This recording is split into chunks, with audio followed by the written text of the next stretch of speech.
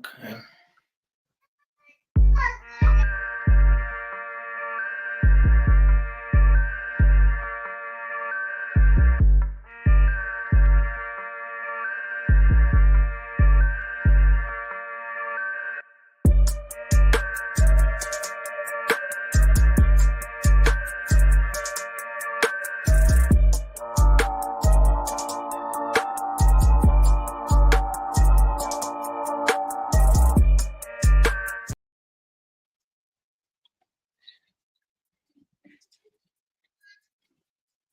That was crazy. That was crazy. No, I'm talking about this intro.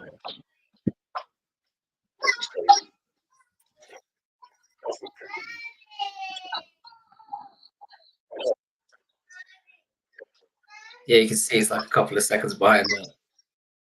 Wild.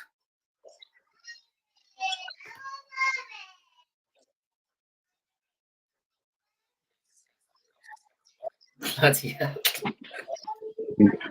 Is that yours? So yeah, whoever's in the stream, man, welcome in. We got some kids that are part of the stream with us for a little while. But, we appreciate y'all jumping in. Yeah, thanks to everyone who stepped in early and is looking forward to this one. I mean, it's not the most stacked card in the world, but you know, I think we'll get a couple of bangers on this one. I'm fairly optimistic. I don't know, maybe it's because I started drinking a little bit early. That might be where the enthusiasm's coming from. I like the lineup today, though. We've got my Sanko. We've got my Sanko Felder lineup, which I'm pretty happy about.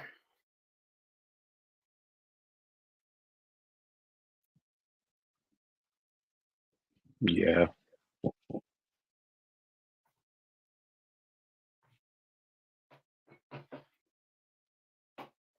I don't know how you come up with so many backgrounds. I need to get some background tips from you because I've just got the same old thing every week. I don't think I've seen you use the same background twice.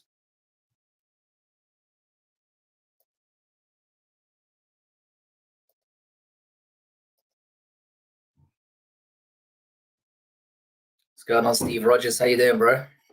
Welcome to the stream. Let us know what you're drinking tonight.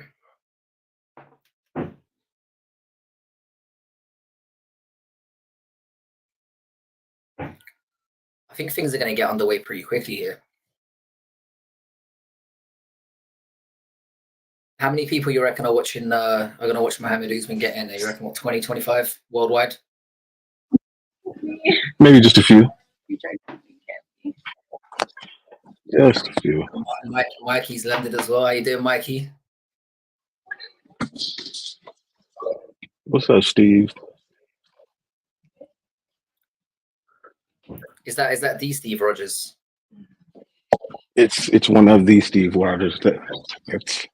That's my guy from second grade, man. That's one of my best friends. Well, the fact that he's rocking Jameson and a cigar. I already know he's one of my guys. Mo from the Fight franchise has turned up as well. How you doing? How you doing, brother?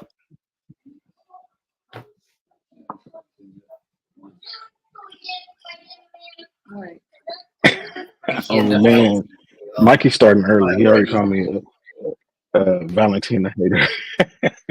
He was feeling about that.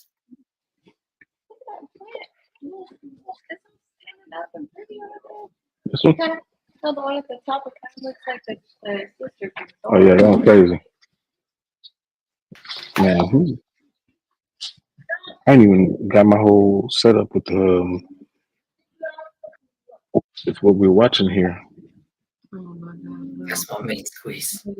Bro, Mikey, your taste in women is continues to be terrible. I don't know if the gun tattoo makes me more or less into her. I haven't figured it out yet. I quite like where it's pointing though.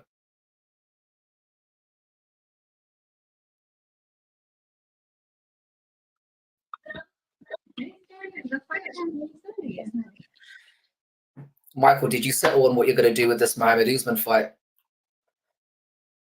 I know I convinced you to take Mick Parkin out of the parlay. I hope I didn't lose you some money.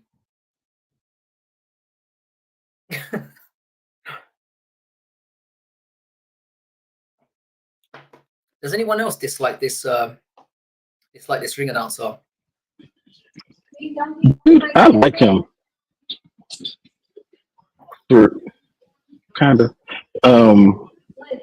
I like him. I like Joe Martinez. Yeah, it's buffer or nothing for me, I'm afraid. The PFL guy's worse, to be fair.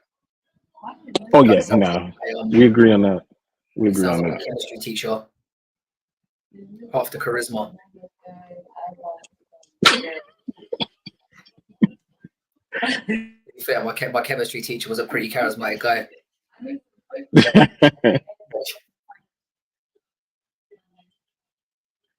Man, so I don't. Who did we say on the pick show? We said Mick, right? We didn't do a pick show in this one. I went solo. That's right, we didn't. That's right, we didn't. Because this card was so awful. Yeah, rightfully so. I have to say, you know what? When I messaged you about it, I already knew the answer. Yeah. I could feel your lack of enthusiasm floating through the DMs. Yeah, this is not You one. Billy Q and Talbot. This ain't something to rearrange the schedule for. Yeah. So as far as the fight franchise goes, the parlay I went for, I've got 2-1 at the moment. I do have Mohammed Usman in one of them. I just feel like he's a good dog. And Mick Parkin in his last one, he looked awful. So let's see how he does with this one. He's got decent enough hands, but he looked really sloppy in his last fight. So we'll see. I mean, that's good because Mo has no hands. So I went out on a whim for this one. I went out on a whim. I just don't know if Parkin's going to be able to knock him out, and that's the main thing for me. He kind of gasses horribly. And I should be behind him, really, being the British guy and all that, but I just can't bring myself to do it. He is considerably larger than Mohammed Usman, though, that has to be said. Yeah. It's interesting, though, because like when Mo throws, he's immediately ready to get hit afterwards. He's like as soon as he throws, he's like, oh my God, somebody's going to hit me. He closes his eyes and just like I used to do in a fight. Oh, nice leg. To be fair, Mick Parkin looked a little bit in better shape for this one than he did in his last two, marginally. I mean, he's still a fat joke, but he's a shape. Yeah, he is a shape. These two are basically contending right now to be king of the bottom feeders. That's where the ceiling is for these two gentlemen. Oh. By the way, what's your where are you at? I am at. Called there by Usman. Oh, he's unloading. Don't be silly. I'm at 3 minutes now, so I'm a little bit ahead of you. Yeah, I'm like 3:09. Okay, so we're probably about 15 seconds apart. So it looks like we knew someone was going to get spoiled tonight, but it looks like it's going to be me. So I'm going to have to ignore your reactions. I'm going to try not to react too much. Well, this is kind of taking me by surprise. I thought that Usman would I'm about 15 seconds off. Ahead. Yeah. I mean, a lot can happen in 15 seconds. They are both shit. Parkin is a patty caker. It's a lovely expression. I love that. Yeah, he's living up to that, Mikey, for sure. A patty caker. Yeah, so sorry. As far as the fight franchise, yeah. Parlay wise, I've gone Mohammed Usman, which I'm not sure was a very good move. I mean, I think he's winning this round, but I don't like the way he's fighting. I thought he was just going to do it the boring way, hug him up against the fence and whisper sweet nothings into his ear. Be the approach. I've got Ricardo Ramos. I went with Cameron Simon because I picked him, and like, even though I think Talbot is good, I don't trust the takedown defense. And I've got Rose. That's one of them. I'll reveal the other one later. The other one's a bit more yeah. I've got a few overs in there, and I don't like to admit that until everything else has gone to pot. But that's my basic. That was the first parlay I put on early on in the week. So I've got so as I said, I've got Mohammed Usman, Ricardo Ramos, Cameron Simon, and Rose. That's my straight up money line parlay. What you got, Fight Franchise? What parlay you have?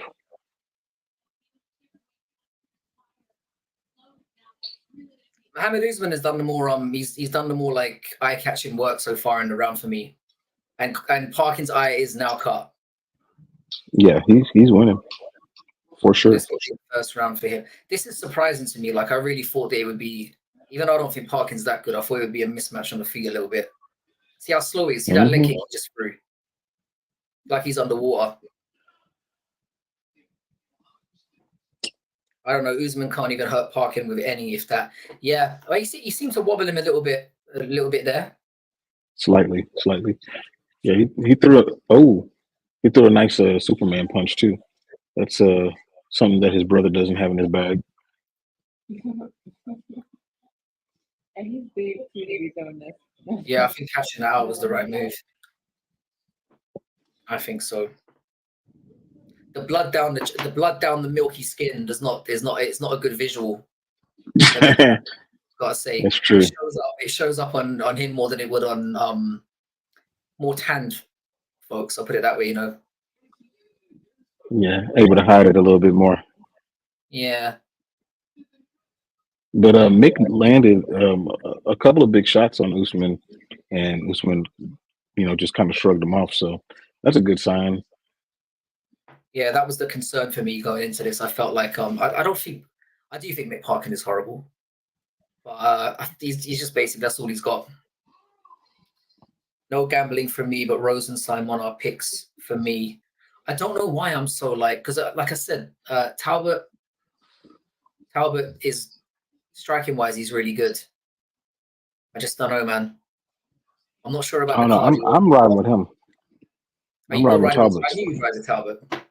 Yeah.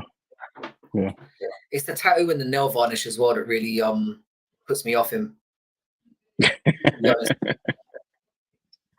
Hey, Chris Lieben did that. He was tough. I know. Hasn't changed. So what you think about him too? I'll be honest. I mean, we saw what happened to Brian Barberena last week. Nail varnish and MMA do not go hand in hand.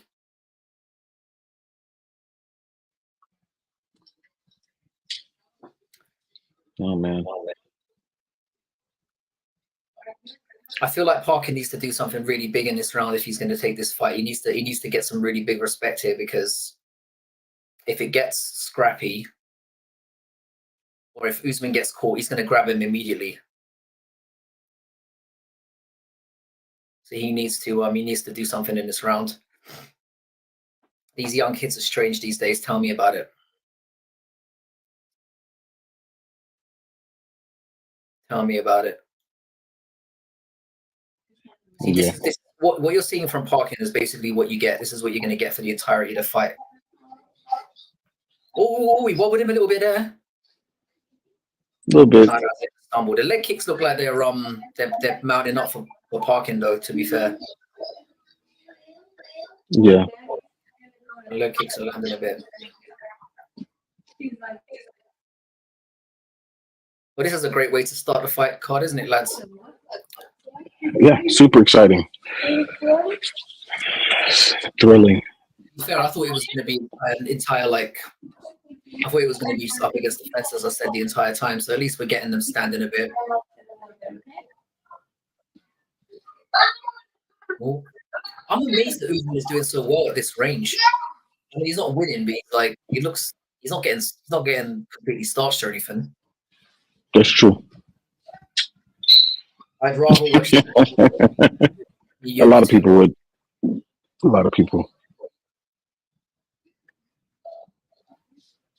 If Parkin were to just really just rely on that jab, he could change this fight. But he's Yeah, not at all. he is starting to clip him a little bit with that jab now that you mention it. And Usman's he's not got the greatest chin. That's why I'm not feeling very comfortable right now. No. Oh, that punch looked terrible. I'm not really one who trusts UFC. See, those leg kicks are adding up. How much the judges care about leg kicks, I wonder. Yeah, he did catch him with some check hooks for sure. God, Usman's striking is so horrible. I mean, his brother's striking was bad too when he first started. It's weird that Usman's the successful one because it looked like Muhammad was winning at the table. Do you know what I mean? Yeah.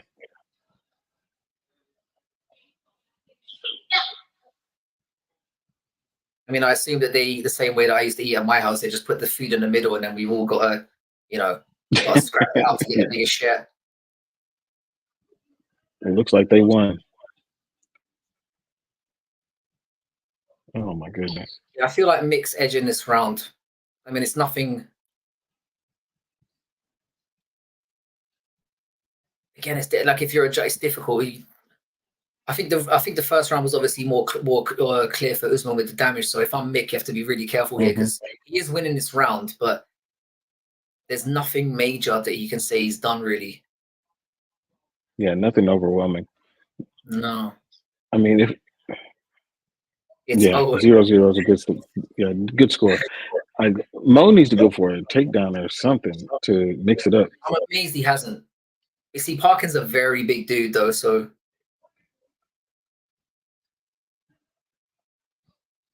his corner is shouting, "That's a beautiful jab. You shouldn't have lied to your fighter." Yeah. Just stay quiet. Oh man. Yeah, this is definitely not going well for him. You see, these big swings, I know that they're not doing much, but you got to think about visuals. Or that leg kick again.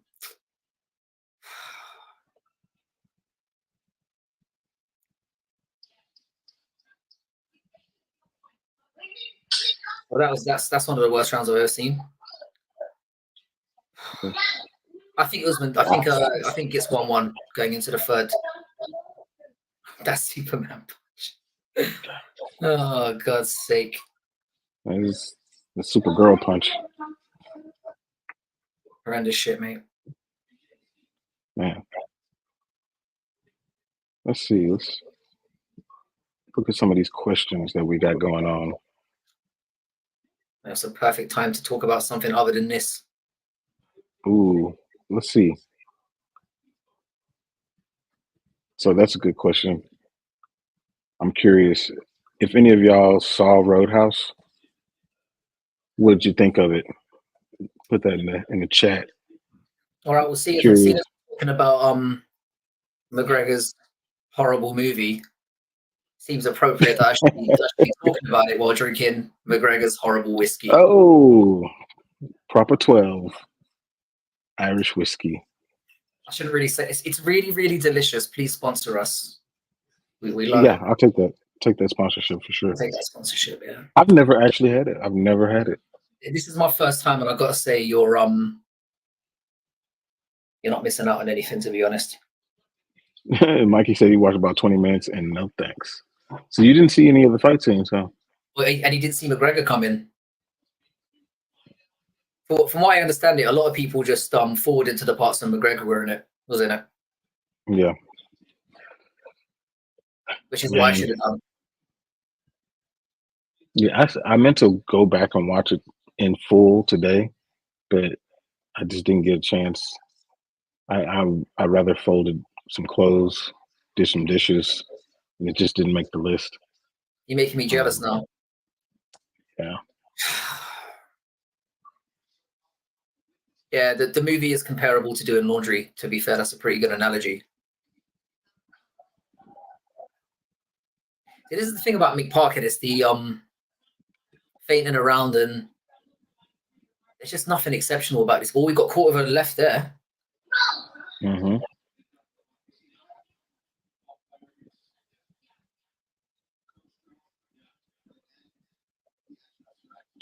Does McGregor fight this year? Nah. I'm going no. You don't think so? Nah, I don't think so. I think he does. I think he does fight this year. I just don't think he fights twice. I think he does fight. I'm still sticking to that he never fights again. I think he fights, and I think he gets knocked out. You know. Yeah, maybe that's wishful. Maybe it's wishful thinking. Yeah, like nobody. When we made that video about who do you want to see get knocked out this year, quite a few people jumped on the McGregor thing. We didn't even bring him up. That was very unprofessional of us. I suppose it's because he's already been humiliated enough. Yeah. Who's winning this fight? Who is winning this fight? Not the fans. Not the fans. See, they did this a lot last year where they just put two fat guys in there and just let them slug it out. And it just starts the card off so poorly. It's 0 takedown attempts from Usman. That really surprises me. So yeah, fight franchise. I personally don't think he does. I think they, the amount of times it's been announced that he's coming back and still don't have a firm date or. Yeah, I need to hear Dana say it. That's kind of what I need to hear. I think Mick's taken over. I think Mick is taking over. The prediction for this to go over 2.5 was quite a good one as well. Again, it's very difficult to know what the judges are seeing because this is so bad. It's very possible that they gave Usman that second round. It's possible, and he definitely won the first. Definitely won the first.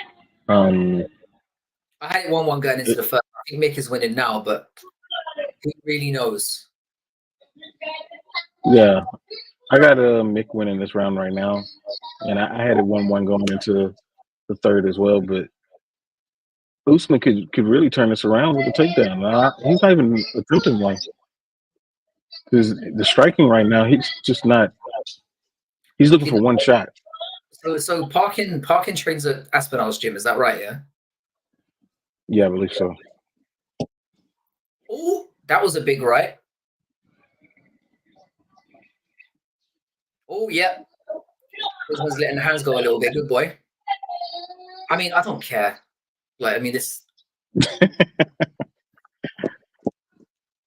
Usman trains here in Dallas at Fortis MMA, and I did not know that.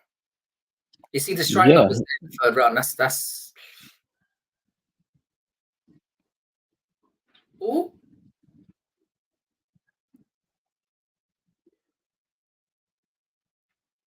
How would I improve the division? That's a really good question. The problem I find with this weight class is that you can pretty much be fat and have some power. Oh, that leg kick! Oh, big Superman punch! Yeah, I feel like you can just be a fat guy with a little bit of power and you can get into the top 10, which is like a problem. I don't know why. I don't know why MMA has such a lack of big guys in it, because it seems like something that would attract big guys that can fight, but it seems to be just talent shallow, really. Yeah, I mean, one thing you could do, and this is kind of an extreme, is split it up and make super heavyweights and heavyweight. But other than that, you're relying on this talent, and it's just you're not paying enough. There's a lot to do with it. That's something we're going to talk about at some point, because it's just we'll get into that one at some point. I genuinely don't know. I mean, Usman's obviously thought he's won, and Parkin looks a little bit dejected. But yeah, I can see a split here. I can see a split. Could be fired immediately. But I think Parkin won that fight. I think Parkin had it as well.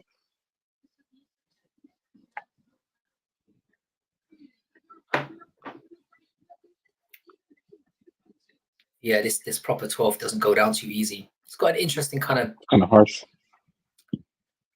It's not as harsh as some whiskeys I've had. It's a bit it tastes a bit I want to say vanilla-y. If you dipped like vanilla and shit and then fermented it. That's a bit what it's like. Yeah, I'm with Mikey. I think 2-1 either way. I think the telling one's going to be that second round because I think Parkin won the third and Usman won the first. Howler head next. Try and get that sponsorship. See, I tried Kavose on the first stream and they didn't call me. I was devastated.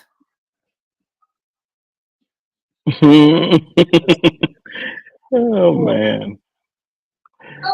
Nick Parkin. Mo was looking around like, I can't believe this.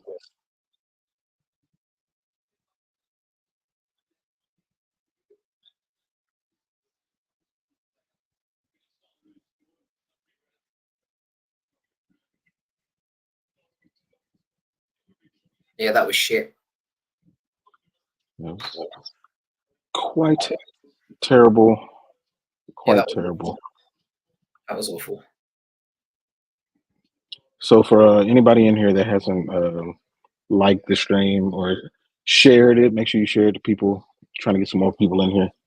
And if you haven't subscribed to either one of us, make sure you do that as well. Absolutely.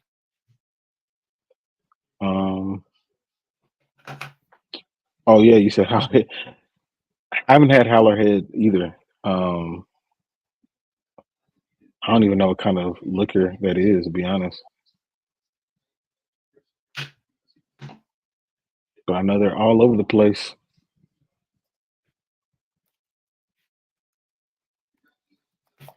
See, I've Howler head's a bourbon. It's a bourbon? Oh, okay. Bourbon, yeah. I'm more of a straight up whiskey guy than a bourbon. A bourbon guy. I'm more like a single malt.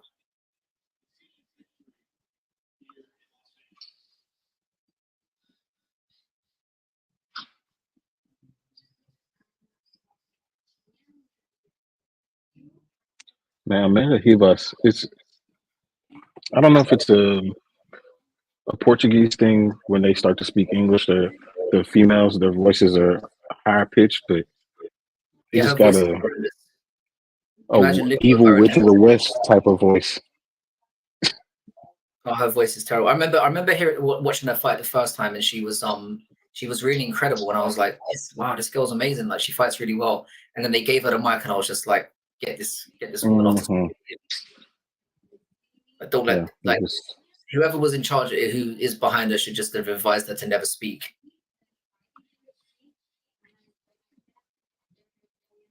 It kind of goes up the more, so every word goes like, kind of goes like that. Oh yeah. Nah, that's. I think I'm considering doing the redneck brawl. Yeah, Amarim. Does Amarim have a terrible voice as well? Don't ruin her for me. No, I think she does. She does. Shit. Yeah. I worry about Fug Rose because like she's technically like a lot more skilled than Ribas, but sometimes she just doesn't turn up. Yeah. I'm concerned. Yeah, that's what CJ says. That's why she doesn't like her. And she'll be on here in just a little bit.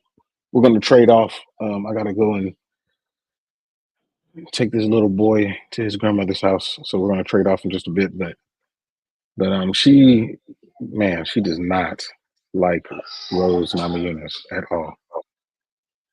I can empathize. I detest her as well. This one should be, we've got the if you don't know now you know, my favorite UFC phrase. At least John Anik's not saying it. Oh yeah. I've got an alarm going off. Why would I set an alarm at 10:30 at night or 11:30 at night?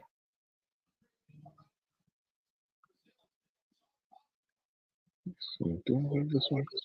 This one should be a fun little scrap as well. You know, a couple skinny midgets. Should be good. I think that this one's it's gonna look so much better than what we just saw. Much better.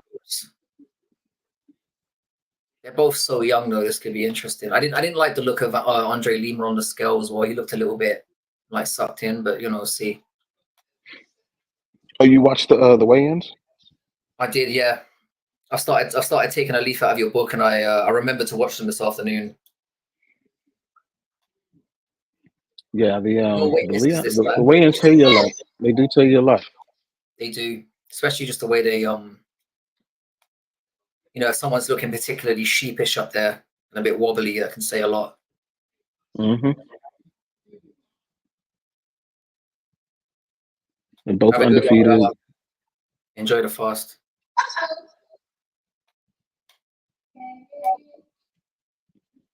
Catch up soon. Yeah, I like Andre. I think I picked Andre Lima in this one though. Watching, like, and subscribe, and head over to the Fight franchise as well if you're new. Yeah, it's got for sure. Great over there as well.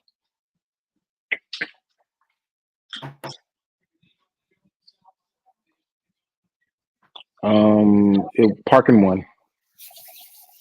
He's dancing. He's got the win, boys. Andre Lima's dancing. He's definitely won. We know how that goes. Mm-hmm. He came out alone and started dancing. That's it's a lot of confidence. It's quite the hat. Comes out and starts getting jiggy with it, I get more confident. You know what? If you flip up the hat too much, it stops becoming a hat. It's not serving its purpose anymore. It's hard to take off your jacket when you're dancing, bro.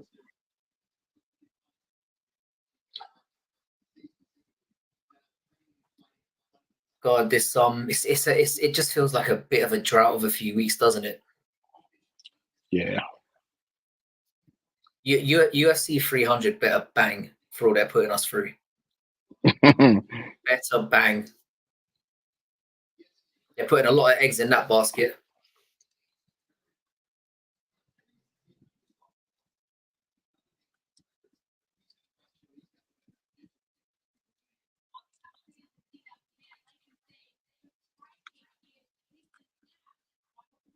Yeah, I like Andre Lima in this one.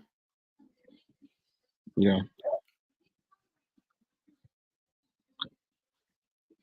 Who's got the worst tattoos in this one? Well, we've got some bad ones today. For Usman, he's just got a lot of tattoos. It's really hard to distinguish what is what on his body. The tough one's a bit embarrassing. Having tough on your collarbone is not a good look. No. I mean, that's the worst one for me. It's like himself and Kamaru, they couldn't be more different, could they? You know. Yeah, that's true. Kamaru's more clean cut, doesn't suck. You know. No tattoos. Doesn't suck. You know. And his brother is just covered. Anthony Smith does have some really bad tattoos, man. Really bad. The thing is, though, when you're ugly, you just might as well do what you want. You just go all in. I think after a while, you stop running out of ideas. You just start getting just random bullshit on your body, which is not a great idea. Yeah, I know from experience myself, it's a slippery road. I got one before I knew I had both arms completely covered. So you did it little by little. You didn't just go in and say, "I'm gonna get this sleeve. This is what I'm gonna get." No, or was it I get a piece, conceptual ideas of what I wanted to get, but most of the stuff pretty much everything that I got is like it's like a significant moment. So if I've had like a significant milestone in my life, that's kind of what I've got. So all my tattoos have they're like different, you know, milestones in my life, so to speak. Yeah.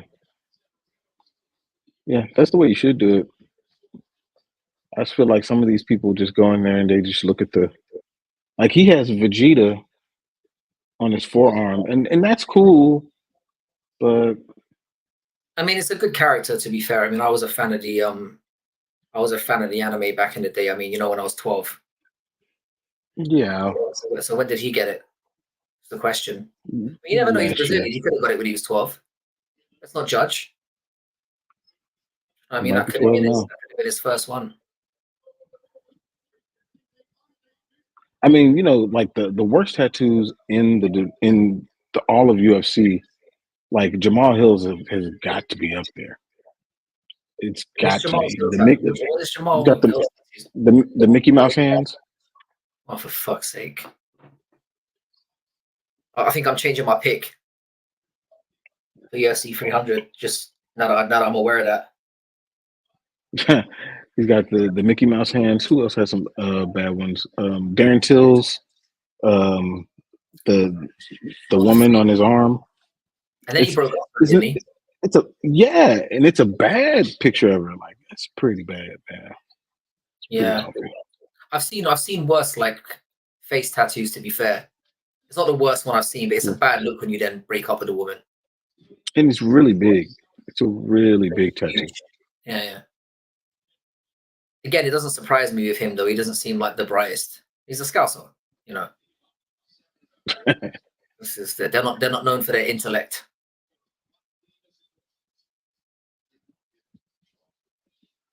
Man. All right, so I'm off and running now. So I think you're at Severino's.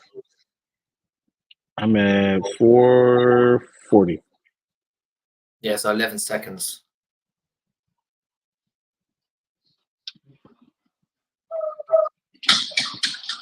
I'm gonna do. Go for it already. All right, fair enough.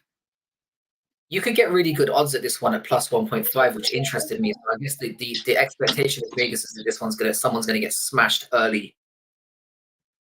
Oh, well done that's nice in the clinch there for Severino. He's grabbed the leg.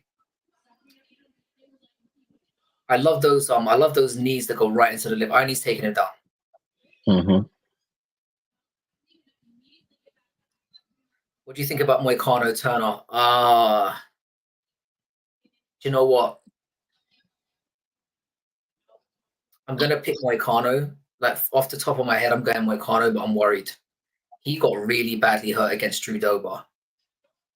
Really badly hurt. And he does have that tendency in him, but I think the grappling is going to make the difference. I think if he can, and he's not a terrible striker. No. He's not a terrible striker, but I like Moicano. I think I'm going to pick Moicano against anyone. Even if I know better. I think he'll get the better of Turner, like I do. I'm actually going Turner. I don't even know why they added that to UFC 300. It seemed like gilding the lily. Yeah. They should have done that right on one. I'm going Turner because I think that his takedown defense is really taking a turn.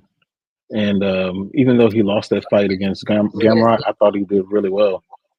And I think that Gamrot has better takedowns than Moicano, even though Moicano probably has better jiu-jitsu. So I'm going to take Turner.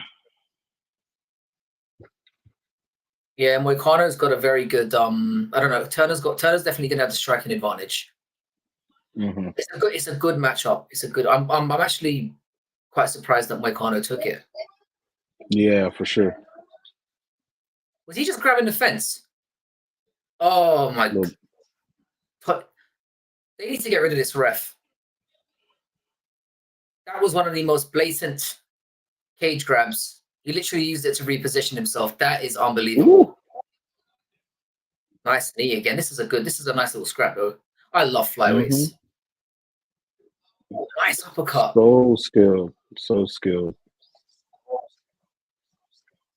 Let's see. You see the difference in skill there between them and the fatties in the last one.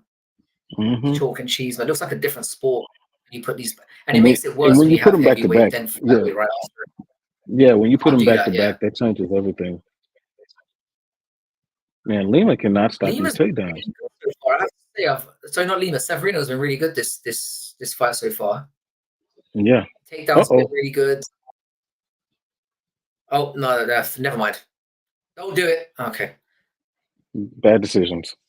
I thought he was going to knee him to the head when he was on the ground. Severino's bringing pressure, and Lima's already looking a bit sluggish. Oh, that was a nice elbow. See, Lima's got the power. This could be over. Oh, this could be over soon. Oh, nice knee up the middle. These elbows are really nice from Lima. I like that step in elbow, you know. They were both throwing that elbow at the same time. He's learning as he's going. Nice leg kick. Someone's getting sparked. Lima is landing. Oh, that's a nice Severino's jab. gonna run out of gas. Yeah, Severino, I think, is running empty now. I think Lima's taken over. Yeah, Lima's starting to take over. He likes that elbow. Ooh, that elbow is just it's landing every time. Oh dear. Oh. Oh, what the hell? Talk about getting away with it. Yeah, I think Lima's taken. I think he's had the more significant. He's landed better in this round for sure. Yeah, man. Severino's not moving his head off the center line at all. Yeah, he's getting clipped. Is the octagon like slippery or something? This is all very.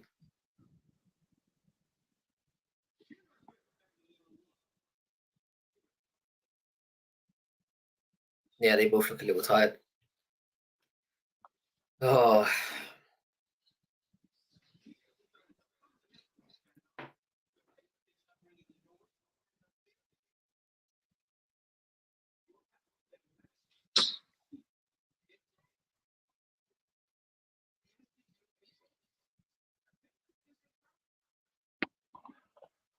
Oh my goodness. That was pretty good. I mean, it looked so much better since it was people who were actually skilled, could do a variety of things other than breathe heavy. It definitely helped. Yeah, it just looked a little bit you know, the way they're kind of slipping at different times, and like it still looks a little bit goofy. But it's been a marked improvement skill wise from what we saw in the first fight for sure. Yeah. All right, Mike, you have a safe one home, brother. We'll see you in a bit. Yep.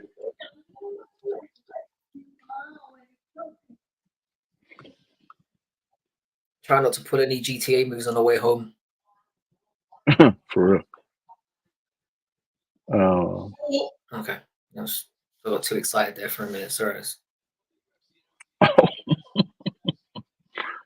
Were you talking about the right hand? Dude, this has been so boring so far. I just jumped out of my seat there for a minute.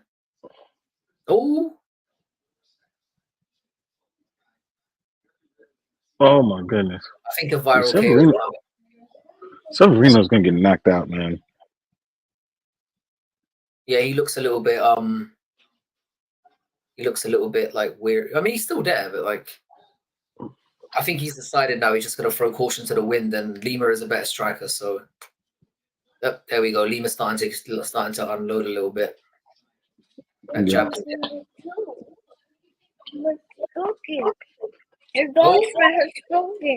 Now it's cooking. No.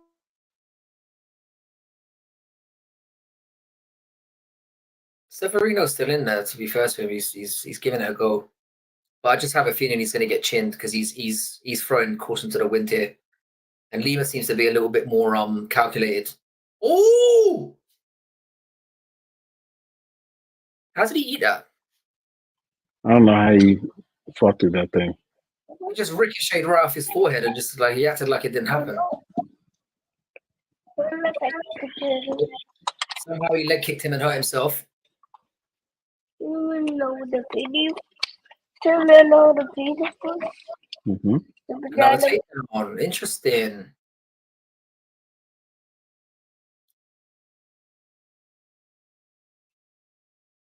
These bows though got me singing ludicrous. Oh, Mikey, you and me are definitely gonna hang out one day. You're definitely my kind of dude.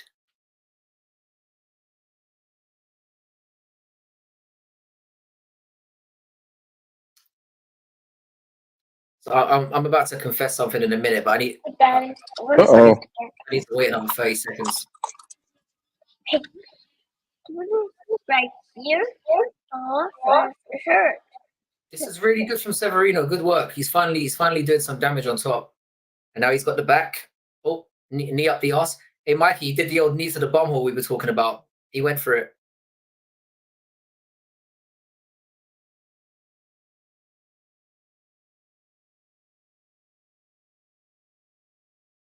All right, we've gone over to. So I took this to go over 1.5.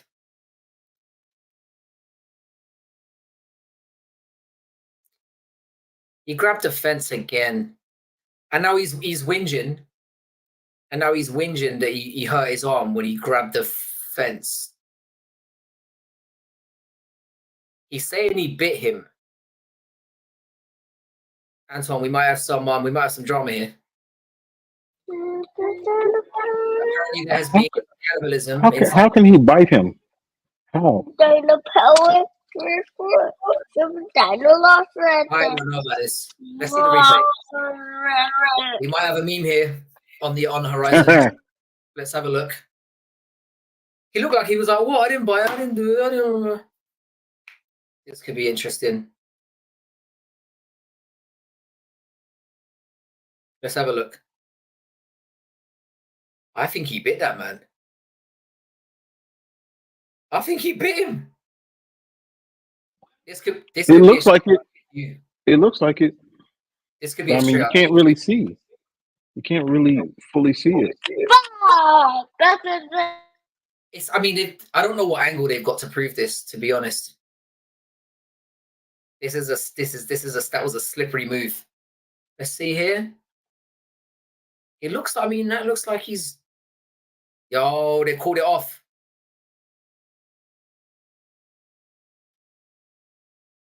Disqualification. Wow. Wow. This is going to be controversial. He's like, no, I didn't. I did not bite him. I mean, it's hard, like, to really know for sure that he bit him because you can't really see it. I don't know about that. I don't see where. I mean, he buried his face in him, as Sanko's saying, and it looked like his face was moving. But oh, there it is. Yeah, he bit him. Oh God. Oh. Yeah, that's some. Holy shit.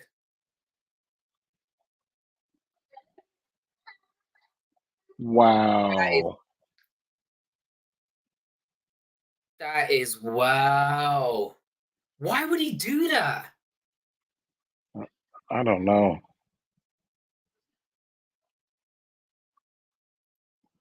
Why would you do that?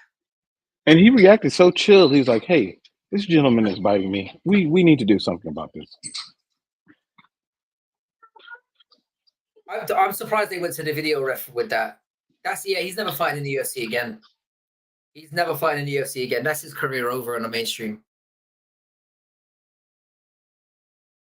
That is wild. What are you doing? The thing is, he wasn't doing badly in the fight either.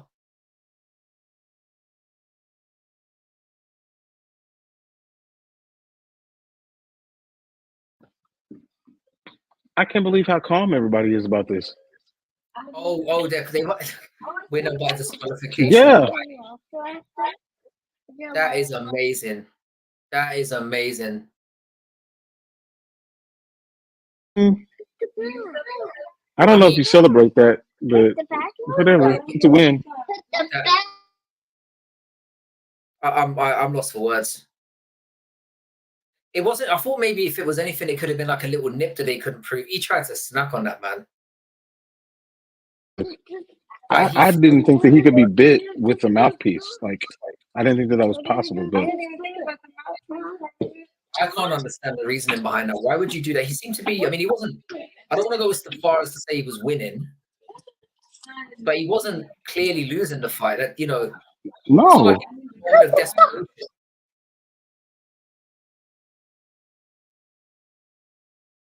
That is strange. I'm not saying you should bite someone in a moment of desperation, but it would make it somewhat understandable. Yeah. That is bizarre.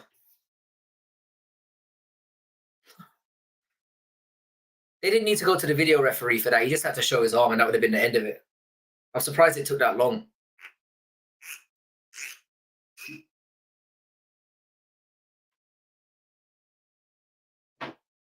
I like how he's talking about his strategy.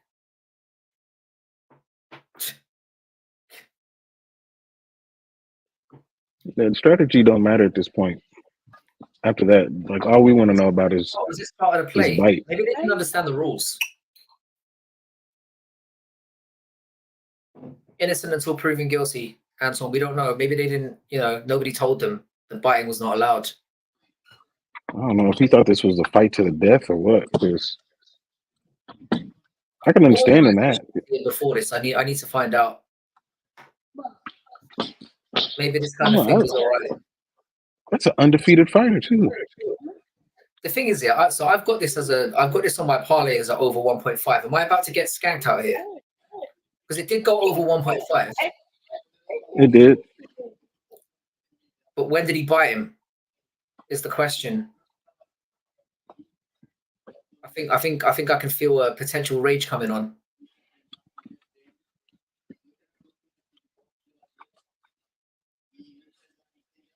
Because my betting app is going haywire right now. I think they're considering whether or not to give this to me or not. They should.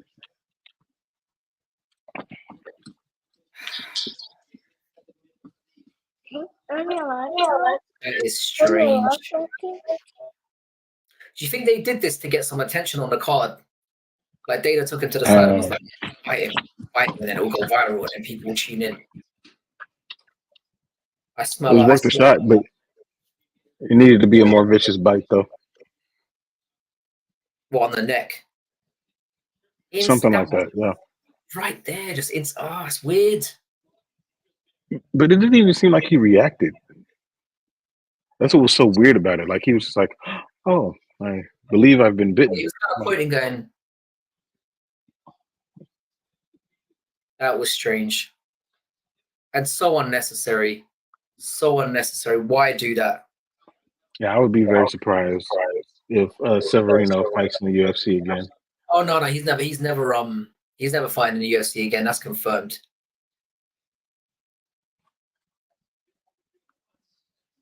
Apparently, he tried to bite him twice.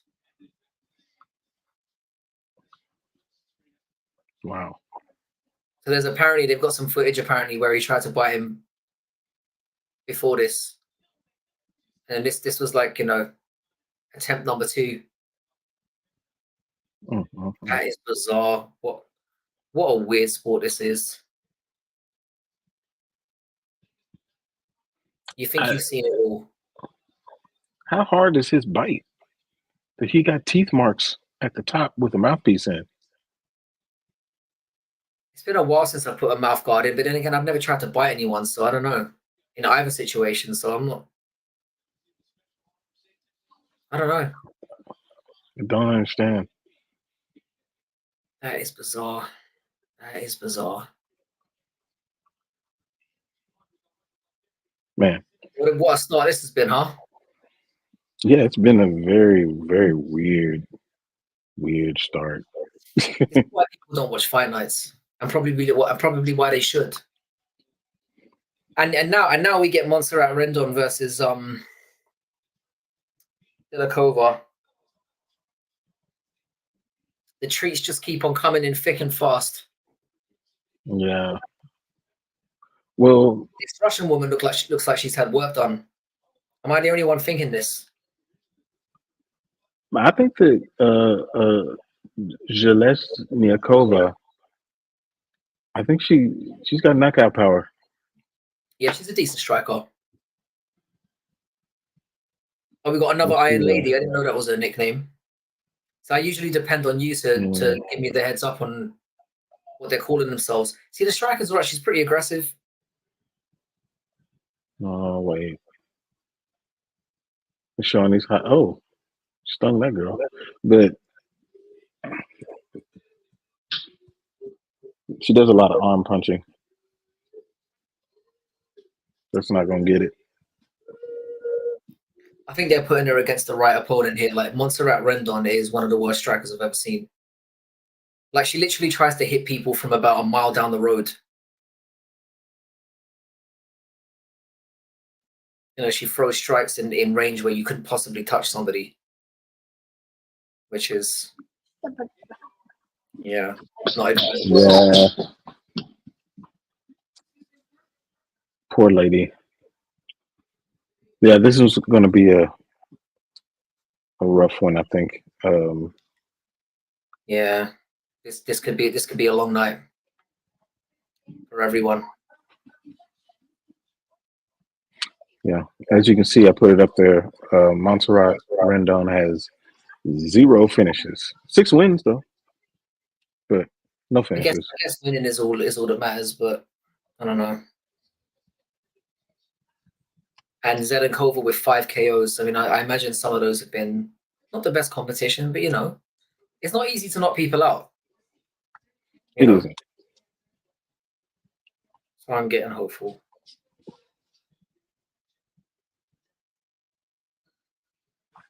Mm-hmm. Let's see. Let's look at some of these questions that we talked about before. Oh, here's one. Is Jose Aldo making a big mistake returning to the UFC? Yeah. I mean, if we touched upon this when we did the video last week. I think if it's a one and done thing, I'm gonna say no. I think it's fine. I think him retiring in Brazil is a much better situation for him because obviously it was very deflating. Severino hungry for the rematch. How you doing, DC, bro?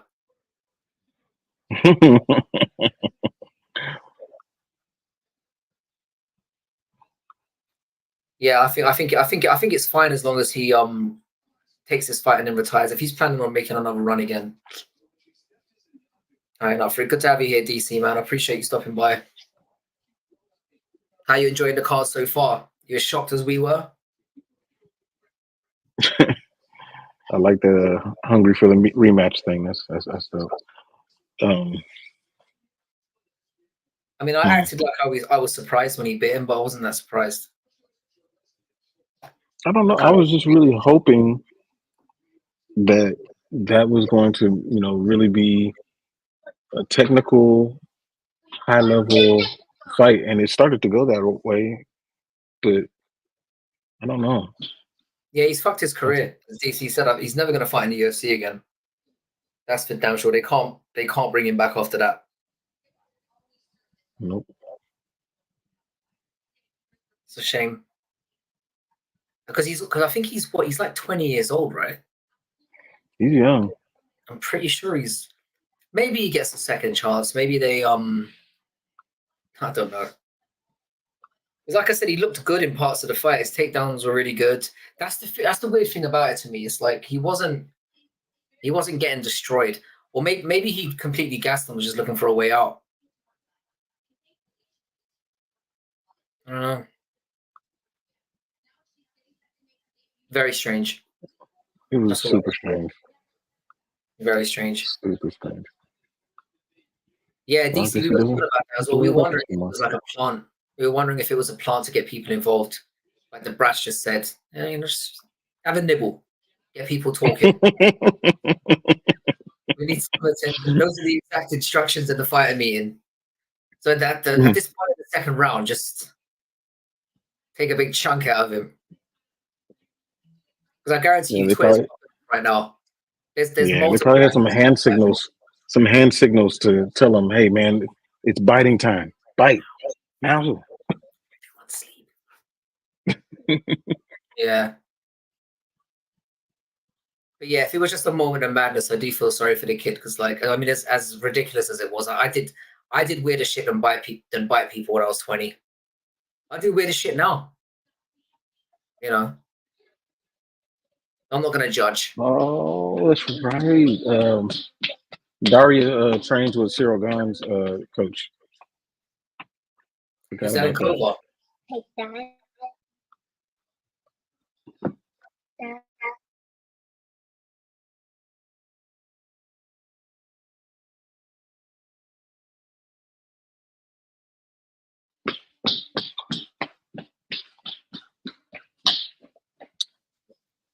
Yeah, Montserrat, she trains at like a really small gym, and so she's like the star of that gym.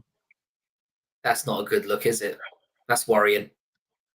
It is. It is. Sometimes you need somebody. You need to train where they're going to push you, and she's the one that's beating everybody up at her gym. And so, Do you know what? Yeah, that DC. I'm glad you brought that up. You know, with the cage grabbing, yeah, like Lima did cheat several times. So for him to he did. come off like he's a good guy and this ain't right either, because that like there were multiple times I don't. You counted 4. I definitely counted 2 or 3 in there. But this always happens with Toyoni. Like he never spots those or never punishes them.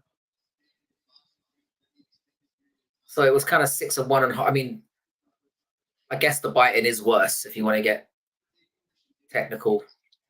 Yeah, I mean the cage grabbing does affect the fight, pretty heavily. But biting somebody, geez, now you're causing harm. Can I ask a quick question from just gonna throw this out there. Is Montserrat Rendon like enhanced? Is she what? Is she enhanced? Yes, she is. Yes. hmm Absolutely. We could make a game of this going forward. Fake or real. Drag it to the levels that I do during my streams. Turn it into like where we start judging body parts. I, Extend into that pretty quickly. Yeah, it's interesting because I've heard females who have done that. Once they start fighting with them, like they're like, oh, I don't like it. Like I want to say, oh, Joanna and Jacek, she didn't get hers until after she retired. Paige Van Zant didn't do her thing until after she was not a good fighter anymore. I mean, I say good fighter anymore. She never was really a good fighter. Different pound for pound list, mate. You should see what it descended into last time. Like, I swear to God, it got dark last time. But yeah, it was funny though. you know what? Yeah, the Paige Van Zandt thing, I never really understood it. I think she's very average looking. If I'm being honest, It's the she's got some of the Barbie doll type of features, blonde hair, blue eyes, the whatever, Apple, yeah. The people who yes, the people who are really fond of apples, went that direction. Yeah, I've never really understood it. I found Sage Northcutt more sexy, to be honest. Oh man, Specimen right there. Man, I've always rooted for Sage though. I've always been a fan of Sage. Yeah, he's doing much better these days. He got a win a couple of months ago. He choked somebody out. A quick one. Yeah, quick win. I watched that one. Oh, the start he had, I was concerned. He got his face mangled. Yeah. It's like they were trying to make a point. He had like 19 broken bones in his. I didn't even know you had 19 bones in your face. He had like 19. He found all of them. That dude found all of them. It was bad. Yeah, he got absolute, and he's such a lovely fella as well. Yeah, sorry, he is. He's from Texas too. Letting hands go a little bit. Sorry if I'm not talking about the fights too much, but just remember what we're looking at. Look, see what I mean about striking from a mile down the road. Mm-hmm. Oh, Rendon, when she throws her right hand, it looks like somebody's holding her arm back when she throws it. Yeah, she's holding her back. It's so slow. Yeah. She's got a takedown. There it goes. This is where the fight's gonna turn one way or the other. Can Zelenkovic get up? because she had this issue against who's that woman that she fought that debuted in the UFC a couple of months ago and did quite well? That who fought? Zelenkova. She fought somebody in the regionals and was doing quite well and got dream punching is exactly how I describe it. Women's fights look like dream punching. You know when you have a dream and you're in a fight and everything you do is not working. It's like you're throwing everything. Yeah. Nothing's. That sums up women's MMA to a T. Yes, a large portion of it for sure.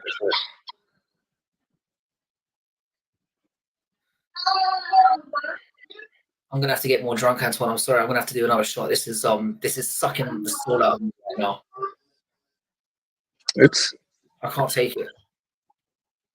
Let me look at the card. Who's after this fight? It's gotta pick up, right? It doesn't get much. It doesn't get much more exciting for a little while. Hang on. Let me double check. So you know things are dire when you're in the middle of round one and you're looking at the next fight. It's Jono Aarons and Stephen Ewan, as I'm calling him, Ewan.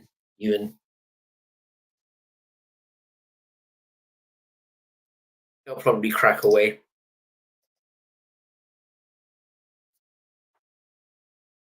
Zelenkova does look a step ahead in the striking, though. I mean, you don't have to be anything too special to get the better of Rendon in that department. But the fact that she's up is very encouraging. Not her thing. I like that she's up. She managed to get it up because that could have been a laying on her for the rest of the round type deal. And we know how that goes in women's MMA.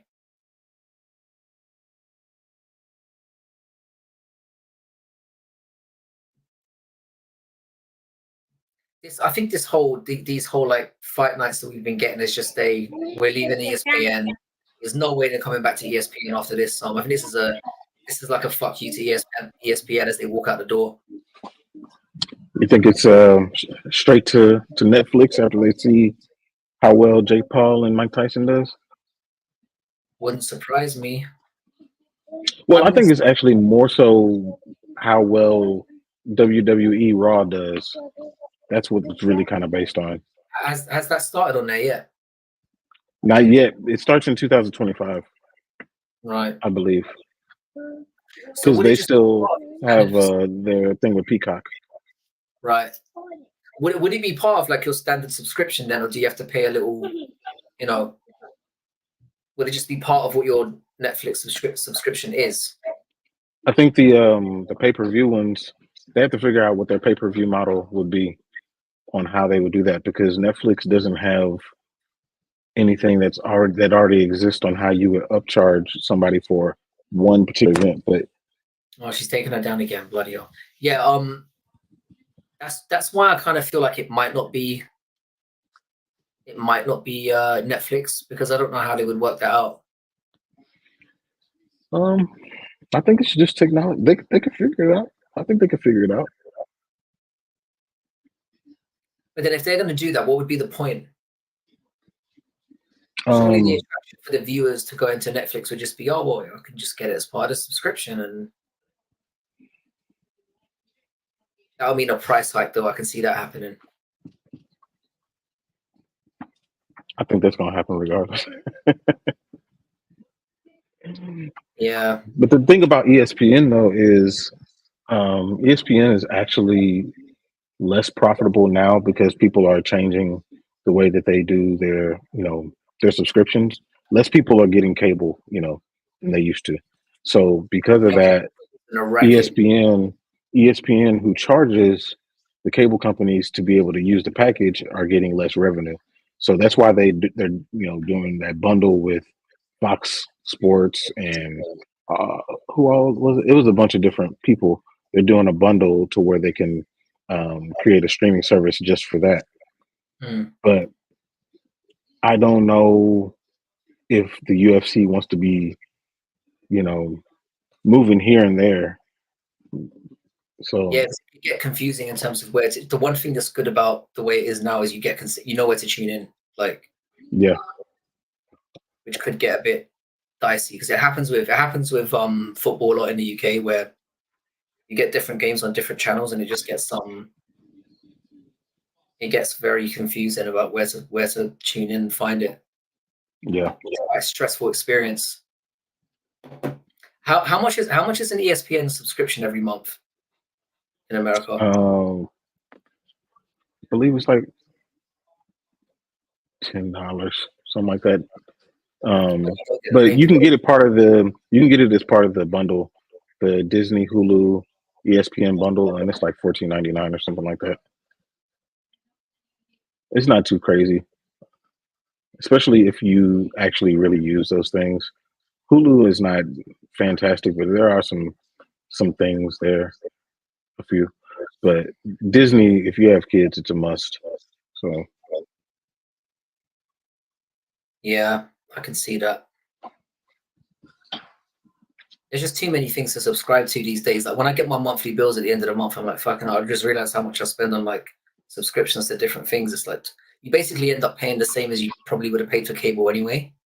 yeah, it ends up being about the same. At least with cable, you can just turn on the cable and you know it's all there. When you have the individual streaming things, you're like, okay, do I even have this app, and make sure this app is where it needs to be? It's a whole nother password. It could be a problem. Yeah. Well, Zelenkova's winning this fight. For Yeah, anyone she who is. for anyone who gives a shit. I think Yeah. Rendon shot a shot with that takedown, and I think she's gonna be she's gonna find it difficult to get another one, but we'll see. Well, this card is as Rendon, it's absolutely dog shit. yeah, Rendon's striking is just absolutely ridiculous. See And I that mean that in a amazing. bad way. 35 years old and doing it for this long and be this terrible. Genuinely embarrassing.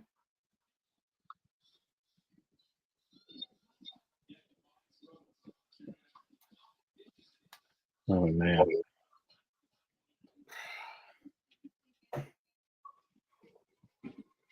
See, this always happens to me. Whenever I ask friends of mine who aren't MMA fans to tune into a card, this is the kind of shit that happens, and then I just get slated for it. Like my viewers always like, better than boxing. I swear to God, it's better than boxing. And then I'm like, tune into the card next week. You'll see why it's so fun. And then they tune in and they're like, you're an idiot. This is garbage. You know, it's funny too, because normally it's the fight nights that are the ones that are surprisingly great. Mm-hmm. Because they don't have so much pressure. To put it all on the line and take their shot. It's not quite happening. Yeah. And we got a bite, you know, so we got our headline. That will carry the on social media.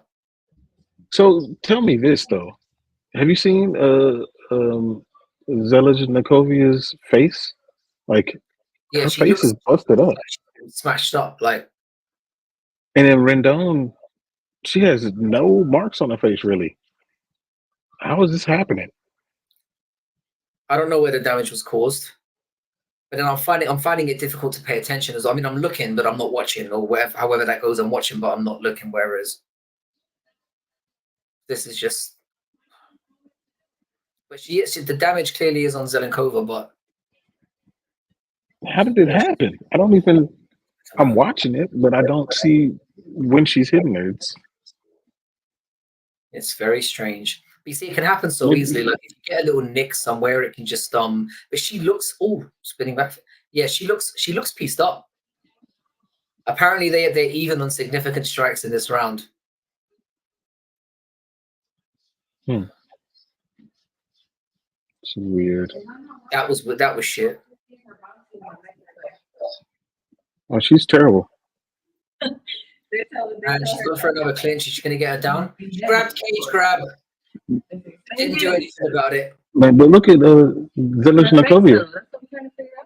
That was another blatant. But I mean, she's gotten taken down anyway. She's slow, but she got another egregious cage grab. They need to do something about this. There's a lot of cage grabs. And he's normally pretty good at calming this stuff down. Is that who's the ref? Is it Jason? Yeah, it's Jason. Yeah, he's usually really quick to jump on stuff like that. He's gonna go and talk to her now, isn't he? No.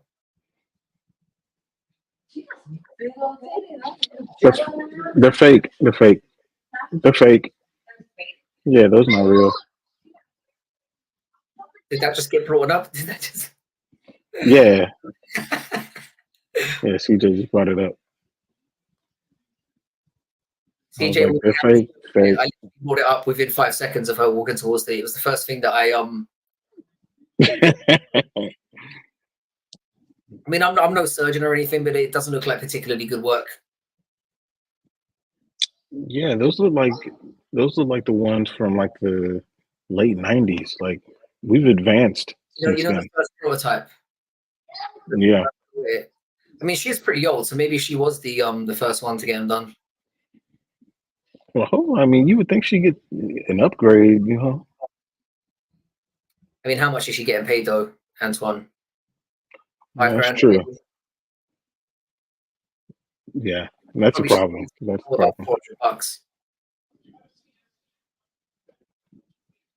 Yeah. Also, Jason Herzog is explaining why cage grabbing is not okay. Oh my God, look at her face. She looks battered. I reckon she's got work done. And while we're talking about work, I reckon she's got some kind of. She looks Botoxed up as well. Yeah, she's got a There's definitely something strange going on. Couple stabs in her face to enhance, plump Again, up those lips. They don't, aren't they? She's what, 24 or something, 25? Yeah, something like that. You know the level of the card when we're talking about when cosmetic surgery is it's what we're kind of going to with the discussion here. Oh. She's going for a little bit more, to be fair to her. She's actually trying to swing. She is. Ooh. I've seen worse fights. It's just I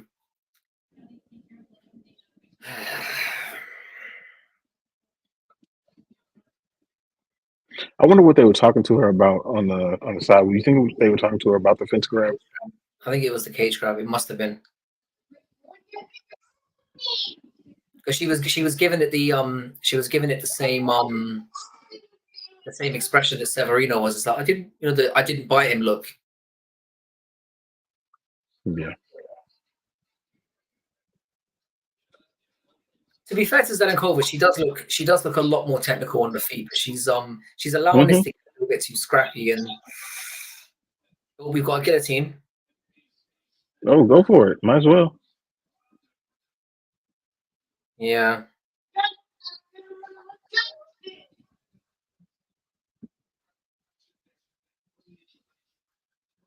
Yeah, this ain't the one right now.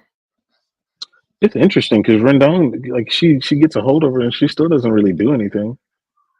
I thought that's what she was supposed to be good at. Yeah, I think they just mentioned. Oh, that was a nice left. They mentioned she said 1 minute of control time, but she didn't really do too much of it, and that was something that was a bit of a worry for Zelenkova going in. Like, how would she deal with that? I said she'd stuff enough of them and light her up on the feet, and I don't even know who's winning this fight. I'd love to see. I'd be interested to know what the live odds are right now. Let's have a quick gander. Let's have a quick gander and see what the bookies think about where we're at. They've got it evens. They've got it as a pick 'em with like a minute and a half to go. I don't know. See, Rendon's doing her best to take advantage of these separate women's scoring criteria. It is apparently not damage based. Like she needs this takedown. She needs this takedown. You see, she still might be winning because they've been fairly even in terms of output. She can get a little bit of control time. Even if it is very superficial, she might just do enough to edge this because I don't know who's winning this fight. Like this is a situation. Another sterling example of the women's bantamweight division. It's so great. Oh man! Check this out. Check this out. I'm still asleep. This Spanish stream is waking me up. Who's doing Spanish commentary tonight? I don't know. I was thinking Santiago Ponzinibbio. Yeah, I've only ever watched Spanish stream once with like Brandon Moreno. Do they make it sound more exciting? Because is it They like do. when they commentate on football and they're just like they're going nuts? There's nothing going on. Oh man. Yeah, like right now. Clearly nothing going on. Yeah, I don't know who's winning. I don't know who's winning. Yeah, I mean it's very according. The bookies now have got it. They're saying Rendon's edging ahead. I mean, she's got this cage control. I mean, I guess if you want to do that, call it that. Her chichilalas are coming out of her bras. Rough. You see, I mean, they're so big. Juggly. This card needs that we need a flash at this moment. Just we've got the bite now. We need the puppies to escape. They're trying. They really are. She got like a little hematoma going on or something. That's probably. Oh, she does. Yeah, she does. Oh, she's tired too. Spinning back fist. Even her spinning back fist has a pillow at the end of it.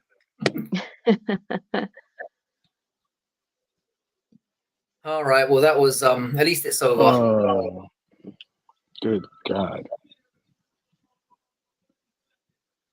They look strong. I think Rendon might have taken this. I think so. Hey, Mikey, we almost had some puppies getting out of the cage. Unfortunately, unfortunately that didn't happen. That would have really saved it. Yeah, it'd been nice. Oh, I wonder if people ask her about that. You know, is it difficult to train and fight with? This is why they need us. This is why they need media members like us asking the questions. No. We'll get in trouble. But it's a valid question. It's a valid question. That'd be it's a valid question. And maybe it needs to come from a woman, but like it's a valid question. It is a valid question. It just depends on how it's asked. I couldn't ask it. She spinning back fist me asking the question, but man.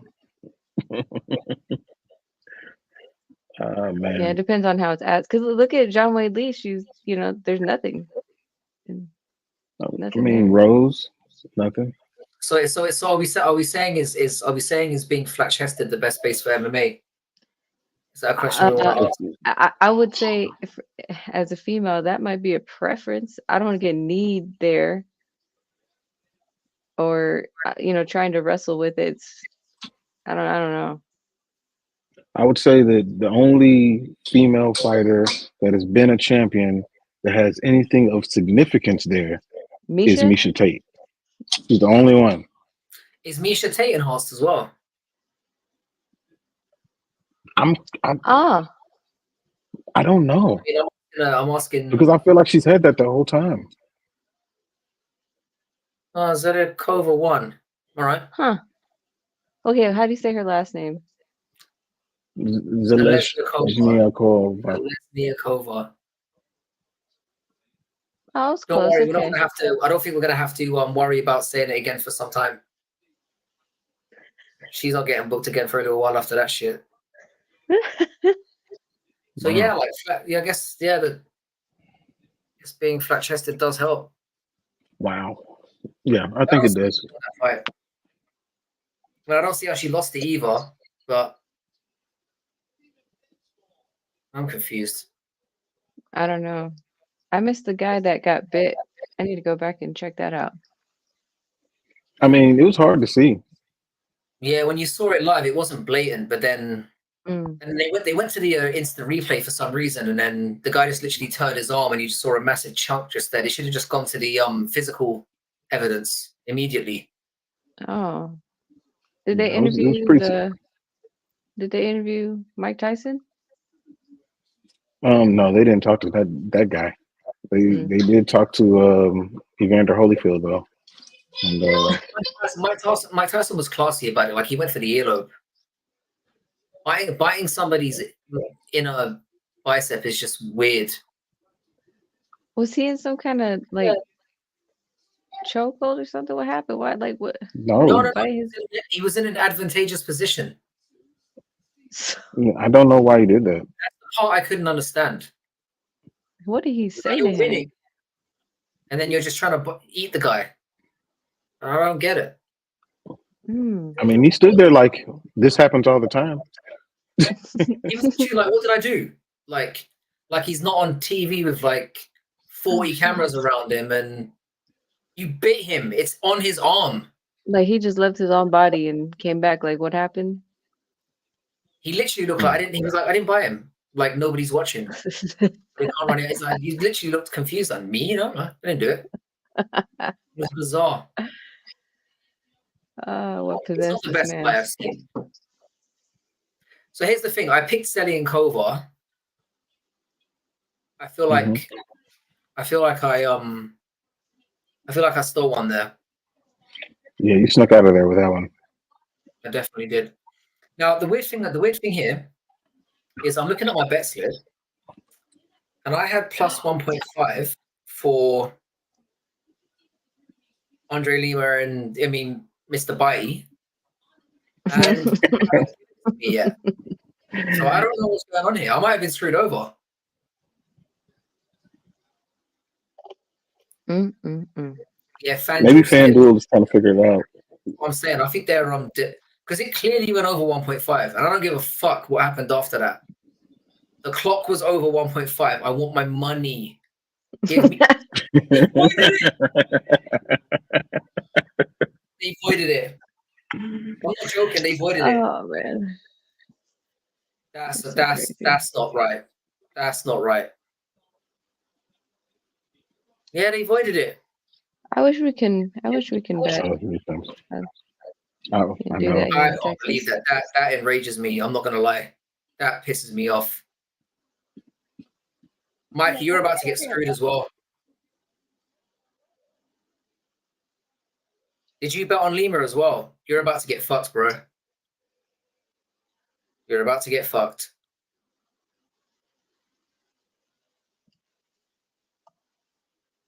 It's not my fault that the guy bit the guy. It went over 1.5 before the bite occurred. I knew something was fishy was going on though when they took that long when they were deliberating on it. I mean, I've still got the parlay going, but it's going to be worth significantly less now. That's upsetting. That's upsetting.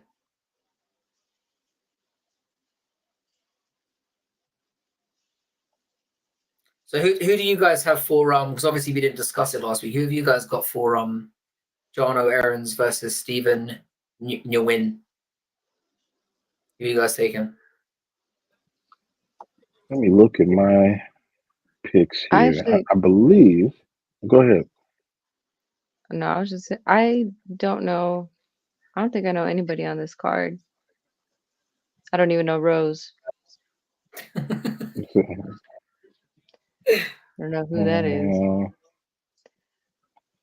Let's see. I picked Win. Fortis MMA. It's another one. Yeah, good Jim. Yeah. I mean, and as you can see, he's got a little streak going on. So I picked the momentum. I've got a running theory. I've got a running MMA theory that I want to run by you guys as well. And it's based on the attractiveness scale. You know, I feel like if you're uglier, you've got a better chance of winning. It's a running thing I'm working out. Why is that? Nothing to lose, CJ. Oh, okay. I mean, I'm not saying Aarons is a prize or anything, but well, he's got the baby Theo Vaughn going on. He's you know what really throws me off is that it's another situation of the tattoos.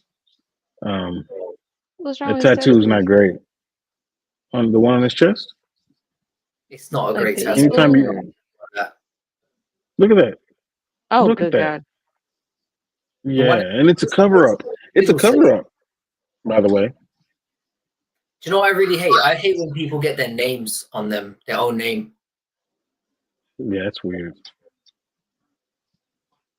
Their whole Oh, these name? two are going at it. Yeah, whole name. I have like a picture of myself as my phone wallpaper, so I'll probably do my name. Is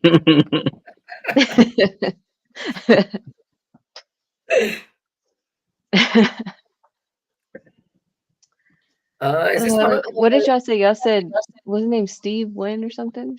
I'm probably going Yeah, for this Stephen guy. Stephen Wynn. I went for Steve Wynn. He just looks a bit he's got that thicky kind of look, I quite like that thick look. Again, I think that's I was thinking about this earlier on today. If you look like That you like him thick? bodybuilder kind of guy, I don't think looking. Yeah, you did mention something about it. Let's not go Oh, there. Vincent Prue. That's right. Oh, Vincent Prue. Your last live stream, as soon as he came on, I was like, dang, his booty's thick. And then not 2 seconds later, you said something about him being thick. I was like, oh, Did I say that? Frankie. Did I say Yeah, that? you did. You did. That's what you're into. Did I zero on the booty specifically? You didn't say that specifically. I don't think you did. No, man, I think you did. You're like, he's looking thick. And then something about, you didn't say booty, because that's what I would say, but you said something about his backside. I said, if we're going to talk about bundas and be fair, we should talk about. Oh, he did say bundas. That's right. I was like, we need to be fair now and represent everyone. I was just trying to be, it was an equal opportunity type situation. I was trying to be, inclusive. Inclusive. That's what I was getting at. I was trying to be inclusive. He said, excuse me, I feel sick. No. Stick around, it's gonna get worse. I don't know how we got here. No.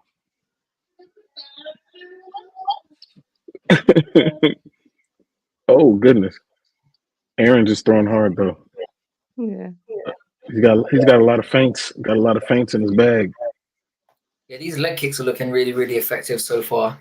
Mm-hmm. I like how Aaron just switching stances a little bit there too. But ooh, yeah, he's turning his legs up. Oh. Yeah, these leg kicks are starting to issue. And Aaron's, to be fair, looks a touch quicker. Mm-hmm. Oh, nice uppercut. Yeah. Sorry, I am like 10 seconds behind, but so I will be a touch late. I actually stopped mine to catch up with yours, so I'm actually I might be 2 seconds behind you.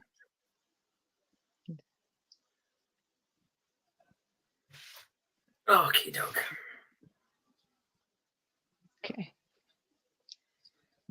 I can't believe. Sorry, go ahead. I was just to say tonight might be a spinning back fist night. Lots of those. Yeah, there's been a few attempted today, hasn't there? Mm-hmm. None that actually worked. Well, none that actually fully got around. More effective. Yeah, effective. This is good. And he's pretty powerful. His uppercuts are nice too. Bleeding now. That uppercut was so nasty. Yeah, his combinations are pretty good. I've never seen this guy. Wynn is frozen. I'm impressed with him. He's completely frozen. Me too. He's been really aggressive. He heard y'all talking shit about his tattoos, so he was like, you know what? He spends more time training than picking tattoos. Yeah. Oh, this poor man. Yeah, what Sanko said is very, very true. That it's the mixing of the targets that's really being effective here. He's that's a nice knee. Mm-hmm. Maybe I'll pause again for like another 5 seconds or so. Oh, you're like super far ahead, huh? Yeah. Nice knee up the middle by Wynn. So my round. I've got 8 seconds left in my round. Okay, cool. I'm at 6. I feel like we're just went off timeline right now. Okay. All right. He I looks shall be smashed. back. All right, he's I gonna shall leave be the right back. shit talking children here. Y'all keep And talking. now that the adults stepping out of the room for a little bit, we can go dark on this shit. Man, I just watched y'all's video about who you want to see flatline, and I have problems with it. Okay. Who in You and in Jax, y'all have this love-hate relationship for Habib and Islam. Why Islam? I get the whole you know what? he's been dominant thing, but I'm like,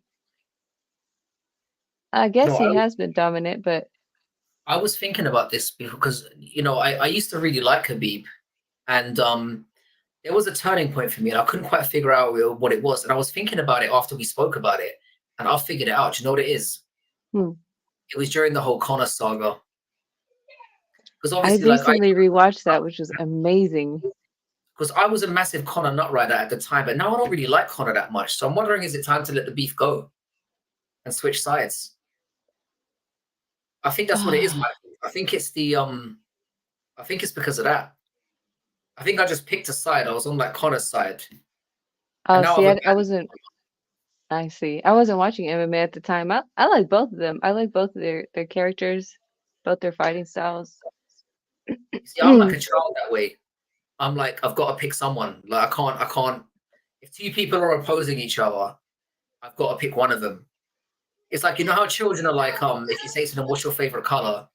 and they say red, and then they'll say they hate blue, even though you can like both of them. I'm a bit like that. Okay. But I have to hate the other guy or the other, or the other entity in the situation. Yeah, I think You it said might be that. time to switch sides. But I was saying that in the video as well, because like I quite like I used to dislike Makhachev just by like him passing, him being like Khabib Mark II. Yeah. But I've since grown to really like him. Like he seems quite funny in interviews. He's got a bit of a personality. This is a great fight. It really is. Oh, This is wait, really made up of three. okay. Oh, I'm at shit, we've got 349. I'm at 3. I've just gone 345. This is a banger. Okay. See, this is what featherweight used to look like, just like phone book scrappy. I'm thinking I need to chuck another parlay on though. I'm percolating on that at the moment. I'm glad I didn't put no win in the parlay because I was very tempted to, as close as this as I thought this fight would be, but he is covered in blood right now, and that is not a good look. I mean, it's not like It's a Aaron's good doesn't fight, look though. It's a good fight, very good fight. I've got Aaron's edge in this though. Not even enough. He's straight up winning it.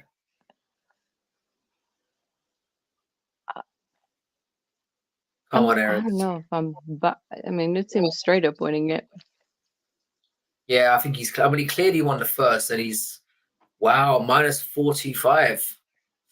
That's a big swing. Mikey, you got any suggestions for what I should throw on as a last minute? Ooh, well done to Aaron's because he was quite a big dog in this one. It goes to show that they don't know what the fuck they're talking about. Though a fight's a fight.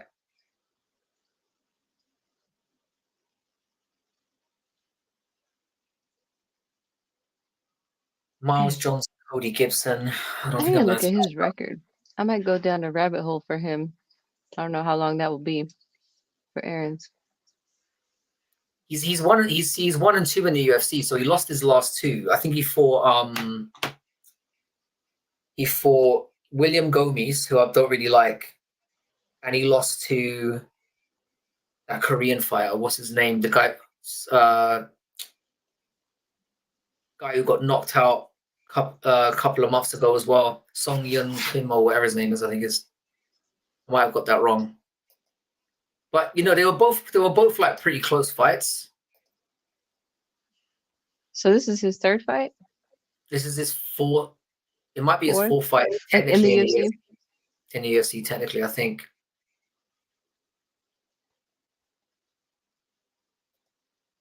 Well, I'm looking at his record right now. Looks like third. So he was at Brave before then. Yes, Yeah. he's before William Gomis and Sungwoo Choi, yeah. And he lost both of them by unanimous decision. And William Gomis isn't very special. Like I said, Choi just got absolutely flatlined in his last one. I don't know. He looks great tonight, though.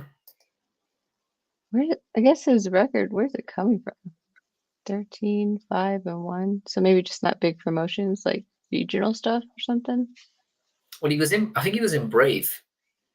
But I think he only fought there once. And he was in NFC before that.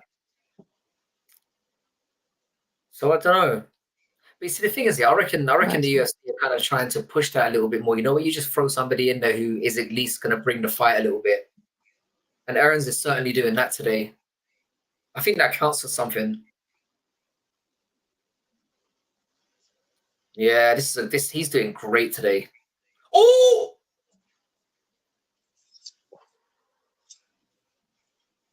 Yeah, Aarons is walking away with this right now. Dang. This ends up. So I CJ, I understand that you really dislike Rose. Can you explain the reasons behind that while we're here? So I really want to know. It could just be her personality, maybe. I don't know. She actually, this is gonna sound so dumb, but the last fight she reminded me of John Jones, just kind of the style itself. That I wish I didn't say that out loud.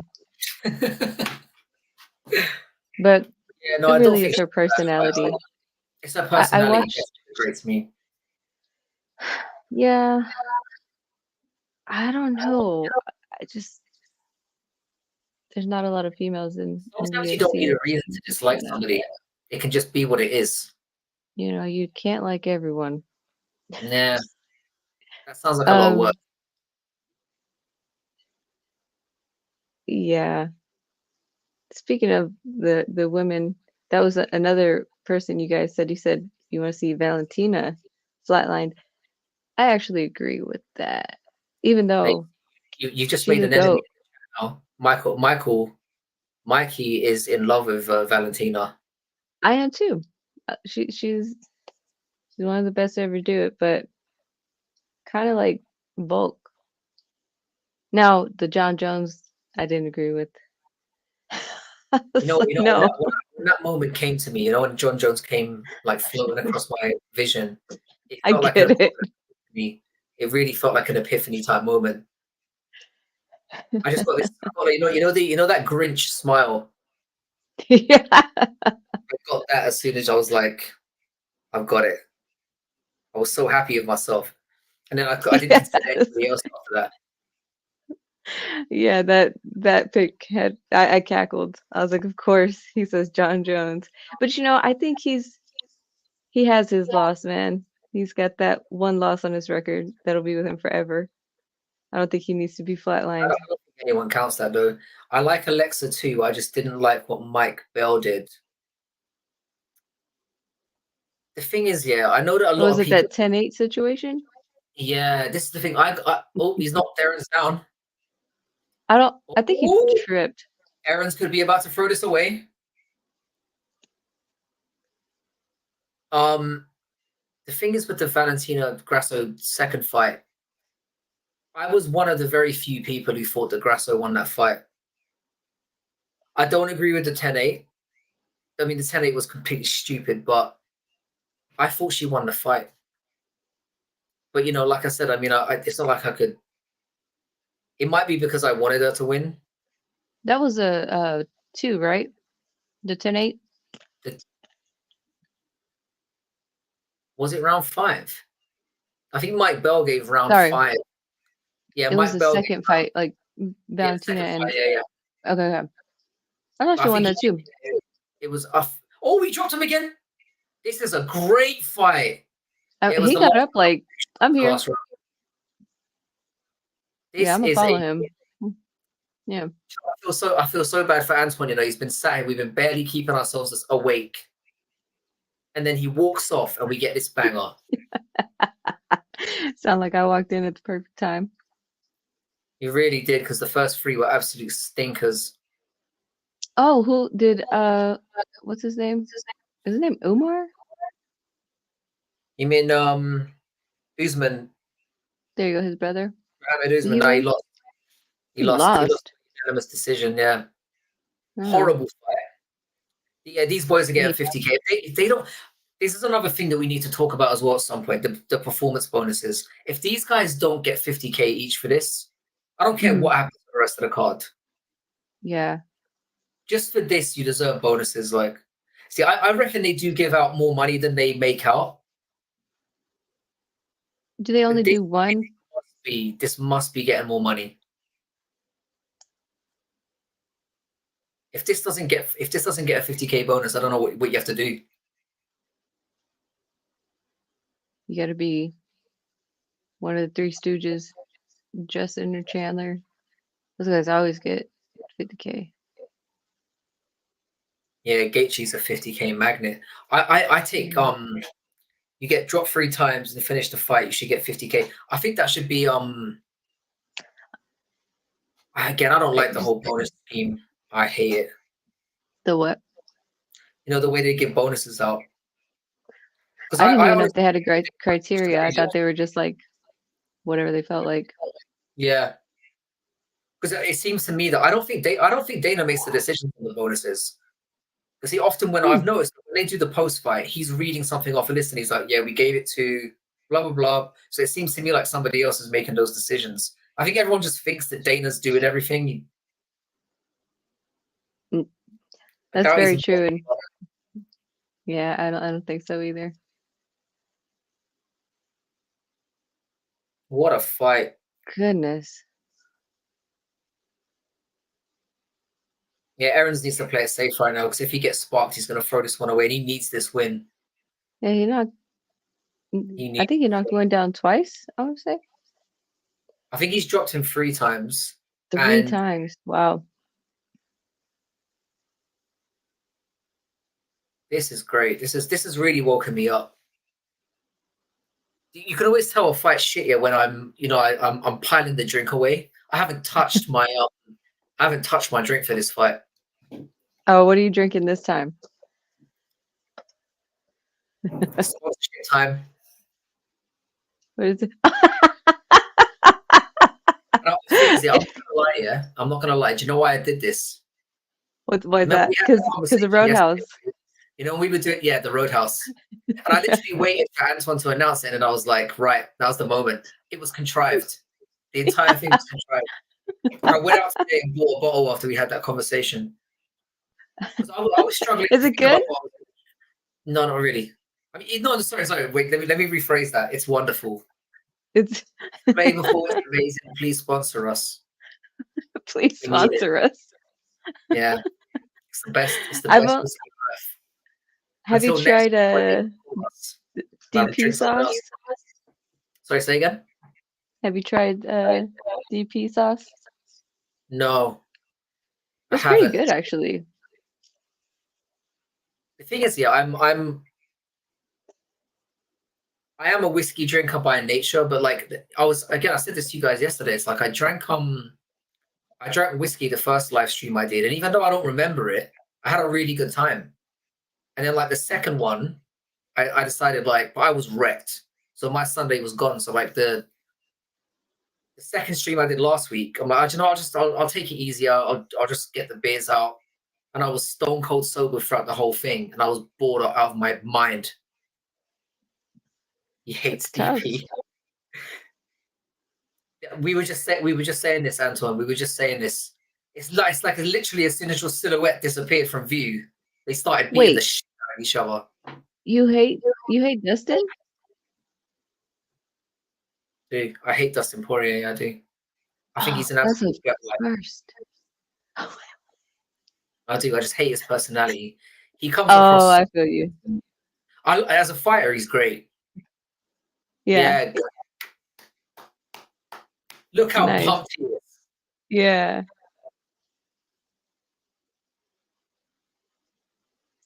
That's nice to see. What's his?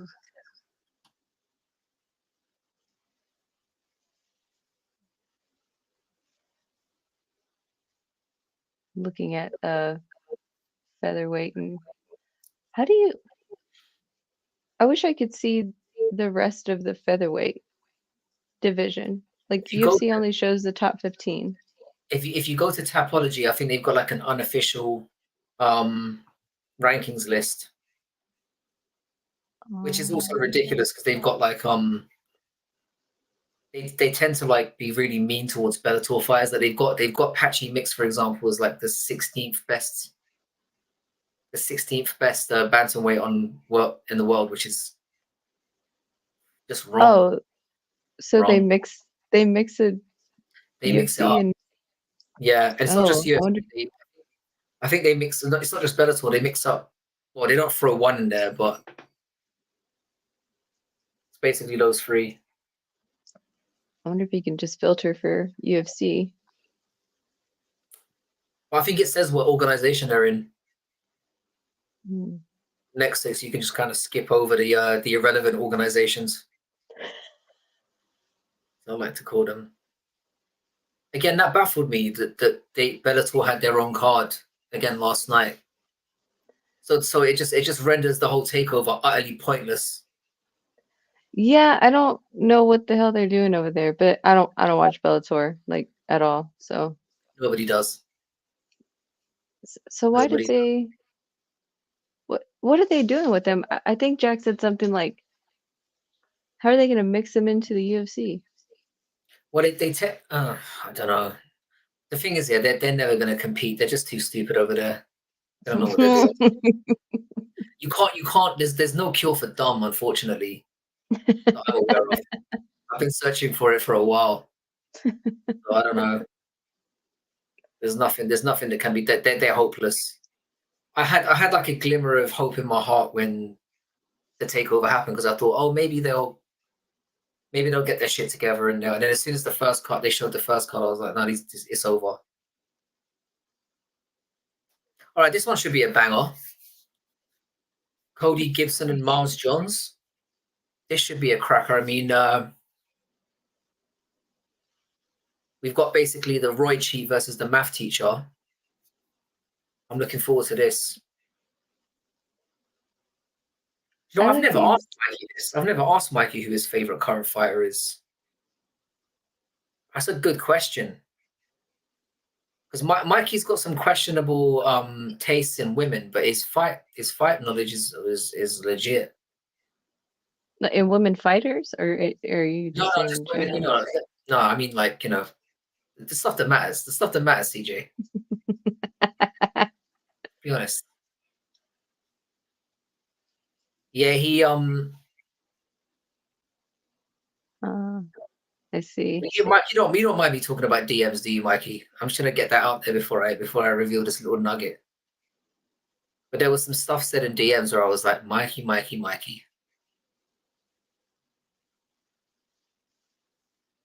But yeah, I said this in my breakdown last week. I'm really glad that Cody Gibson's getting a shot to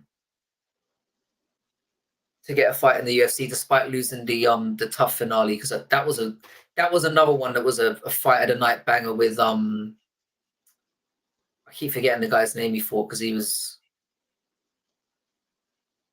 the guy that he had a fight with in the tough finale. That was a great fight. They went at it for 3 rounds. I thought they would merge rosters, but nope, they couldn't figure that out. They screwed it up from the very beginning. It was supposed to be Night of Champions, and then and we thought it was going to be 5 fights that were 5 rounders. I remember we talked about that, and then none of them were 5 rounders, even the main event, for some reason. And then they were for these belts that don't mean anything, and they had rings attached to the belts. Rings. Who was making the decisions over there? It's just so bizarre. They're like little Sonic rings attached to the belt. Like, what do you mean? Literal rings were stuck into the belts. Okay, let's check this out. Yeah, it's called the and they called it the Super Champion as well. Ah. Super Champions. They look as dumb as it sounds. Really dumb. It's just embarrassing. Everything they try is just awful. Yeah, so I'm with Mikey on this one. Miles Johns obviously got caught for the same. It was Turinabol, wasn't it? The same steroid that John Jones got banned for. Oh, like recently? Yeah, so he was banned for a bit. Mm. So whenever that happens, it's like I've got a very strict policy on how I feel about people who use roids and people who who miss weight cuts. So it's like as soon as I find out about that, I instantly jump on the other guy, even if unless it's like Rose or somebody that I don't like. I still find a way to be, have my favoritism. But yeah. Yeah, Miles Johns got caught for I mean, Turinabol the big stuff. How did they get away with that stuff? Well, he didn't, but He didn't. I guess if you're John, you just hide underneath the cage. octagon, but yeah. Brilliant. I mean, sometimes the simplest plans are the best, aren't they? Just hide under the cage. Can't test you if they can't find you, I guess. What is that tattoo? It's like a Superman tattoo, but instead of an S, it's a J. Very creative. E for effort. Yeah, it doesn't look silly at all. But yeah, we've had a few conversations about tattoos on this stream. I mean, it's not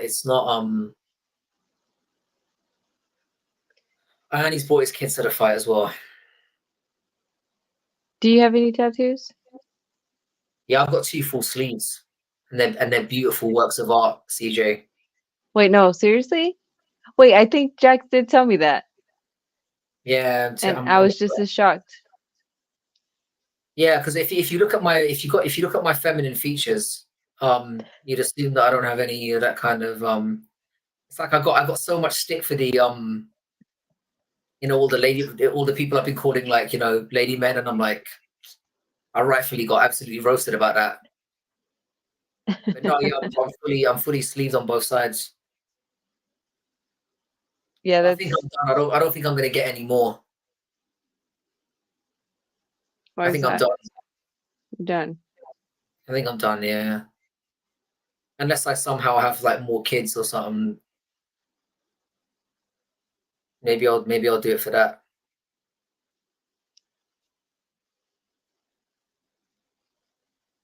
I'm quite excited about this one. That is true. He does. Oh, he does look like Darren Till. Yeah. Like Darren Till.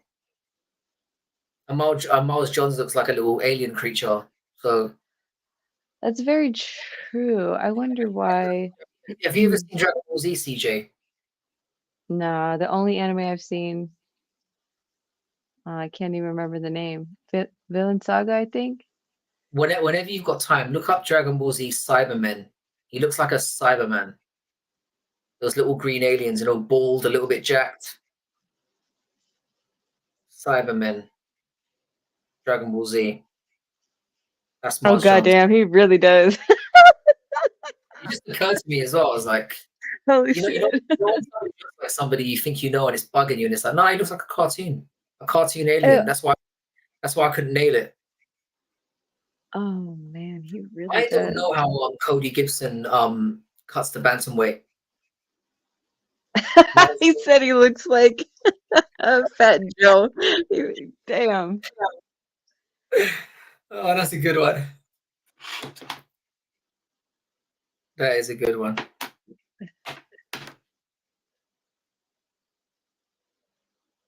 Yeah, I've been looking for. I don't know how Gibson makes bantamweight though. He's because he's quite muscly for a tall guy as well.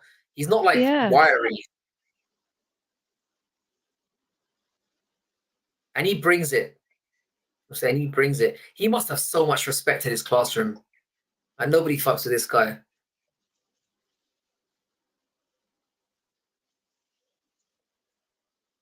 Like, because I used to be in education, and I don't know how he manages to pull off both. Like, that's mad respect to that guy, because that job is heavy duty. Like, so to do that and get all the training and stuff in, I got nothing but respect.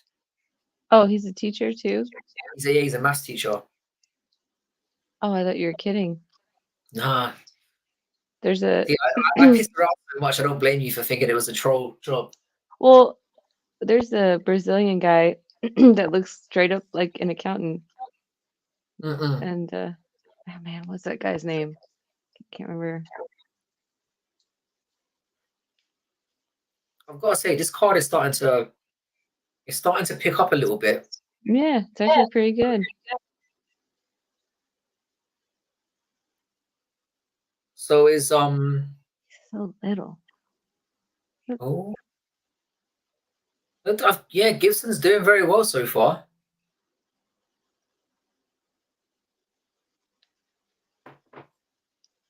Oh, the knee to the face. That was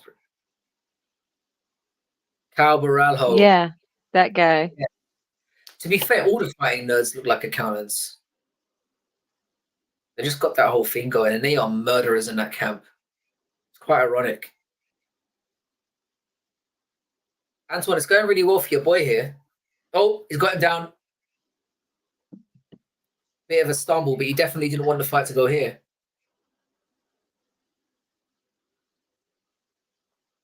But yeah, Gibson is pretty decent. He's not horrible on the ground, so.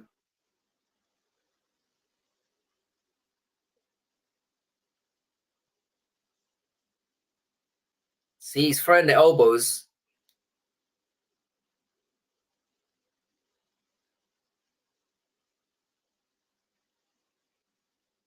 I want Miles Jones to get smacked here.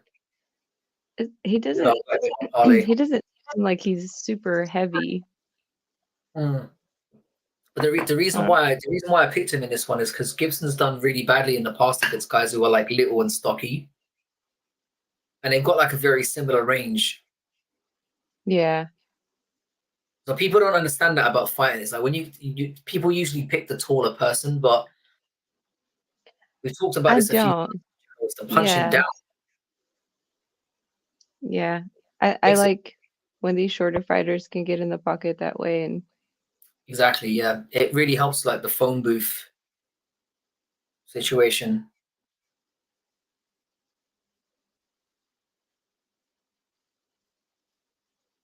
But that's the thing, is Miles Jones winning this round? Like, he'll probably edge it, even though he hasn't had the more significant moments on the feet, which is again, right. it's just the eye test.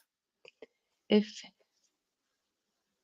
he started, some ground and pound, or there we go. I was about to say elbows, but so I mean, you gotta keep doing that. Round, really, he should be. Can he take him down again? Oh, very good. Just get up. And he's landing punches now as well. I don't know. Maybe he snatched it a little bit at the end there. He is landing off a little bit. I do question Jones's cardio though, and Gibson can go and go. So I think I said in my breakdown, I said that Miles Jones would win the first 2 rounds and that Gibson would win the third. Oh, that's not a good look. That's not a good look. So I think he snatched it there. I think he snatched it. Oh, goodness. Okay, so I am definitely behind you. How did that happen? Well, I paused it a few times to. Okay, so yeah, my round's just finished now for me.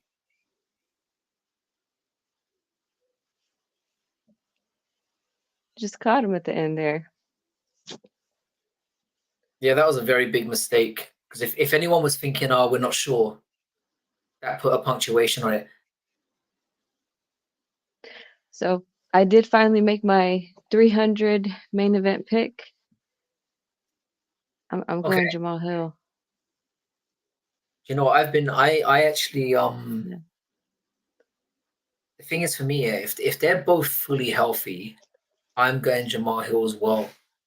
The only thing that worries me is I think they must have offered him a bag to take the 300 fight. And I think because he said a couple of weeks ago before the fight was announced that he wasn't ready for 300s. He's obviously just come off the Achilles injury, and we know how hard Alex Pereira targets the calf in particular. So I'm just concerned that maybe he took it just because they said to him, "We'll give you $1.5 million or whatever the hell it is," and it's basically money that he couldn't turn down, and he's just gone fuck it. Like, I'll take it. I That's didn't the know worry. that. Because I do think he's the better fighter in terms of Yeah, I do. the skills that he brings in there. I think he's very Yep. Jamal He's Hill's quicker. dangerous, quicker. He's quicker, and like Pereira doesn't. He definitely admires his work. Yeah. Jamal Hill's not doing that. As Pereira is, he's not like he's by no means a very complete MMA fighter, and we saw that against Jan Blachowicz in particular. Oh, that's literally what I said last night. Like, Jan is 205 and he's taking him down. I mean, I don't think Jamal Hill's taking him down, but he's heavier, he's quicker. This is what we're talking about with the pace here. Cody Gibson's pressure, and Miles Johns looks like he's tired a little bit.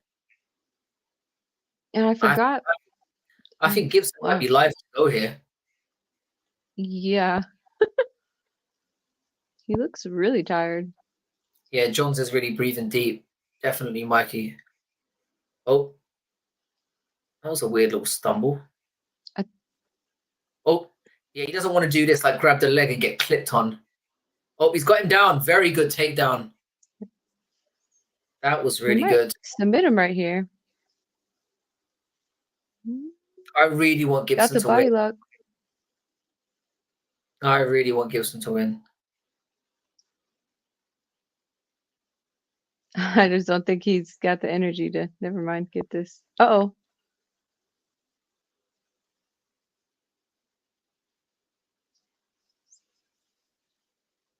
He's got the triangle in. This is a really bad position for Johns to be in.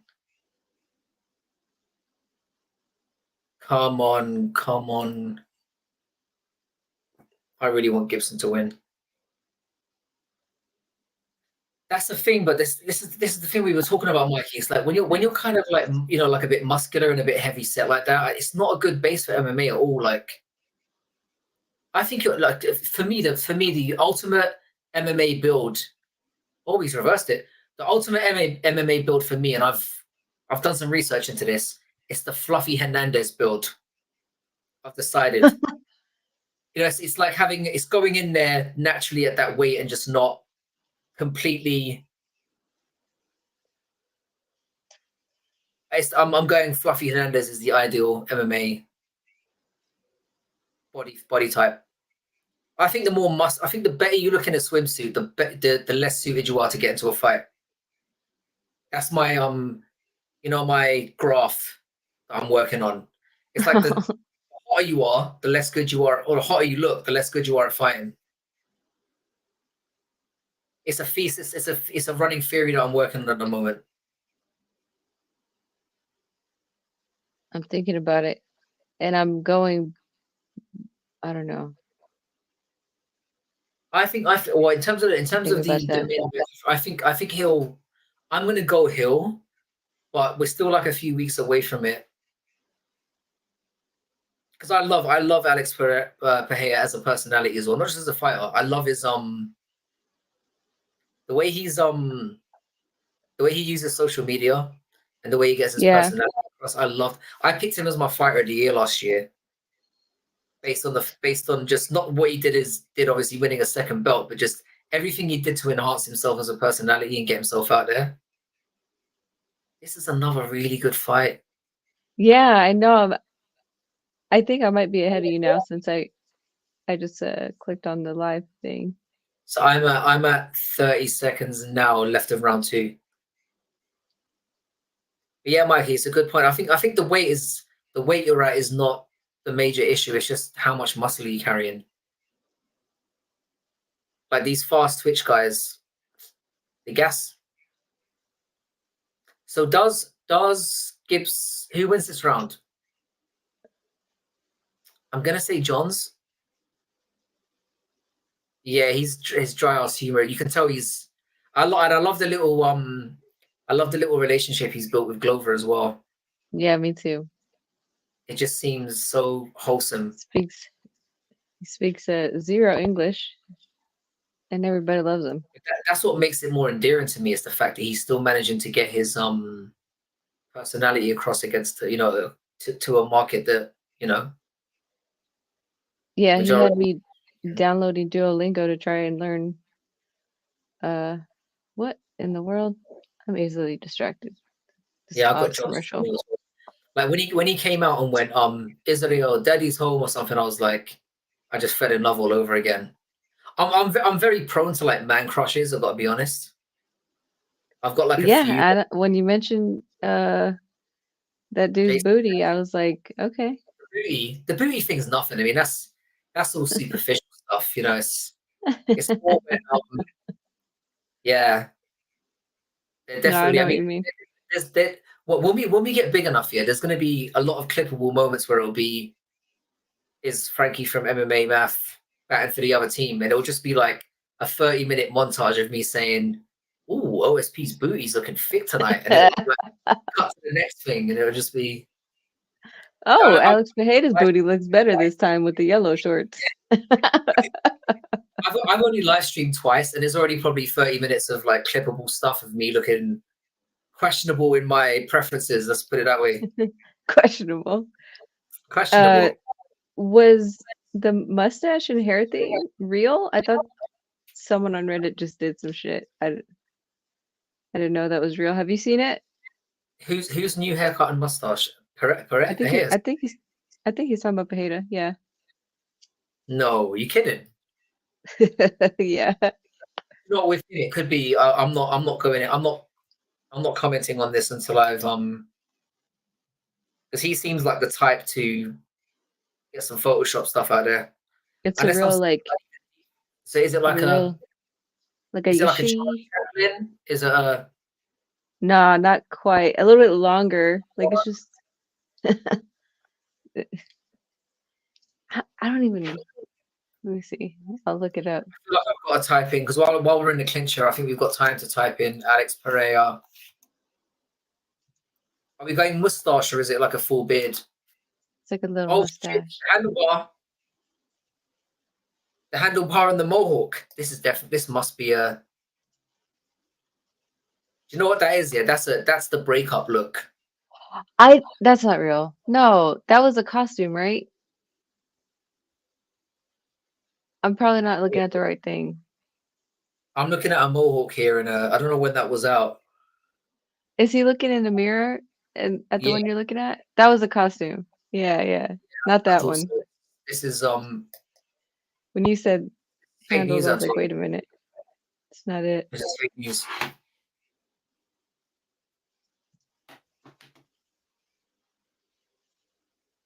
Do you know what yet? I've missed 2 minutes of this round looking up Alex Pereira's Halloween costume.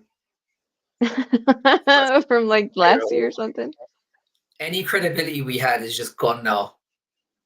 Just like I've got to say, I'm impressed that Miles John has managed to keep the cardio going for this long, because I thought he would be completely cooked by now and clinging on for dear life. But this is the problem I've got with Gibson. It's like he's good, he's just not that level. I mean, I can't unsee Darren Till now and the gas tank matches, I guess. Yeah, what is Darren Till up to these days? Hanging out with Hamzat, I don't know.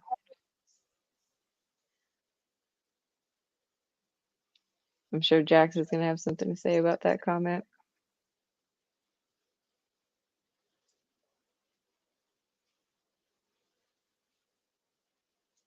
Yeah. Yeah, I guess Johns is winning this fight.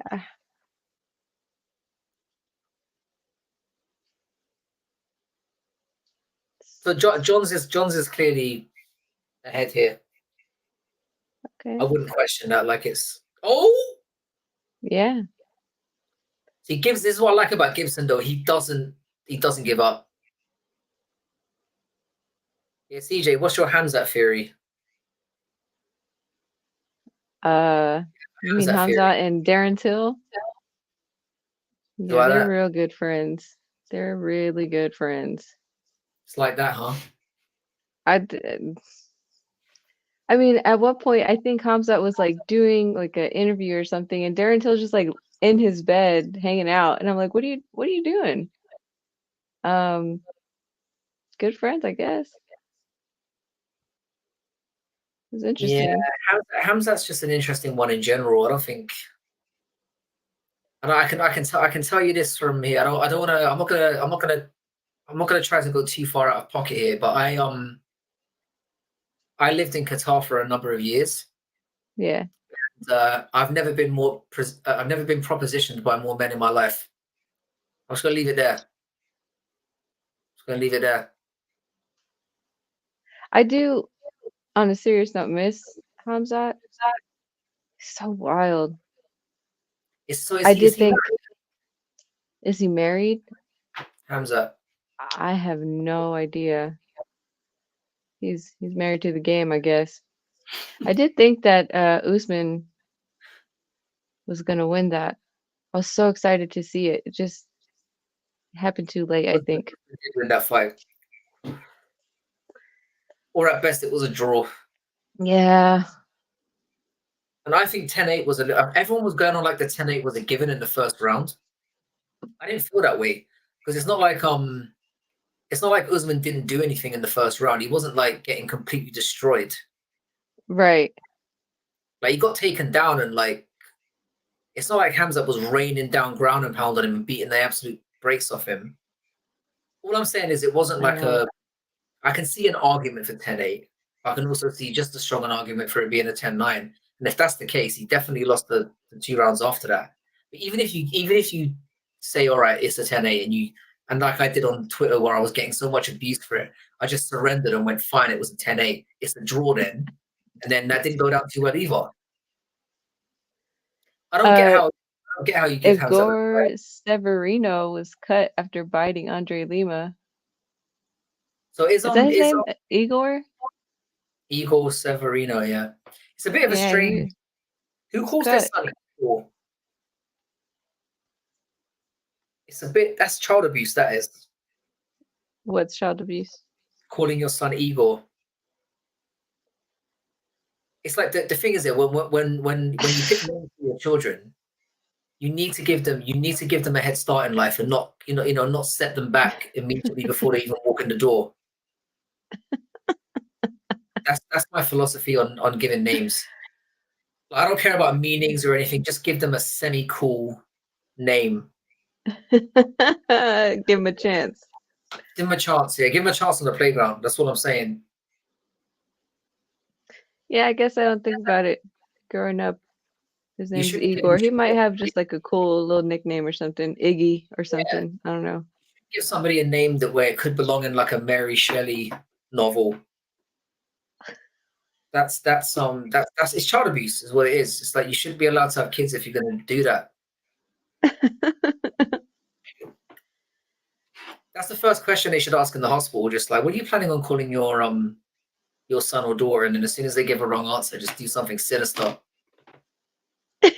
He said you can't get women with that name. Mm-hmm. Igor is a ridiculous name. It is. Yeah, I'm not sure about that. Yeah, with the Usman fight, I think it wasn't the last round that did he win the last round? I might have to look that up. Can't quite remember. The thing is, yeah, and again, I'm gonna be objective here and say that like it's not like Usman kicked his ass for rounds 2 or 3. They weren't the most amazing rounds, but Hamzat was basically cooked after the first round, and that's the problem I've got with him. You can't give them to Hamzat. So it's not like you could say like, oh, Usman absolutely beat the shit out of him, but he had the better moments, and Hamzat didn't really do anything.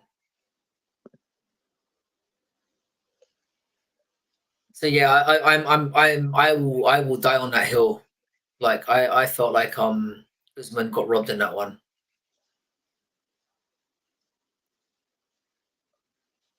Oh wow. Significant strike percentage for Usman is 54.55 and for Hamzat was 54.29. What was the official strike? Yes, the patty caking that I don't like. I don't think he did anything that significant. See, people think I genuinely hate Hamza, and I don't. It's just the preferential treatment and the lack of anything outside of a first round that I have. And then he just gets not like the people who are Hamza fans. They not ride better than any in the game. Best not riding fans. But I'd love to have fans like Hamza. Like if I was a fighter. That's true. I think he just got this aura about him. He's really wild and chill at the same time.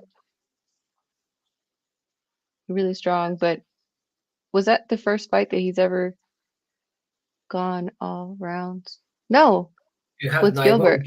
Gilbert Burns as well. I've watched that fight so many times, over and over and over. Yeah, Gilbert definitely got a moral victory in that one. I go back and forward. I don't know. I do think Hamza won the fight. But he was a 5-1 favorite going into that fight, or 6-1, and he didn't end the fight as a 5-1 favorite. It looked like I'm pretty sure he got knocked down in that fight too, and I don't think Gilbert got knocked down. Yeah. I don't know. I go back and forth. Every time I come back to it, I switch on who I think won. That was another great fight.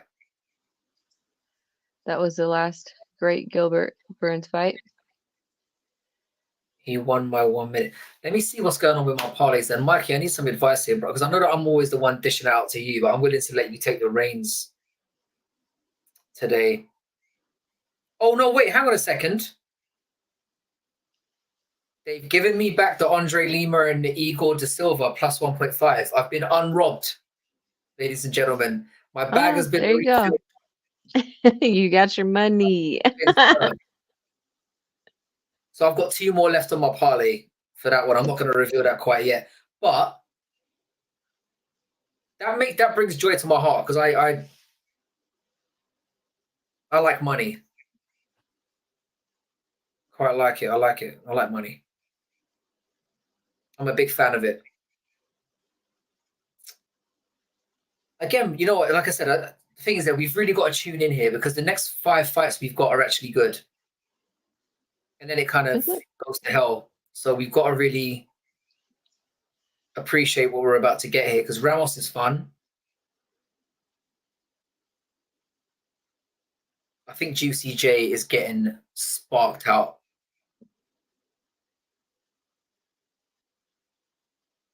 I actually wasn't gonna start watching until the main card. Are you just tuning in to see Rose get slapped? No. I watch every single card. I think I've only missed one card this year. I think I've literally missed one card in the last decade. Like no matter how I'm feeling, I always tune in. Wow. But I complain a lot. I complain a lot. I moan and whinge a lot about MMA. The first fight I ever watched was Amanda Nunes and Cyborg. It's a good one to introduce you to the game. Yeah. Yes, it was. Last card I missed was UFC 244. Who was the what was the main event of UFC 244? What card was that? I'll look it up. I don't have a pretend photographic memory like the Guru seems to have. Where he goes, oh, I think that was Masvidal Diaz? Diaz. That was a pretty good one. Yeah. What do you think about Masvidal? What do I think about him? Yeah. Depends when you ask me. Like so, I've gone back and forth on him. Right now, I don't really care because he hasn't been obviously around for a little while. I think he's a doofus, and I think he's I went through a definite like. I used to think he was an idiot. Then I started really enjoying him. Obviously, around the same time everyone else did. I've always been aware of him, and I've always kind of had some level of respect for him as a kind of a veteran. Okay. But yeah, I personality wise, I'm definitely on the side of I mean, you have to really be a dickhead to make somebody take Colby's side in a situation. And I took Colby's side in that situation. I have to be honest. Have you seen something happen? Yeah, I think I'm ahead of you. You're about to. Oh, there you go. There you go. There you go. What did he catch him with? I didn't even see what he caught him with. Holy hell. Ramos. See, Juicy J's chin is not there. Well, he's picked him up. He's dropped. Bam. Well done, Ramos. Yeah. I'll be honest with you. Ramos is dumb, you know. So be wary. This is not a smart guy. Okay. I guess I can't say what I was gonna say. Juicy J survived that.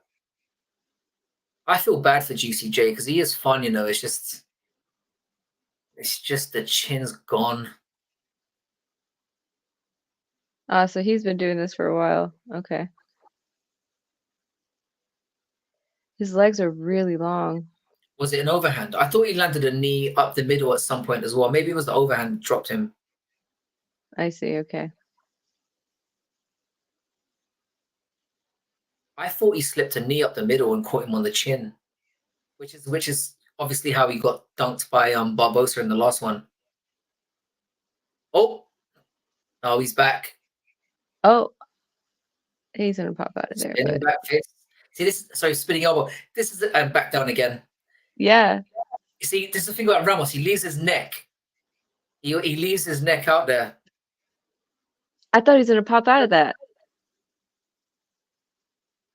I might be ahead of you.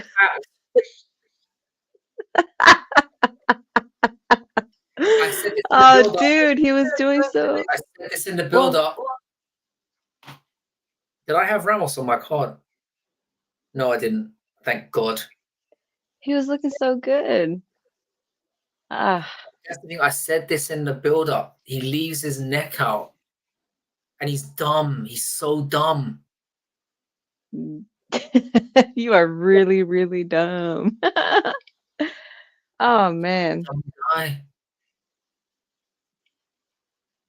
See, this is the thing. If you in your last fight, if you got choked out by sticking your head in there, and then the first thing he does when he's in charge is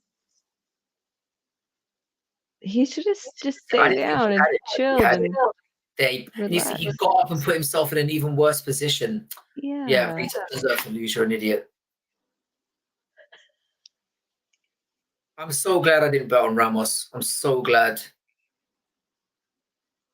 And to be fair, you know, like I said, Juicy J just had a kid, and they were talking about this in the walkout. Apparently, it's an IVF child, and his swimmers aren't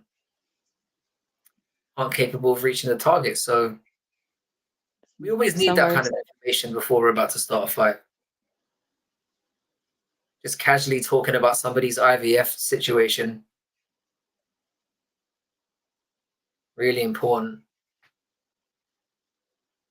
It was fun though while it lasted. It was fun while it lasted. This was a good fight. Yeah, for real. Somewhere Dustin is really jealous. If you get tapped by a guillotine, this is the thing. The guillotine is the most yeah. Usually when I see somebody pull a ghillie, I'm like, you've lost, you're dumb. But he got it done. Don't be silly, jumping ghillie. I just got him that shirt. It's a cool shirt. This is a Dustin household, okay? I'm gonna tell you. Like I said, I need to have a conversation with you guys off air. I was saying this to Anton at the beginning of the stream about how good you guys are creating different. Either you've got 150 rooms in your house, or you're the most like creative people in terms of setting up backgrounds. Every time I tune into an Anton stream, there's like a different background going on. It's like the level of professionalism that goes into what you guys do. And I've got some fucking cabinets behind me every time. I love those cabinets, by the way. Yeah, they're not bad. Really nice. By the way, these are all video games behind me. Why are they so? They're all video games. For what? So all the Okay. red ones are Switch games. I've got like 700 Switch games. It was a lot, the last time I counted. I've got like my old SNES games and and I don't play games anymore. I just can't help collecting them. You scared me. I was like, what is that? Oh, he just got back. Is that how you react when you think your house is getting broken into? I guess so. And I'll probably get submitted like Ramos too. You're like, oh, somebody coming into the house. Can I get you some sandwiches? Whatsoever. That's the most casual, like, being broken into. Oh, take what you need and leave, sir. I'm in the middle of a stream here. You're messing up my background. Hello. Hello. Did you manage to catch that? What? Round, complete mongoloid again. Mongoloid. Nope. I mean, can you tell me I'm wrong?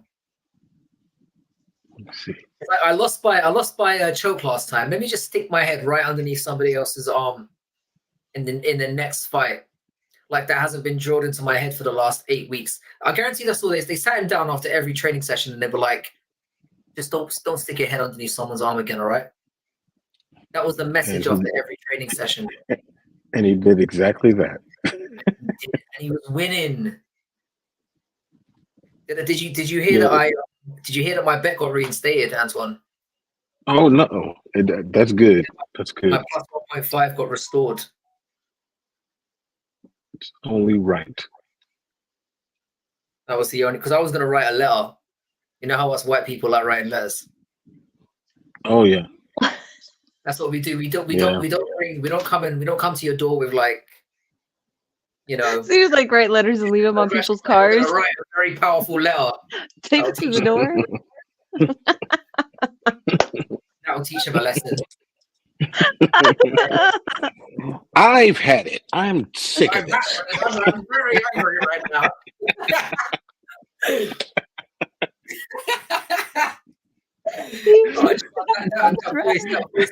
That genuinely hurt my feelings.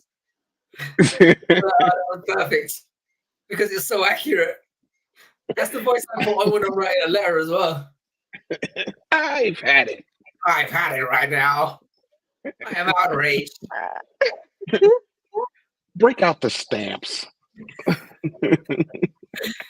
Yeah, stamps are still a thing in this house. Still you always find a good collection of stamps at a white person's house. There's a monthly stamp budget. Then I guess I make the cut. See? You see, that's the I next have level. nothing of the sort. That's the next level. I've never used these things, but yeah, no, when I was this teaching, those things were a godsend. is I'm a very return to sender, not at this address stamp. Wow. I don't know how I got it. How did you? Yeah, I don't know how you got that. That was I when we were still I in don't even Saxon. open my mail, so I don't know. So this is another one to be excited about. Who have you got in this one, Antoine? We didn't talk about this either. What do you reckon, CJ, as well? Who have you guys got? Trey Ogden versus Kurt Halabar. You know what? I'm just I think I watching. went with Halabar. I think I went with Halabar, and I really kind of didn't really have a major reason why, except for I feel like he's a little bit more well-rounded. Slightly, he's got some momentum behind him as well, so kind of leaned his way. Yeah. Here's I my think it'll be a close fight fight. number one. Yeah, this one is so I think Halabar is the underdog in this fight, if I'm not mistaken. And I do think he has more ways to win, Ogden got robbed so hard last time, and this was another parlay situation we almost got into here, where so he was fighting Nicholas Motor right in his last fight, and he was winning that fight so clearly, and then we got like another Chris Toyoni special, where like I think Ogden had him in an RNC, and Tognoni called the fight off early, even though I remember that. they called it a no contest. I was livid. And Ogden was like a plus 200 underdog in that fight. And he made that parlay so nice. And they took it from me. So just for that reason, I kind of hope he gets one back. But this is a tough fight. Holloway, he's the underdog? Yeah, he's plus 200. Yeah. Well, maybe plus yeah, 175. Like Mikey's leaning that way. Yeah. This is a live dog right here. Ogden's good though. Ogden is very underrated. And what worries me about Halaba is he has had I think he's had 5 fights in the last 5 years. But he's obviously coming off 3 wins in Tough, where he's looked good. I mean, how valuable is a win against Austin Hubbard? That's another brain donor. Do you know why I use the term brain donor quite a lot? I got called it by a teacher. Dang. Your schools are rough over there. Yeah. Teachers love me at school. You can imagine. Love me. I'm sure you're a joy as a student. I was great. I wasn't a distraction at all. I've been called worse. So let's see. Holloway, he's coming off of, like you said, a win over Austin Hubbard. But before that, he beat Jason Knight. He's tough as well. He is. And he TKO'd him in round 2. It's hard to do. Randy Costa did it recently. But Jason Knight is really, really tough. Yeah. Jason Knight was one of the favorites to win the whole thing, right? Which just goes to show how fucking weak that show was. Yeah, it was a pretty bad one. It was a weird concept, like the whole thing was weird. Yeah, I'm looking forward to this one coming up only because my boy's on there, but Who's that? You talking about it's always Fernando? a struggle. No, I'm talking about I'm talking about the Ultimate Fighter when it comes up. I'm looking forward to watching it because Tom's on there.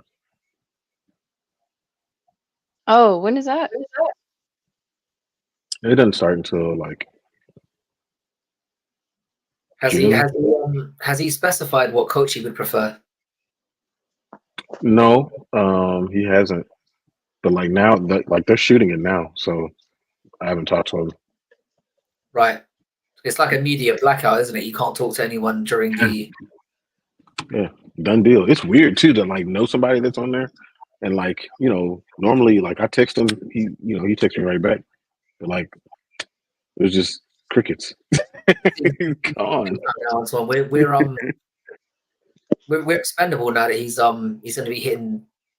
And like I said, it's interesting. It's going to be interesting to see what he does at that weight class. Yeah, it's going to be an interesting one, considering that's not his natural weight class. But I think that happens to a lot of people when they're in their Brian Battle. He did his Ultimate Fighter at middleweight and then came down to welterweight. Rashad Evans did his at heavyweight, came down to light heavyweight. I can't believe Rashad Evans was ever a heavyweight. He looks only like because he didn't want. He couldn't do 205 consistently like that.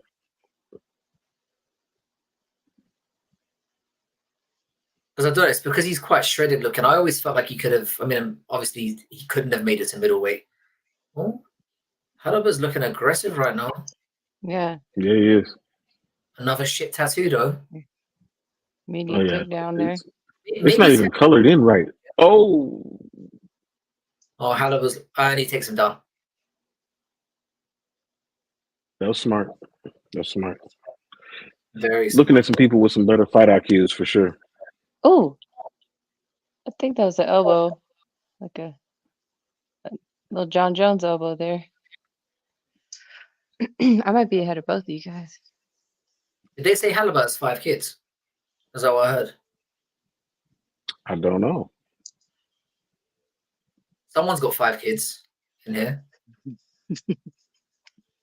Then the next, so somebody right now is fighting with a very busy household. Another feeling. That's another thing for me as well. I always try to. I know it sounds like a weird thing, but like I always want people to win that have kids at home. You know, like Nico Price has got like, I mean, I don't know if it's 20 kids the last time I checked. That guy needs to get his, he needs to get his checks. Yeah, because there's a doctor he needs to go to stop that stream. Yeah, 100%. Like when he gets a nut shot, he's like, do it again. Like he's goading people to just target that particular area. This motherfucker is Noah. He was really trying to repopulate the earth. I've got to say, I'm getting quite a nice. I mean, you guys have got to let me know when I start, talking complete and utter nonsense. But right now, I'm very happy with the buzz I'm getting off this this Proper 12 sponsor the channel.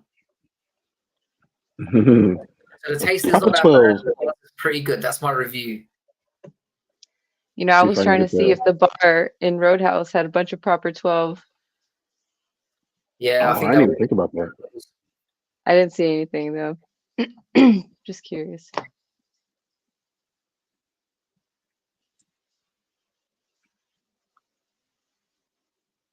When we start to really build up our stream, to a whole bunch of people, we'll just start throwing in commercials of people that we want to sponsor us.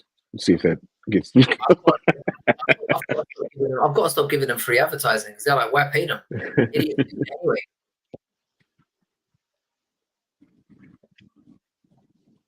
So for those of you who are keeping score, we've got. So Mike says he's 55% Halaba, Patty Cakes versus Pretty Muddy Fighter. Like I said, they're not the most technically skilled guys in the world, but I was quite excited about this matchup. And right now, Ogden's proven to me why I kind of slightly edged him in this one. But Halaba doesn't gas, so we'll see. I kind of want to see Ogden get the win just because the last one was such an egregious way to get robbed, and he probably didn't get his win. That was messed up. I reckon he didn't get his win bonus. I like how he's in a move with these shoulders.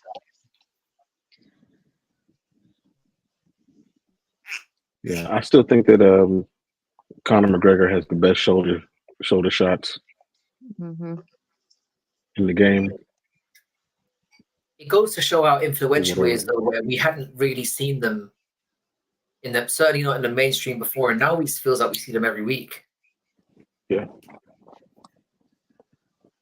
Oh, nice. Well, this is a very clear Ogden round. Yeah, very clear. But luckily, the next round starts standing up, and Holovak can do what he was planning on doing when he closed the distance and had him up against the cage. But he clearly lost this round. Very clearly. So, quick question, yeah? This is a serious one. If you're in this position and you accidentally get a boner, is that gay? Ooh. If you up and you get something, is that? Why would that happen? Like, what's this like? I'm asking for a friend. Like, if you're not, why? I'm just curious. I'm not saying I've been rolling around with memories saying it might have happened. I'm just asking. Maybe it's not like, and it. I mean, I think it's involuntary. The question really is it gay if it happens by accident? Is the question. I'm going to say no. I'm going to say no. My friend will be very relieved to hear that. He's really worried. But what really matters is what you do afterwards. You know, do you lean into it? Do you try to break away? You know. Are you guys questioning why you invited me here now? You must be. No. That's a very technical question. What is that tattoo on his back? It's a mistake. Yeah, like I mean, it's been really like I said, I'm reasonably happy with the direction that this card is going in, because it was getting worried for a little while there. It started off really badly, but it's improved. Man, Ogden, somehow that takedown has helped his striking offense also, but he's still back where he was before.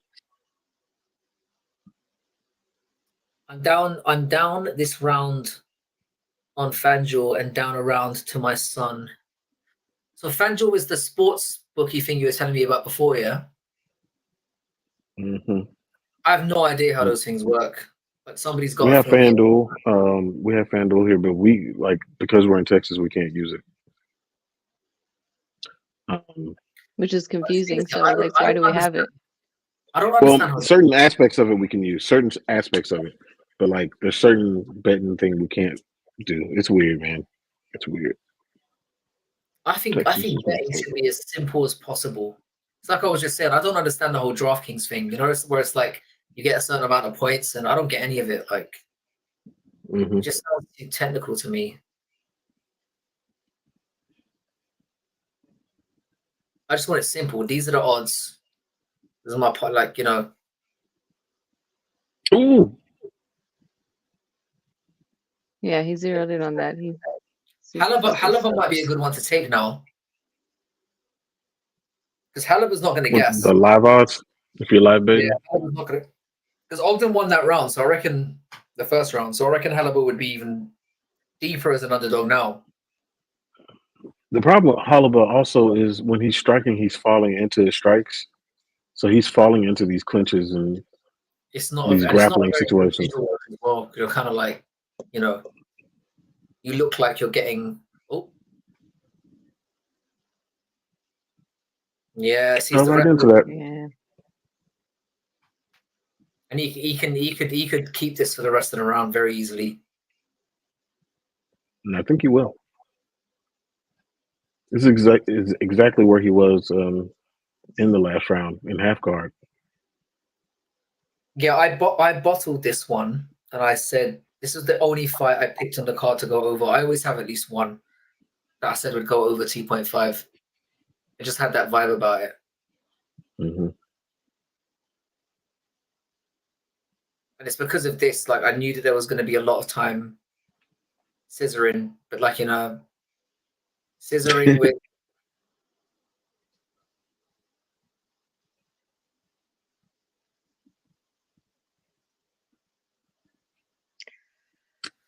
Yeah.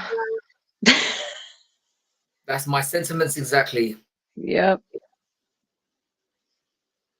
Goodness gracious. I mean, ref ain't doing nothing. Said about one in the Muay Thai situation. I think what I've discovered about talking with you guys more is maybe I need to watch Muay Thai a lot more. Like Muay Thai only events. This is very exciting. Where a knockout is guaranteed virtually in a lot of these fights. I think I need to do that more. Sometimes it's not even the knockout, it's just the pace of the fight and the strength of the fighters too. Not that these guys aren't strong, but you just can't. It's not as evident. They're not throwing anything, or not as often. Yeah, I do enjoy like wrestling and ground. You know, when you see like really good transitioning, and yes, I can enjoy that technical side of it. When it's just somebody laying on another person, I can't get behind that. I just can't. Yeah, I don't enjoy it. So yeah, I missed all the exciting fights. Come back. When one of us leaves, it just picks up because like I'm willing to sacrifice myself if it would like improve this card. So don't know. is his tattoo supposed to be like a black belt that's kind of in a weird formation? Like, what is his tattoo? I just saw somebody said it was like a scratchy Gatorade tattoo It did look like that. Where is this place? You mean the thing on his chest? on his back. No, I'm talking about Hollaba. His weird Where's the tattoo that located? that on his back. I thought you meant that he had an actual tattoo of a black belt around his waist. I That know. would It be looked like hilarious. That would be amazing. It's like, I getting a think tie or like a, be. I mean, it would like be. That Michael would be some Johnson Will has Ferrell a shit. necklace tattooed on him, I think like dog tags. that's another shitty thing to me.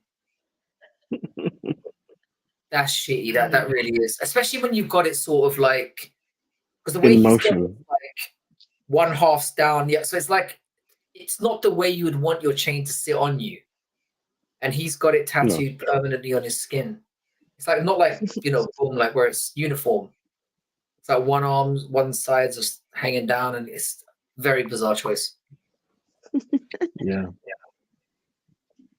What about Cody Garbrandt's tattoos? What's wrong with his tattoos? Nothing. Let's see. I mean, it depends on which one you're talking about, but like, he has the gun that's in the back. I'm not sure about them. I don't think they look that bad. I think for him, they're not. As tattoos go, his aren't the worst. But I think what we've discovered about this whole, and as somebody who's got, like I said, 2 sleeves going on, like maybe tattoos just are shit in general, like mostly. Maybe they just are. Like, I think that like I like Cody's tattoos for him. I like Elliot Taporia's tattoos. They're all right. Yeah, his His tattoos tattoos are are but now the concept of them are kind of weird. He has his own face tattooed on his chest. yeah, that's bizarre. But it kind of I'll fits his probably do that. It really fits his personality. It definitely does. Now, He's the kind of guy that when he's making love to his wife, right? You can tell there's a mirror in the room, and he's just looking at It's looking at American himself. Psycho style, just He strikes me as that kind of guy.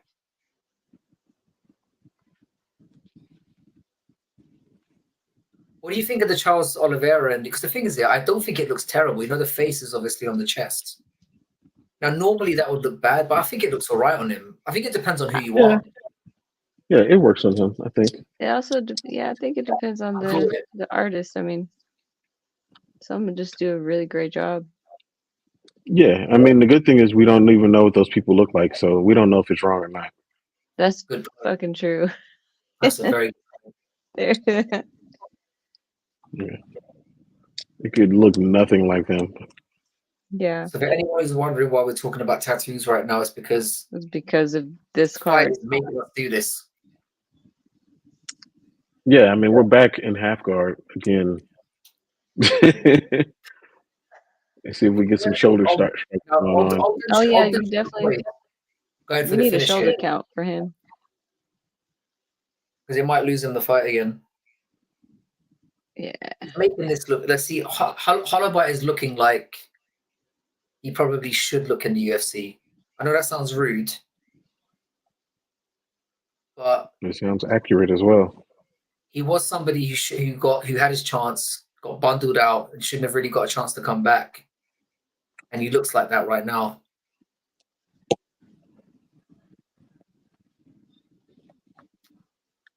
Yeah. Oh man, it's rough. CJ? I'm ordering wings right now. Oh, you are? Yeah. Yeah. Get me some. I was gonna ask you if you I'm fancy a listening. drink. I would. Yeah, it might make this interesting because It's definitely making it more interesting for me. I mean, you've Yeah. seen the topics that I've been bringing up. Imagine if all 3 of us start doing it.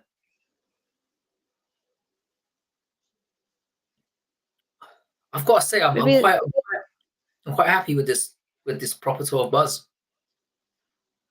I've been wanting to try it. I haven't been wanting to buy it though. It's not it doesn't taste bad. And like I said, I like to drink straight. So I need things to have a little something to it, but like it's not bad. I'll say it's not bad. I can't drink anything straight. I have to have some kind of like I drink whiskey, but I need some kind of like ginger ale or something inside of it. I can't. Ginger ale's a good mix of whiskey, to be fair. That works. Mm-hmm. Like Like Johnny Walker with like ginger ale and mineral water is pretty solid. I don't like Johnny Walker.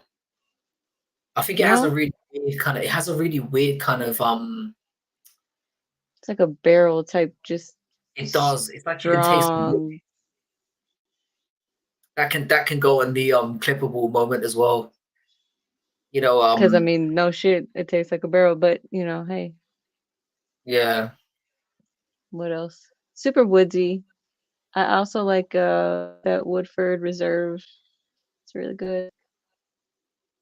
I'm quite into like I quite like Japanese whiskeys as well now. Man, they're so strong. I can't. No, See, I've had those to are go strong. Immunity's gone up. Super strong. There's really, a really whiskey good. like called Ardbeg that's like really smoky. That sounds good. I think Which is good. It's got a very smoky kind of feel to it, yeah. All right, well that's over. Thank God. I mean, I was still watching though. It was like a train wreck. I don't know. Yeah, that was deflating after the last two fights we got. But fair play to Ogden. He deserves to get a check cut. To be honest, I'm kind of made up for him for that.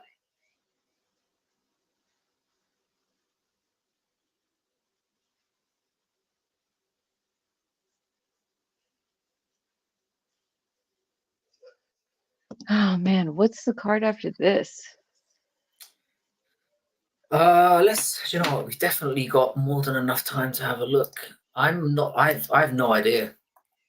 All I know is it's not very inspiring. Oh, it's Blanchfield and Fioro. We do have Vicente Luque and and Buckley. That's not a bad fight. Okay. We've got Radzabov.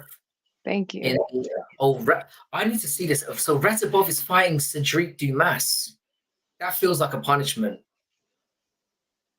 Radzabov is an absolute killer. That's actually not a bad fight. Bill Algeo and Kyle Nelson. All right. Chidi Njokwani versus Reese McKee. Well, these names, they just roll off your tongue. I would have been stuck probably in. We've got Nate Landwehr versus Jamal Emmons. That's a great fight. Nate the Train, yeah. And I like. So that's it's so underrated. It's a much better card. It's a much better card. Way better than this card. But this is in Salt Lake City, right? Yeah.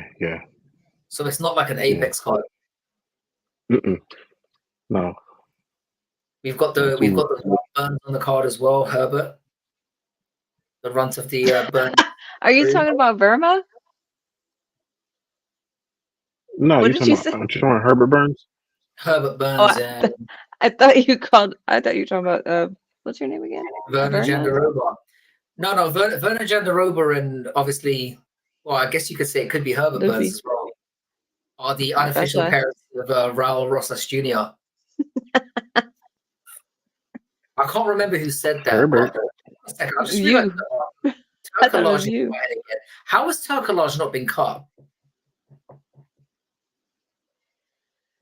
Let's see. And we've got Victoria Dudakova versus Gatto, which is that's going to be a cake moment. She's quite nice. Oh, Gatto and Dudakova. This is really not a bad card. Andrei Petrovsky and Jacob. The Pleasure Man. Yeah. Have you heard him talk in interviews? That guy is really, really creepy. I thought, if you think I'm creepy, Listen to this dude. Yeah, you gotta put in 9 and then 1, and just in case, because he might say something crazy, you have to press another 1. Yeah, But he's a strange. he's a weird dude. The thing is, though, Swedish people I are kind do of like like that, that. that They're kind of Verna. they kind of Oh, yeah? sexualize everything. They sexualize everything. Swedish people are kind of, I think they're the country where, like, you know, they've got like adult material on at like 4 o'clock in the afternoon. Maybe I made that up, but I feel like I'm plucking it from somewhere. So, I just realized my stream's ended, so I need to jump onto Discovery. Please give me a moment. Oh, See. Oh, while you're doing that, I'm curious what fight everybody is looking forward to the most on UFC 300. okay. Kevin, the hater, probably. For That's a me. good question. I think off the top of my head, probably Sarukian and Charles Oliveira. Oh shit! Wait. Ooh, Justin and Max. That card's bangers from top to bottom. So Let's see early prelims. I mean, Max Holloway and Justin Gaethje is going to be a great fight as well. And I don't want to disrespect the co-main because we both wanted that fight. I know what it's not going to be. It's not gonna be fucking Bo Nickel versus Cody Brundage. I can tell you that much.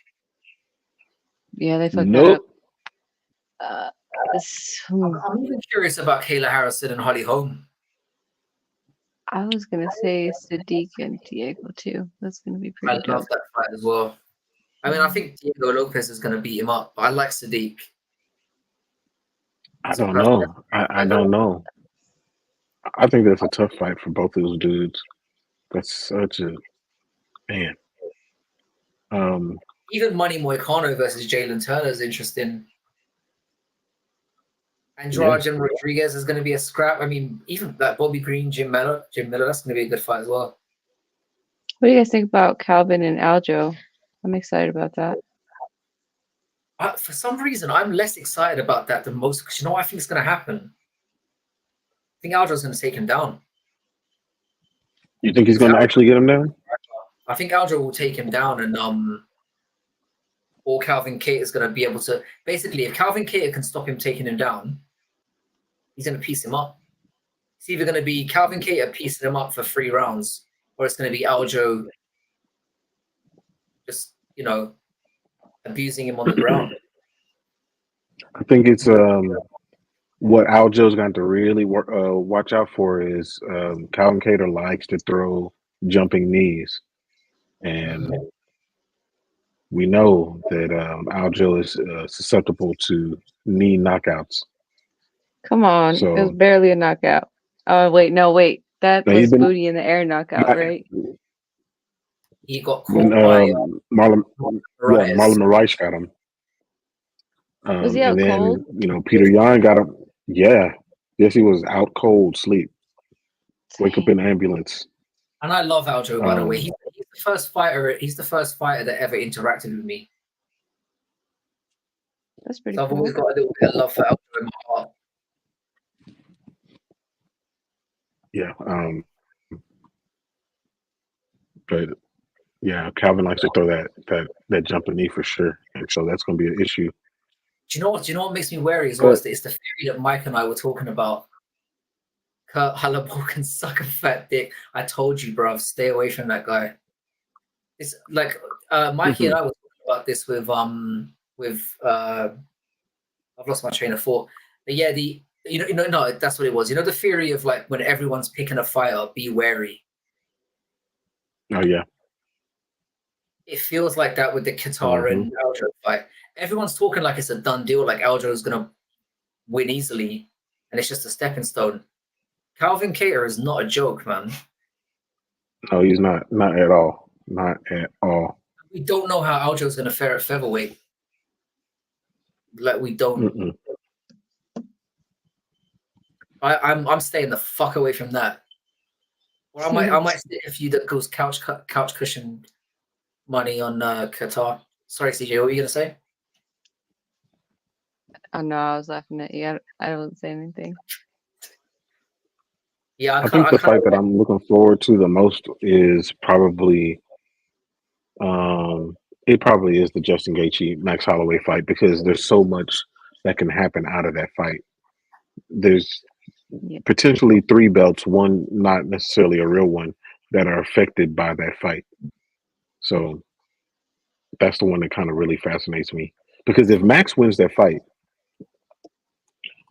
Max he'll be the BMF title holder. He'd have a reasonable shot or case to fight for the lightweight belt.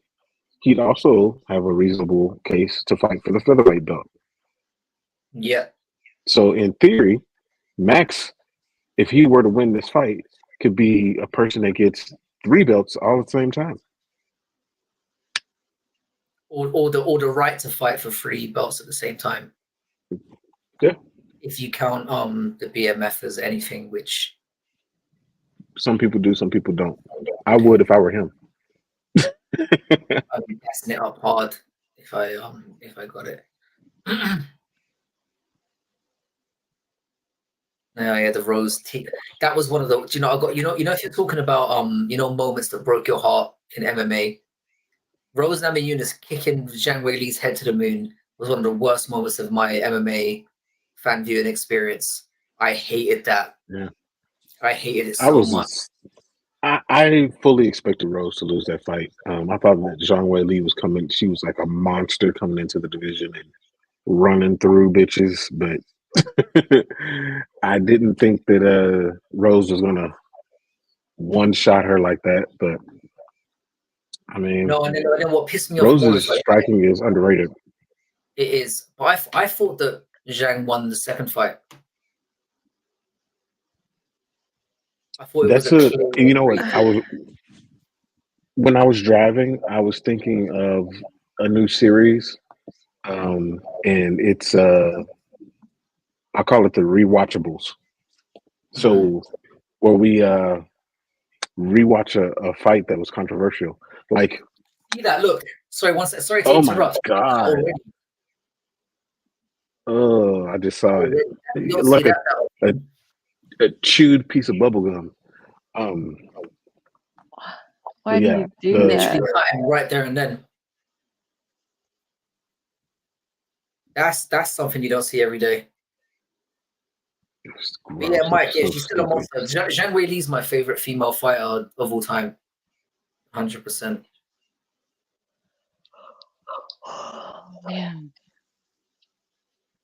Nah, mine is definitely Amanda Nunes. Definitely Amanda. I was thinking between Amanda and Valentina. Yeah. Rose is right up there though for me. I really like Rose.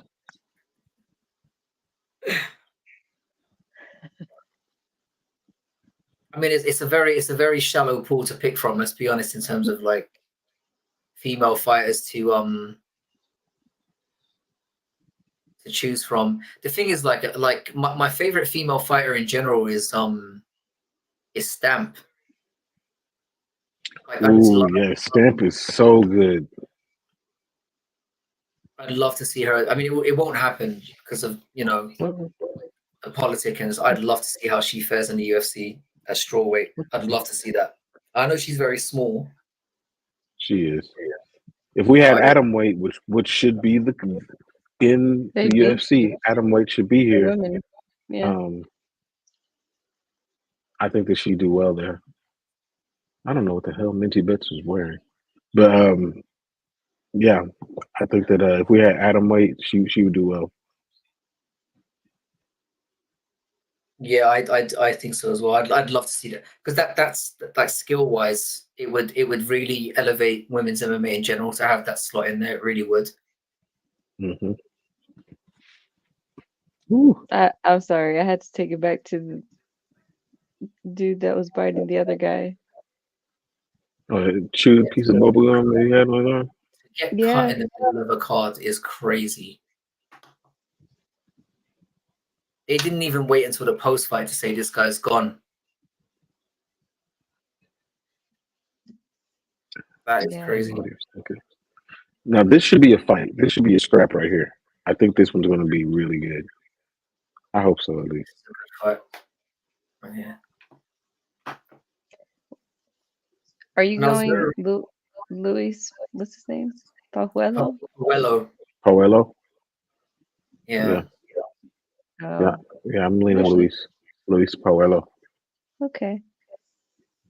He's got dynamite in his hands. I went for Padilla, I think, in my breakdown. I just think he's more accurate. Pajuelo's more wild. But like if he again this is what I also said, stay away from it. Because it's either going to be Padilla's going to snipe, as they're showing now, like snipe the entire time, or Pajuelo's going to just catch him with something really nasty. So it's one of those ones that should just be fun to.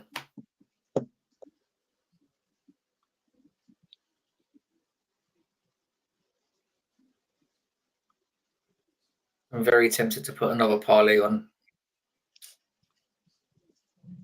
I don't know. This is one of the good banger fights we've got left, so we need to savor this. Yeah, I mean, I like Padilla a lot too. I like his personality. He just, I don't know. He reminds me of somebody I've either seen on TV or I've met. I don't know what it is, but like, I like his personality. So I think Mikey's got Padilla in one of his parlays. It's not a bad one.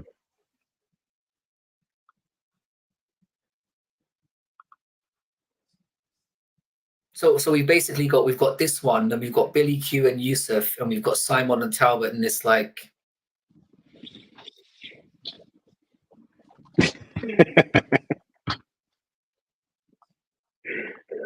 yeah, uninspired from that point onwards.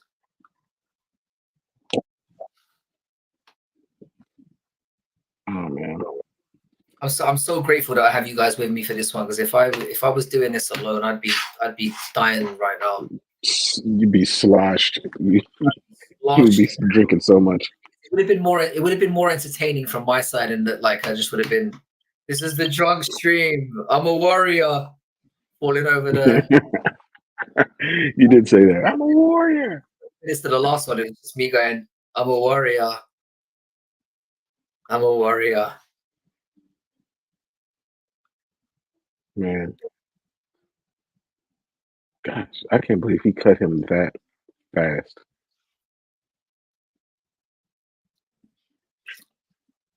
Yeah. Whatever. Mm-hmm. I've still got some optimism about this card. I think like the Shabazian one should be. I really want to see him do something. You have high hopes for him? Say again? I said, do you have high hopes for Shabazian? No, I don't.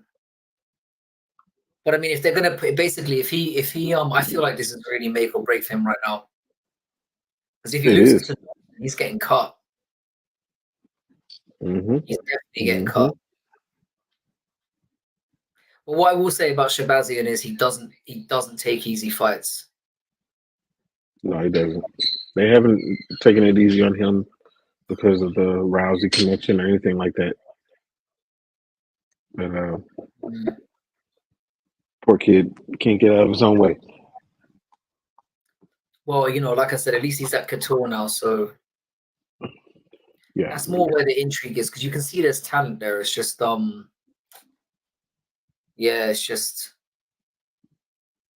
it's amazing that he managed to get into this position of all being coached by that complete moron.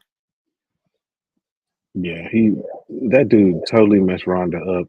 I mean, not that Ronda was going to be a great striker out the gate, but his coaching just set her back multiple years. Yeah. So, Mikey, what parlay do you have left? Because I know you had 3 going. It says I've got one alive that has Simon and Billy Q left. Oh, so those are the 2 left. Yeah, they shot him. They definitely shot him too high. I mean, this is a kid we're talking about, and I mean, I know he looks the part, but just like very similar to what they did with Sage Northcutt as well. Very similar situation, just Yeah, too much, too fast. yeah, it was unfortunate. Unfortunate. Let's see. So you're going for Poeta. How do you think he's going to get it done?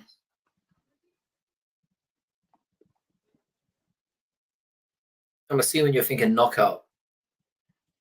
Because if anyone going for Poeta is probably expecting a sparking. Yeah, probably so. I like that reach advantage on Padilla, though, you know. Hmm. I do like it. If he uses it right, but I mean, it's pretty significant. 6.5 inches. And he knows how Quite a to bit. use it. Yeah, that's important. It's important. If you have that, yeah, I think I'm with Mikey on this one. I think if it goes to decision, Padilla's got it in the bag. I think it's either got to be a Papuelo sparking or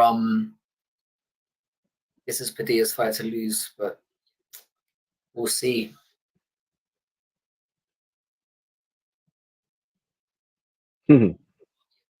just as a side note, Dana White is giving Lima a "I got fucking bit" bonus. No.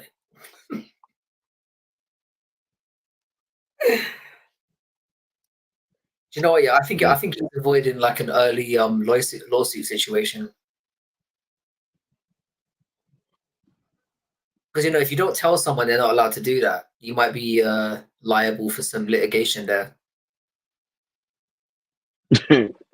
Maybe so. That's something that should be said before every fight meeting. By the way, guys, don't bite each other, right?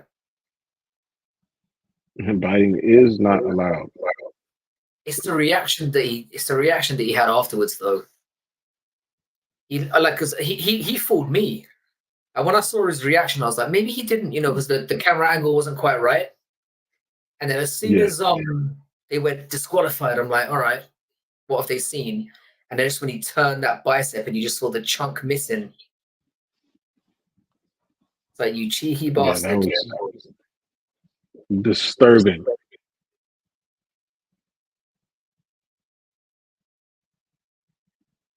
Nice leg kick. Right on his feet up here.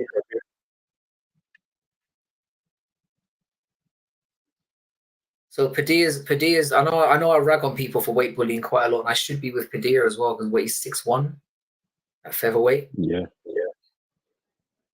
But that's the thing. But I don't know. I don't know if he's really weight bullying. He's a super skinny dude.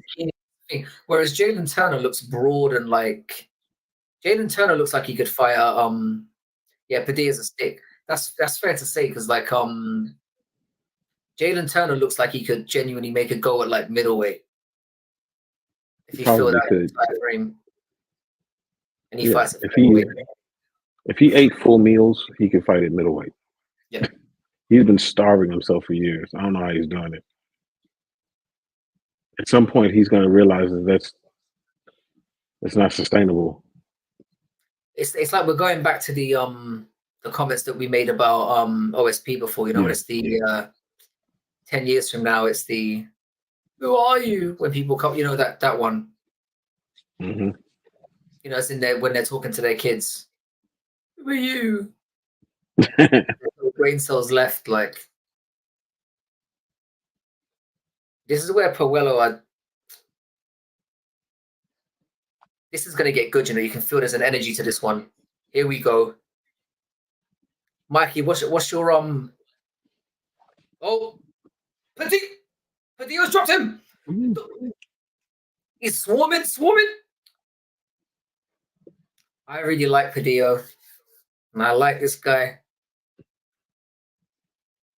Ooh. You better calm down. Don't go too fast now.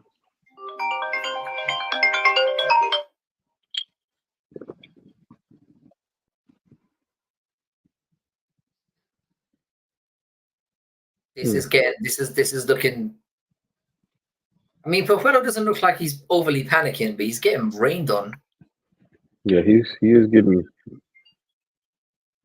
beat up pretty bad down there. Well done to get back up though, because he got him. What, that looked simple. Did he grab the cage? Who grabbed the cage? Was it Padilla? Padilla. Gosh, that wasn't close at all. Padilla grabbed the fence there. I didn't see it. Mikey with the eagle eyes. I didn't see the fence grab, but if it worked, if you ain't cheating, you ain't trying. Get away with it. Boy, that was Padilla's dangerous, man. He walked right through this dude. All right, let's see it. Nice body J, caught him on the chin. Bang. To be fair, he dropped him. That was a really impressive win. But let's see the I want to see this cage grab. Where are we? Ooh. Where are we? Where are we?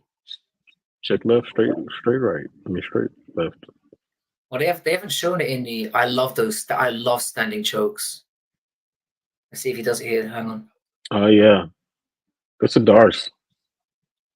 That's nice. I don't know if you can call him a little Yair because he's bigger than Yair. Man's wearing the Luffy hat. Yeah, he wore that to the face-offs. That is, those hats don't look good. They look great in a cartoon, but they never look cool in real life. I don't know, for somebody like him, I mean, I guess, whatever. It was when he was trying to posture when he had Puello down. Do you know what? I believe you, Mikey.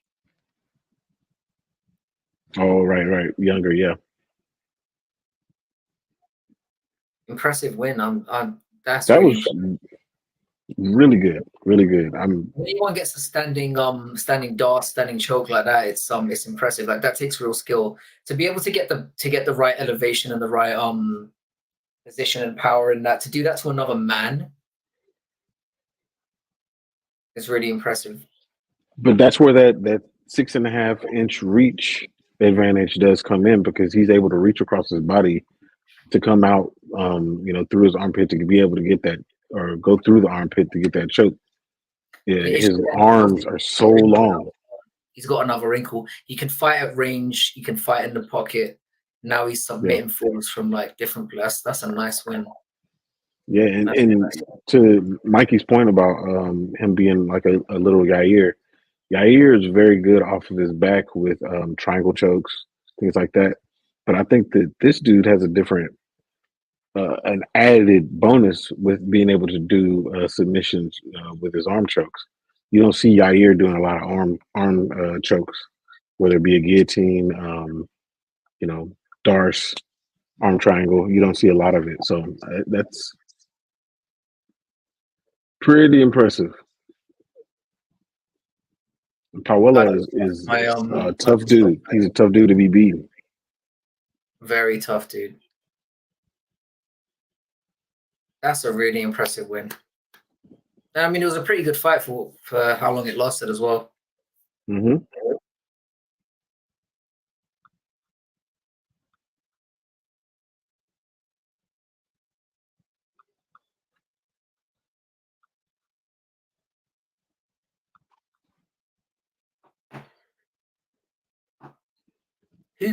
What 5 guys beat this dude, man? Fucking hell. I don't know if he can continue to make this weight. He's going to be tough to deal with. Yeah, that's a really nice win. So I'm feeling a little bit apprehensive now, because I'm like, this is one of the good fights that's gone down. We don't have many left. Yeah, and the thing about Padilla is, he lost to Kyle Nelson in the decision, but I mean, he's finishing dudes too. Like, that's what they showed with him beating Juicy J, what he did to, before that, and Fury and LFA, like.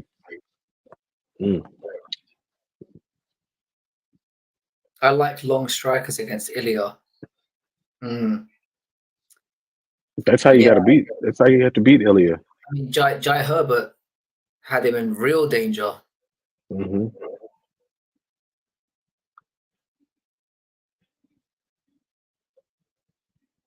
He lost one he should have won in Mexico City, I think, didn't he, though? That was the Kyle Nelson fight, wasn't it? And to lose in Mexico City as well. Oh no, he lost on the Alexa Grasso Shevchenko fight card. Noche UFC.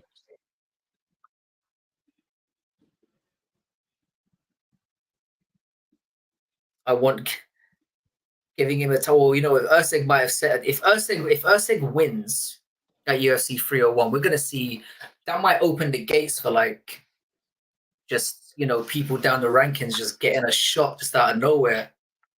Well, if Usyk wins, it depends how he wins. But it'll also now we've opened it back for Royval. Oh, flyweight would literally become interesting again. Because I'm really worried about flyweight because you know how much I love it, but I feel like it's basically like we need Cap to do something next. So Cap's fighting the week after next, right? Mm-hmm. Just double check. Is that the Alan Curtis card? Is it? Because he's fighting Nicolau, right? Wait, where is that fight then? Yeah, that's fine. Is it after 300? Yeah, it is. It's the card after 300, which is very interesting. Oh yeah, So main event. The fight night after UFC 300. Oh boy, you know what, dude? Like that fight night or that card has Good fight. a couple of good fights on it. It's not a great card, but it's got a couple of good fights, important fights. That fight, Nicolau and Kopp and Karine Silva against Ariana Lipski is an important fight for that division. Yeah, it is. Because both of those girls popped into the rankings recently off of their wins, and one of them, whoever wins, is going to take another big step towards contendership, and they need somebody to try to challenge in that division, some new blood. So, other than that, like the card is probably a bunch of crap. But I can't see the full card here. I assume it's not finished yet. I see it. As a matter of fact, let's do this. I'll show it. Let's share. I was watching some film. I don't like Pantoja. So you're fully in the Usyk camp. You think Usyk's going to get it done? It's not ridiculous. It's really not ridiculous. I don't know, man. I just think Pantoja, he's figured out himself to this point. So here we go. Here's that card. So we got Nicolau at the top against Manel Kopp, Ryan Spann against Bogdan Guskov. Like that's all right, That's all right. It's not. I mean, it's not co-main event worthy, but it's not a bad fight. It'll be interesting scrap. Here's the fight: Karine Silva against Ariana Lipski. Yeah, that's a good fight. I like this dude. Not a bad fight as well. I like Rebecca. Rebecca's very good. The Rebecca, and I mean, even Tim Means and Uros Medic is not terrible. Yeah, it's Dirty Bird always comes to fight. I don't really want to see Austin Lane fight anymore, to be honest. He did not impress me. John to Denise. Yeah, that should be fairly. Austin Lane's one of those ones. There's an expression we have in the UK that goes "big for nothing." That sums up Austin Lane. Like you're big. Now he played American football, and he was actually pretty decent. Not as good as which one Hardy. call it? I can't remember. Yeah, not as good as Hardy. Hardy was an all pro, like he was one of the best in the league. But Austin Lane was pretty good. This should be an interesting fight. The Mahashati. Shate versus Benitez. Yeah, that should be an interesting one. Here's your boy Austin Hubbard. That should be terrible. Why are people getting more chances? I don't know. Dontel Mays is Dontel Mays. That should be not very good. Now here, this fight here, I don't understand why this is so far down the card. That's a great David fight. Onama is a really good fighter, dude. And Jonathan Pierce is really good. Yeah, that fight should be probably up in this area. It should be the main Maybe event. This isn't the official. It should be the main event. No, maybe not the main event, but like I'm capping a little bit. But it should be on the main card of this fight night. All right, Quarantillo and Zilal. There we go. Okay. I need this one to go well. This is a potential banana skin on my parlay.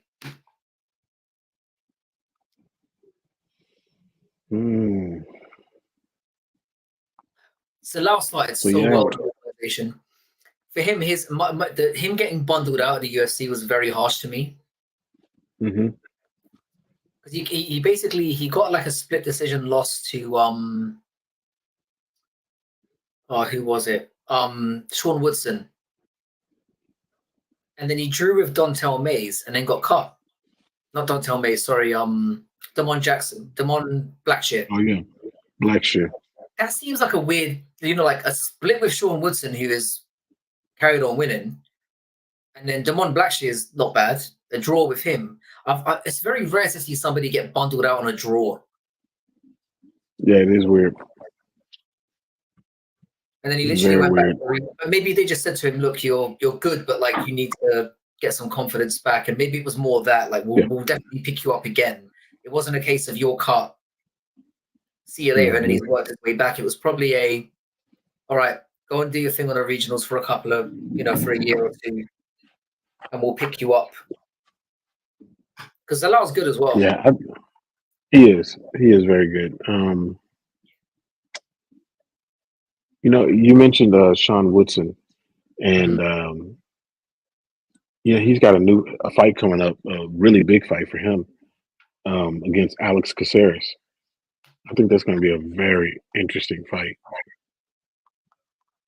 Alex Caceres is the biggest parlay killer in UFC history.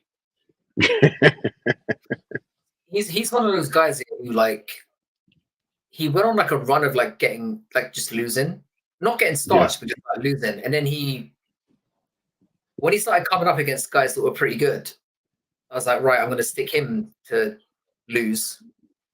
And he went on a bit of a run there for a while and managed to get into the rankings. Yeah, I think he's ranked now, isn't he? Is he I think he's 15th. Yeah. Which is odd because he was 15th and then he lost. I think his last one, and he just stayed there, which you don't see that often. But yeah, he lost against Giga Chikadze. I don't rate Giga. Won all three. I don't rate Giga has one good move, but and Alex won that first round against Giga, so it's not like he's out there getting starched. Like you said. If you want to know Giga's place within, like, when people were, sucking him off and saying he's going to be the next, when he was talking about Volk being scared of him, I think that's where my mind turned on. It's like, yeah, Alexander Volkanovski's scared of me, and then you literally go in there the same week and get absolutely schooled by Qatar, who again is not a bad fighter, but Qatar made him look like a total amateur, and Alexander Volkanovski scared of you. Yeah, he made him look like he didn't belong at all. He didn't. He doesn't belong in that tier. And Calvin Kattar is right outside of that tier, that top 5. Calvin Kattar is knocking on the door of that. But then that's the thing. It's like with Calvin Kattar, the difficult thing is that he is like an upper echelon guy. And then you just remember that fight with Max, where like I know Max does that to people, but it's just Max is a different level. It was a different level. It was a like a life altering beating. Yeah. It's the kind of fight where literally you wake up in the middle of the night 2 years later and you've been dreaming about that. It literally is that. Like, where it's still ducking in your sleep. Yeah.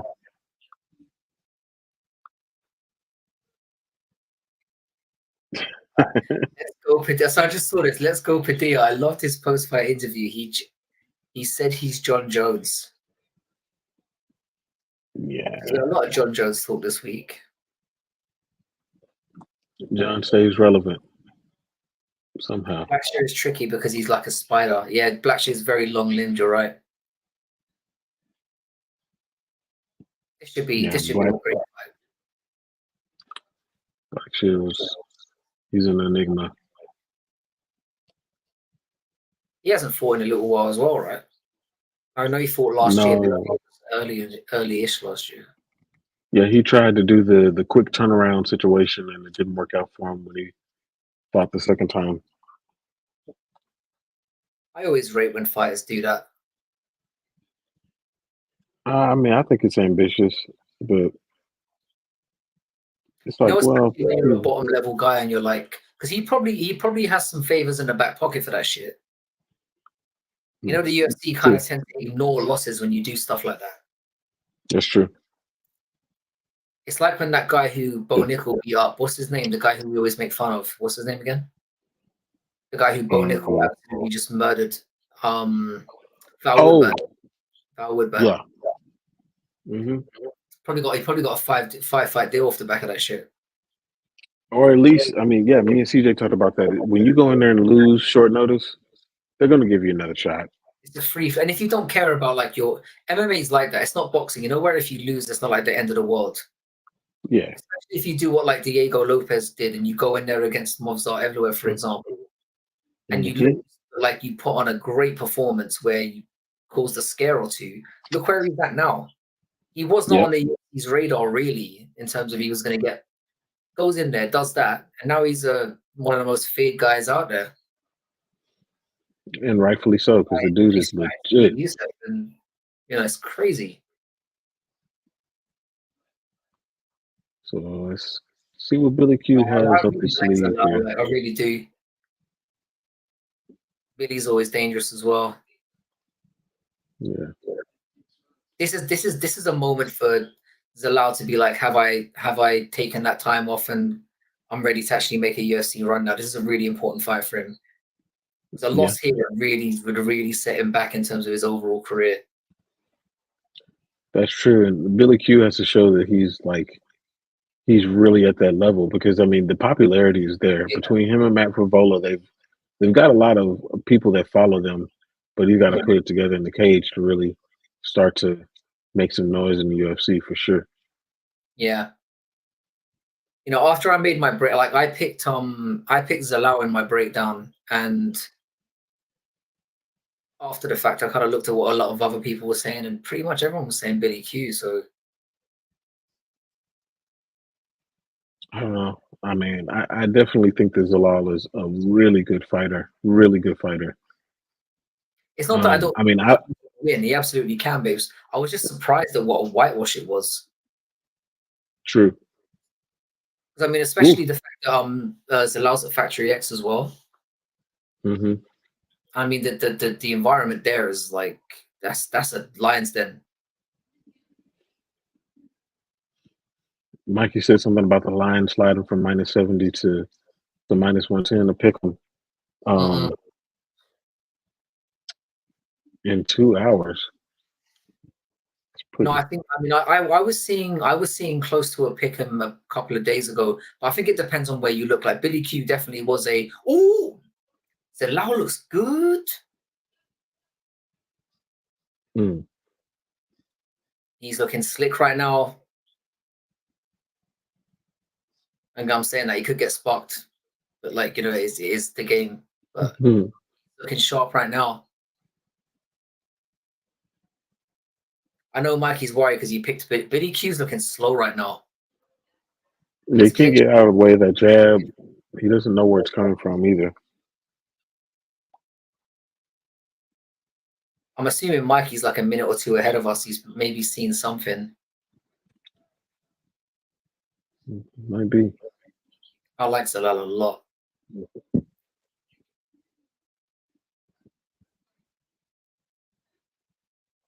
He seems to be fucking enjoying himself a bit too much in it, which I don't like now. He's getting a bit cocked. Oh yeah. In the back of the head. Pointing. Ooh. He does this sometimes. He gets too much in love with himself, and then that's a nice knee to the butt. That hurt. That knee to the body. Oh, he's piecing him up. So that was piecing him up. Caught the leg. I think oh, but yeah, but this is what I'm saying. Zalal's feeling very confident at this point right now. He's like, he clearly has taken a few shots, and he's like, I've got this. Yeah. You know when you're in a fight with somebody and you've been in there long enough, and you're like, this guy ain't got nothing for me. Zalal's giving off that energy right now. That this guy ain't got nothing for me.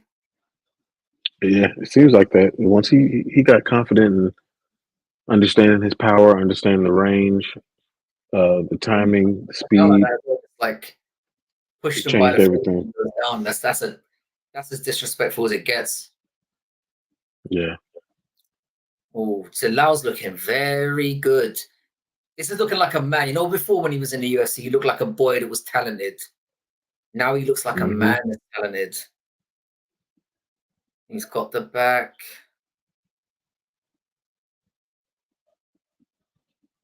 Oh boy. Oh, got the body lock. Oh boy.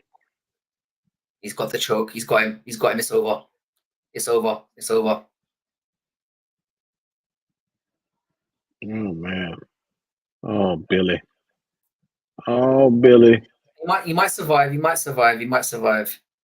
I mean, it's only 20 seconds. I'm sure they're yelling that out to him.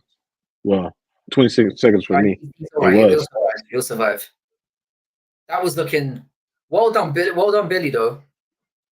But yeah, I called it, man. I said I like Zalal in this one, and so far so good. Well done. Well done. Billy Q lives to fight another day, though. Yeah, but I think this is gonna end in a second. I think someone's, I think he'll finish him in a second now. He should. He has Zalal looks magnificent.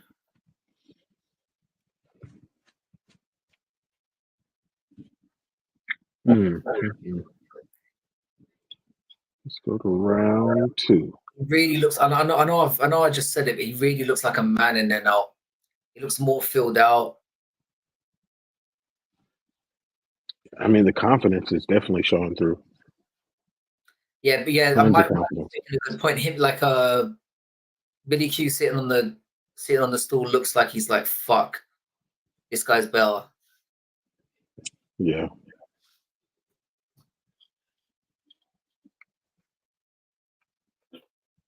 They clearly weren't watching. Look at that knee. Bonk!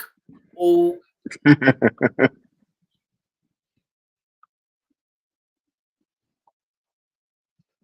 But never count Billy Q out. He's tough as nails. He is. Because immediately the punch after that, he parried it. So, I mean, he's still there. He's still all right. But he definitely lost that round. And what worries me about Zalal a little bit is he's like, again, whenever a fighter gets too cocky, lovely sweep. Lovely sweep. It's the same one that Peter Yan does. Peter Yan loves that one. Yeah. Yeah, Mikey. Billy Q does kind of look kind of in his head. He looks defeated.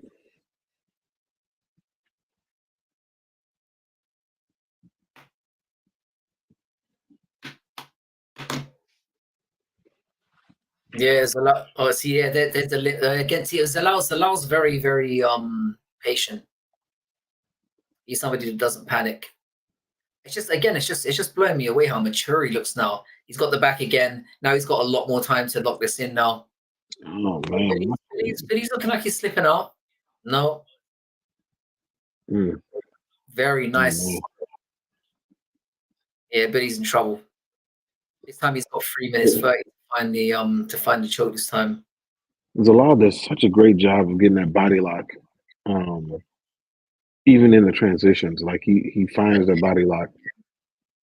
He's got the choke. He's done. He's switching it like he's. It's over. It's over. Yeah, there it is. Very impressive win. Very impressive win. Done deal. Gosh, he was all over that dude. All over him. That was a starching. That was dominant from pretty much the entire. They just look like a different class. Yeah.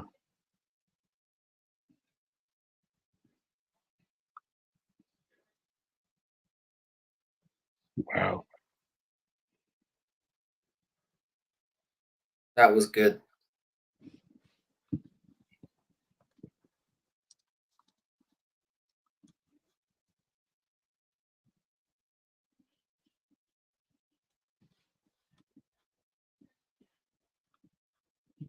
Yeah, that combination of the confidence that he has striking along with his ground game is going to be a problem in this division.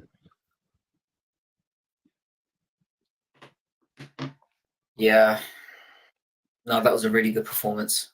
Really good performance. Yeah, Mark Montoya got another one. I feel really good about that. I didn't say that Zalal was going to finish him. I actually said that it was going to be close and that Zalal would either win or get like a dodgy robbery win. No, he just fucked him up. Like won pretty easily. Yep, he did. As soon as he got the back at that stage of the second round, I was like, this is over, because he almost got it at the end of the first and almost had him out of there. You know, you felt like Billy Q was fighting against the clock, and to have that position with like 3 minutes 30 left in the round, it was, yeah. How do you feel about Zalal fighting Lerone Murphy? I'd take Zalal based on what I've just seen. The thing is with Lerone Murphy is I do think he's good. It's again he has a bad habit of making a meal out of things. Mm-hmm. With the talents that he has, he should be winning more dominantly, and he does tend to make things difficult at times. And Zalal just seems a lot more composed. I'd take Zalal to win that. If that fight went on, I'd take Zalal. I mean, Zalal seems like he just went through a sparring session. Like it was nothing for him. It was he had that vibe about him in the first. Within a minute, he was like pissing around in there. You could tell he wasn't worried. Very good win.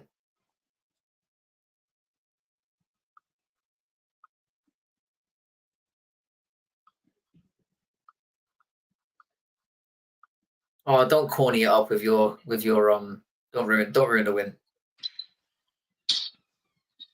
Oh, here we go. Here we go. He said he's weirdly too good.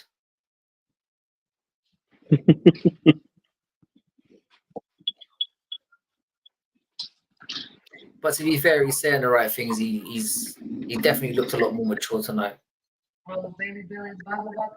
Yeah.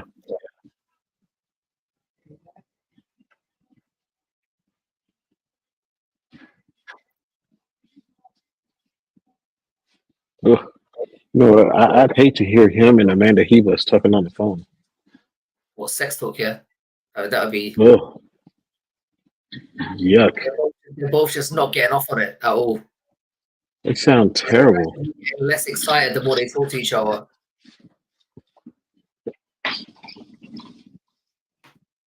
Bloody hell. Good for him. So what do we have next? Now Billy Q let me down. Let's see who else is gonna let me down. But I'm not betting.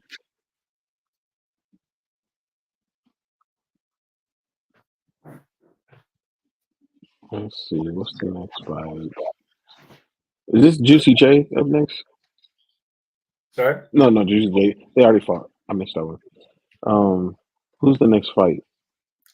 No, not a 50 G's baby one again. Fuck me. People have got to stop saying that.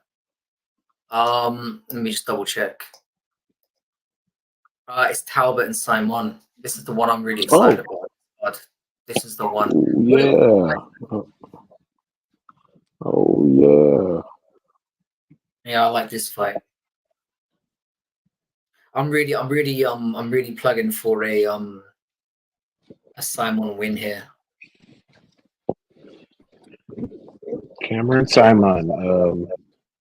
Dricus Duplessis' a very good friend. Yeah. I've kind of, like I said, I've got a soft spot for these South African fighters because I worked with a lot of South African guys over the years and their characters.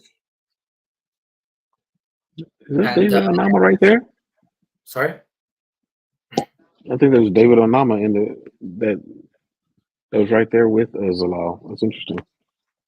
Is he part of Factory X?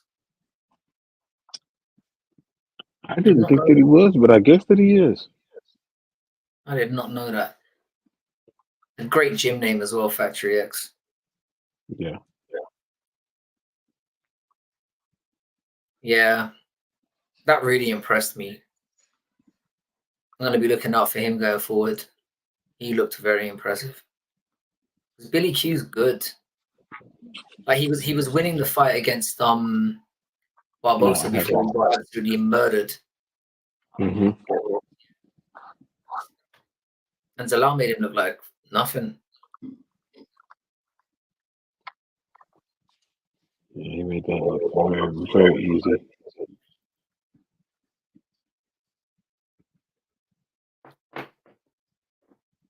You know, I'm now that they're showing the Gaethje and Holloway promo, I'm feeling a little bit better about the fight, having seen how prepared Holloway looks in terms of making the weight more. I mean, I know it's a big 190, but you know, when you're cutting, it's a different story. It's like making the correct, like cutting the right way to that weight and being a bit more filled out at 155. Because people just think it's, oh, he's 190, so he's cutting. He cuts to 145. Surely the cut to 155 would be easy. It's not about that. It's about, so he's conditioned to being getting down to 145 and being slender, but being, you know, using that length. Doing it at 155 is a completely different situation.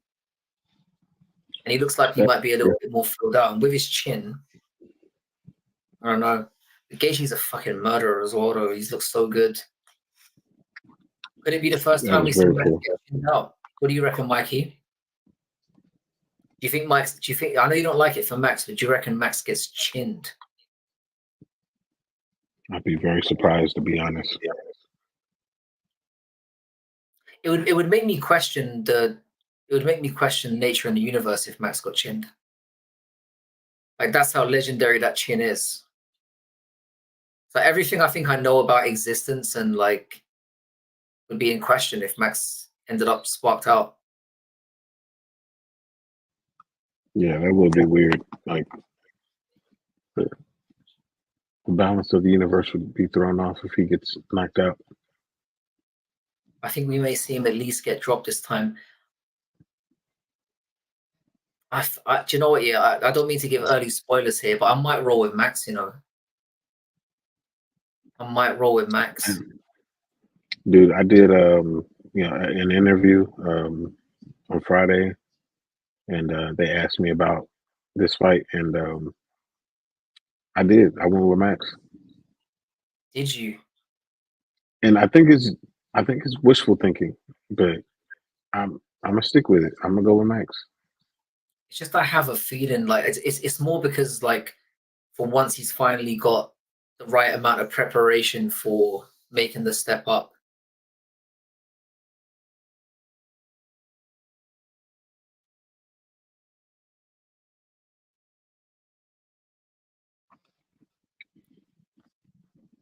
It's interesting that that's Gaethje's take on it. He thinks he's going to get a doctor's stoppage. He said, "I don't think I'm going to spark him out. I think a doctor's stoppage might be the way," which would be ironic, considering how many times Max Holloway's done that to other people in his career. That's true. The thing that's making me nervous is like, in terms of if you're a Gaethje fan, is like, I know Gaethje's gone 5 rounds. He's gone 5 rounds, right? A couple of times. Yeah. I don't know if he can put the same amount of pressure on over that in the kind of fight that it's going to be. When you call something a BMF fight, they're both going to feel obligated to. I'm not sure if Patient Gaethje is going to be around for that later on in the fight. Do you know what I mean? They're almost obligated to say, "Fuck it, let's forget about being smart." I think it comes down to leg kicks. Advantage. So I don't know. I think it comes down to that, to whether Justin decides to really use those leg kicks the way, not necessarily the way that he used to, where he used to super load up on them, but to just use them enough to keep Max from using as much pressure as he does. Because that's how Alex won those fights. And I put "won" in quotations because he didn't win all those fights, but he definitely won the third fight.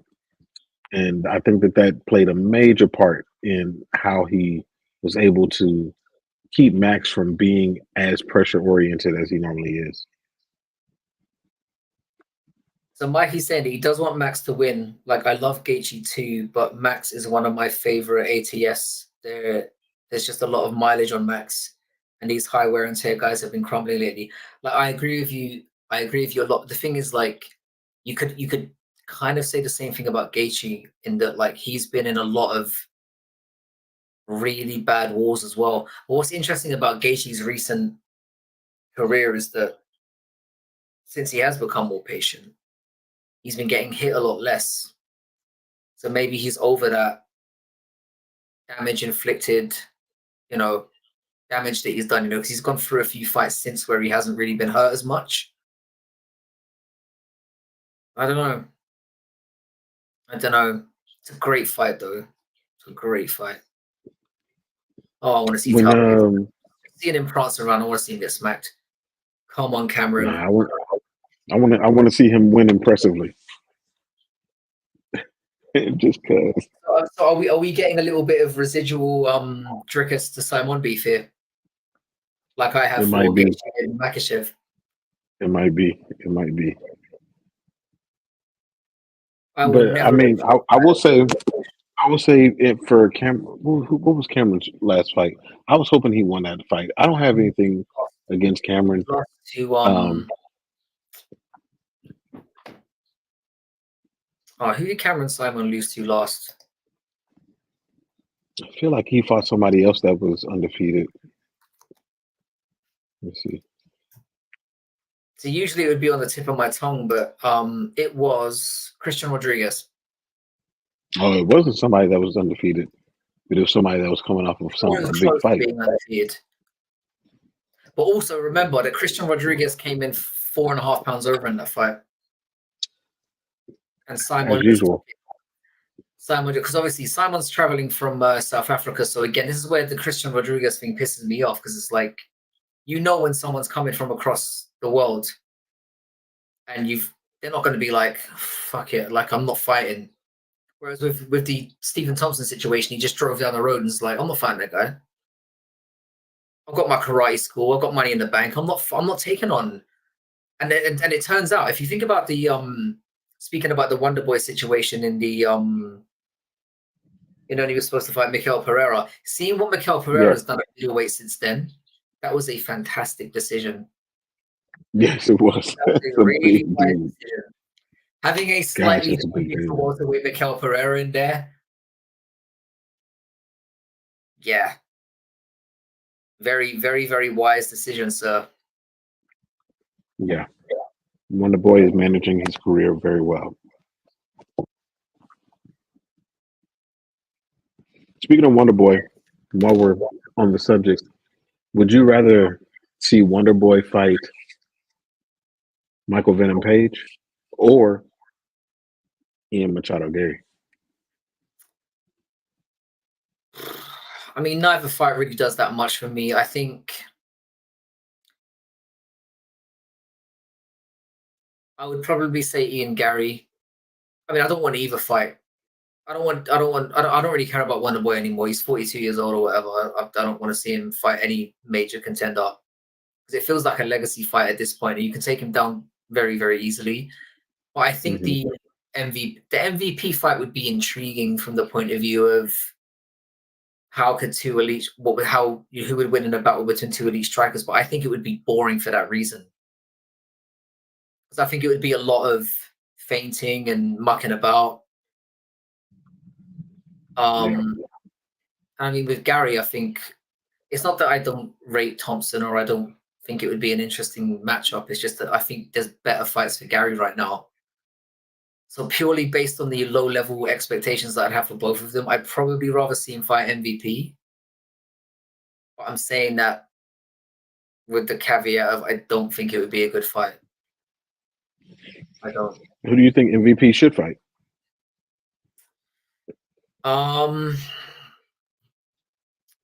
Let's look at the welterweight rankings. Because I assume he's going to be, what, 12th or well, he's like 12th or 13th now, right? The thing is with MVP, you've kind of got to do things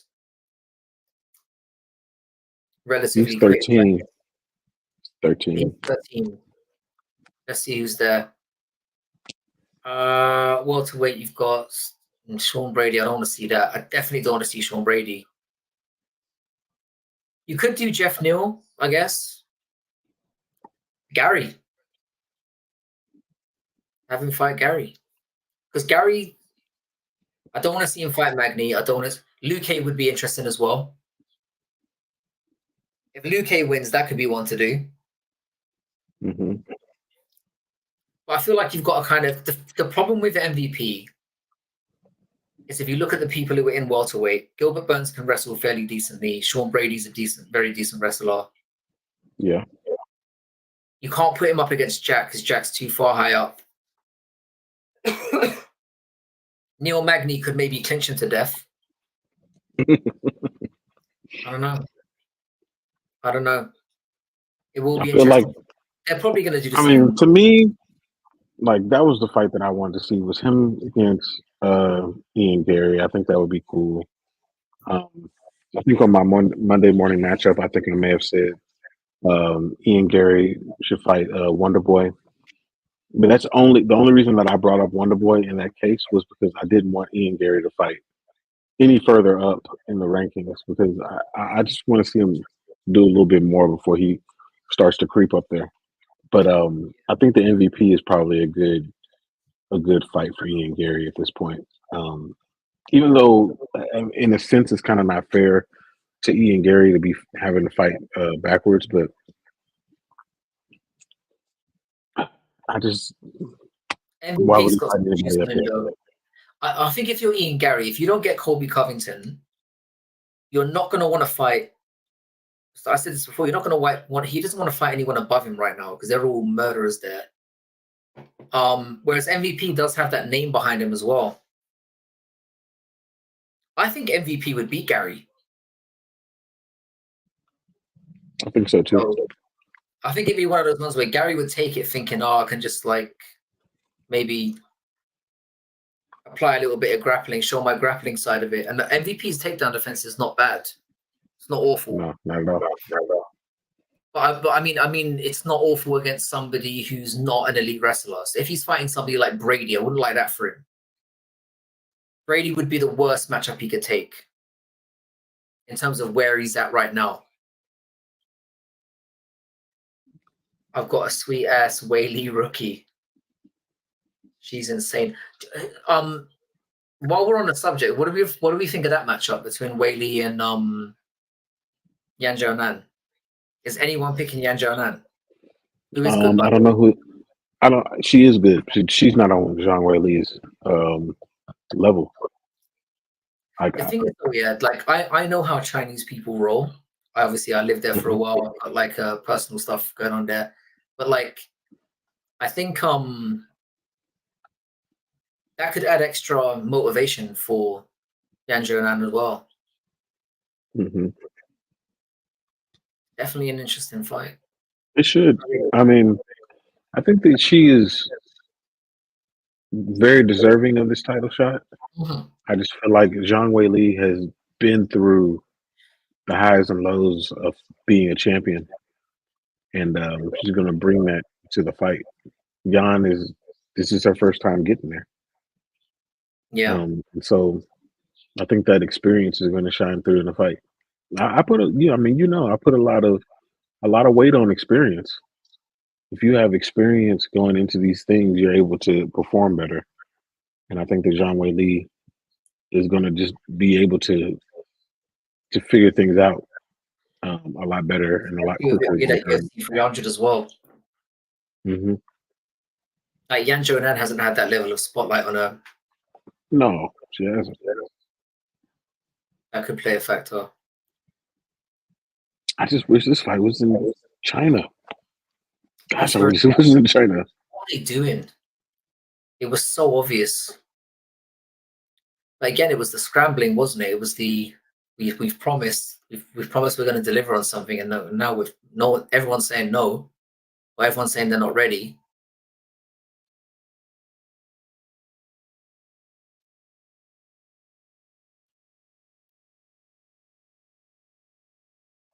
I know that a lot of people don't care about this one. I really think this is a great fight.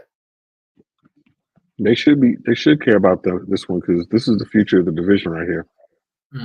Win or lose, it doesn't matter which guy wins or loses. Cameron Simon is 22 years old. Yeah. He's 22 years old. Mikey, I've got a theory about this tattoo. Now, I originally thought he was like this is an anime thing. There's an anime called Bleach that has antagonists in it called hollows, and they've got that hole through the middle, hole at the back thing, and that's why I called it that. But he seems too young to be a fan of that particular. So I don't know. It's the only explanation I can come up with. Again, that's why they need media members like us around that can be like, "What the fuck have you? What the fuck are you doing with that tattoo, bro?" Like, forget talking about the fights. It'll just be like, "What is that?" That's the only explanation I could come up with. Oh, Talbot looks massive.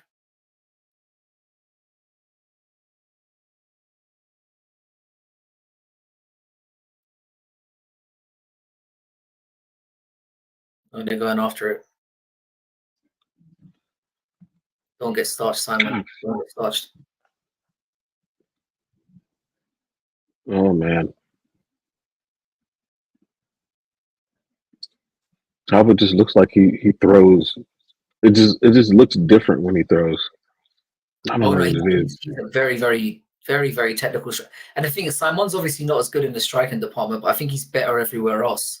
And it was just the ease that Talbot got taken down and just had nothing on the ground whatsoever. He literally had no way of getting up against the way lower level guy than Simon is. I don't know. Oh, we caught him a couple of times. Oh. You hear that? You can't handle those. Nice inside kick. That was nice. Simon needs to be careful.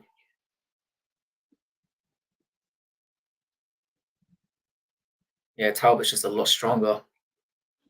It's like he's got featherweight strength. It's weird. Yeah, Talbot's looking really confident right now. Ooh. I'm at 325, buddy. He looks like he's toying with him right now. Oh, knee to the face. I think it's done. Oh, Simon surviving though. How? This. Oh, I think he needs to get up there, man. That knee's. Oh man, somewhere Drake is just Yeah, thanks to crying. Simon, I mean, like, he's still Another surviving one. it. Very tough guy. Those knees are there all day, though. Look, he's landing them again. He's not going to survive. He's done. Those knees are done. He's done. Oh goodness. Oh God. He's melting this dude. He's gone for the takedowns now. It's do you know, I don't hate this. The fact that he's letting it go down to the ground. I don't hate this. Oh, he's got back up. Yeah, I'm surprised he didn't take more time there to cling on. Fair play to Simon though for sticking in as long as he has, because he got caught. He's tough. He's very, very tough. Very, very tough. Ooh.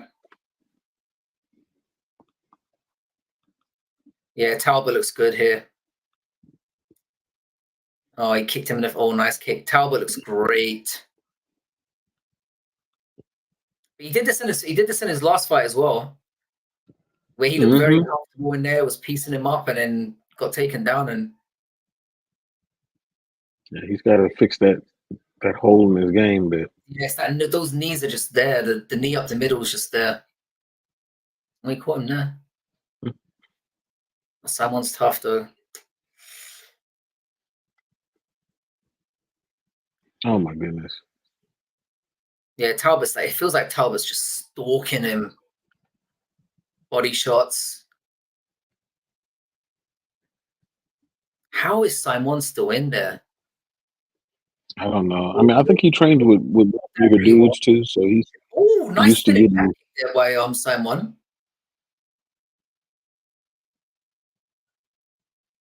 Yeah, that was good. Fair play to Simon. I don't know how Simon's still in there. I don't know how Simon is still in there. Wow. Oh, you fucking hell. He just can't stop fucking up, can he?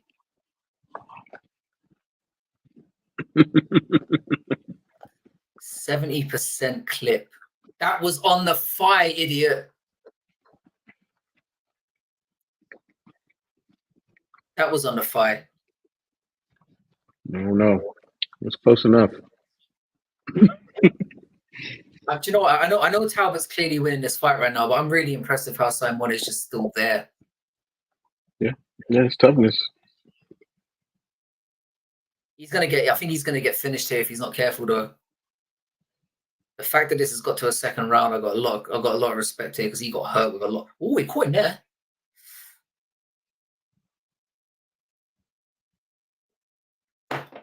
No, he's catching him. Sounds of it. Simon is doing well. He's doing well, kind of going through the fire. They go hard on each other every day. They're like, credit to Simon. I'm really impressed with this.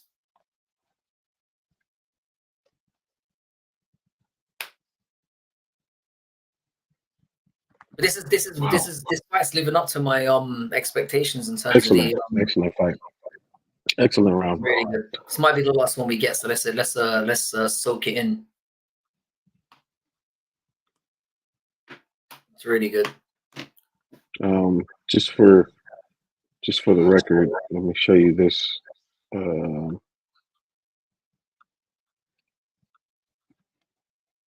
There's the hollows.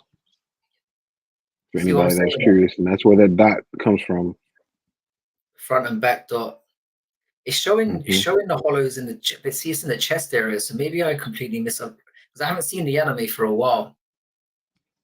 But there are some that are certainly in the the center and mass there, so you can see it there on the bottom and some of the bottom corner ones.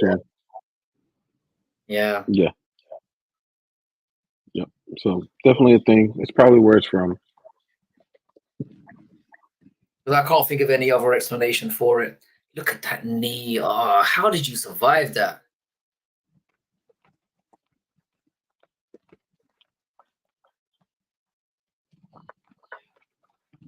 Yeah, Talbot looks great. And he still looks sharp coming into the second. There's no sign of gassing. So if I'm a Simon, oh, dropped again. He's done. How is he surviving? Oh.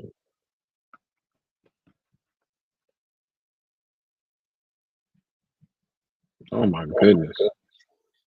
Yeah, that's really impressive. To do that to Simon, oh wow. There it goes.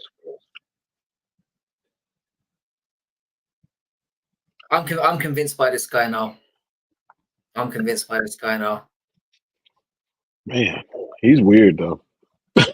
He's weird. He's a weird guy. Yeah. Oh, he got caught, yeah. Did you see his mouthpiece? It's got a imagine mouthpiece. Like he's an anime dude for real. Oh, 100%. I think I'm onto something here. I might be the first guy. It might be something that we can clip up later. Mm-hmm. Why is he weird? Let me count the ways. There's the tattoo. There's the mouthpiece. There's the nail varnish. The dancing. That's 5 I've just reeled off immediately. I mean, maybe weird is the wrong word. Just, there's a whole collection of things going on there. He's eccentric. He's not an apple. No, I think weird is fine. I think weird is fine to say in this situation. But originally, you know what? The reason that I liked him, the reason I liked him out the gate was his hair was like my son's hair. That's a fair thing to. Yeah, I was like, yeah, it reminds me of, Jeremy and Christian. There's less prominent reasons to like somebody than my son's hair. Yeah. That was the kid is good. He's real good. That was to do that to Simon. My God, they'll see each other again. Looking at Talbot now, I'm convinced that this guy's going to be special, man. I'm convinced. Yeah, I think so. I think so. That was enough for me. It was, and again, I think I was justified in being a bit wary based on what we saw from his last one. It was just the ease in which he was taken down, but again, based on that takedown defense, got absolutely Simon looks devastated. It's a hard loss to take. He got destroyed. Yeah, he's weird. He's weird.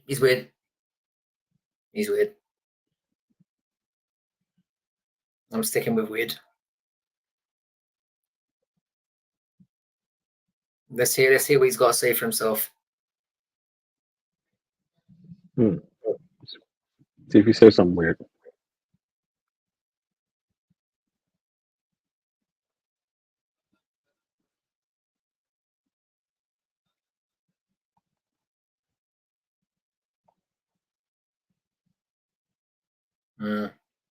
Nothing weird so far. Where's he from? He sounds like he's from Northern California. Oh, seeing the knee now, he did kind of catch the shoulder, so yeah.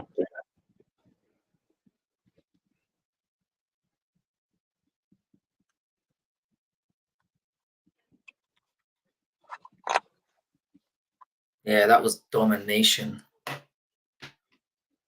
Where is he from?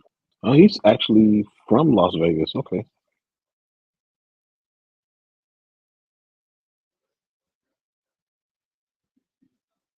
That was really impressive. I don't even know what else to say. I'm blown away by that. I'm convinced now. Not the apple. Yeah, he does have really cool hair. Maybe it's a jealousy thing on my part. I'm like, his hair is just amazing. It's like, fuck this guy. Fuck this guy and his hair.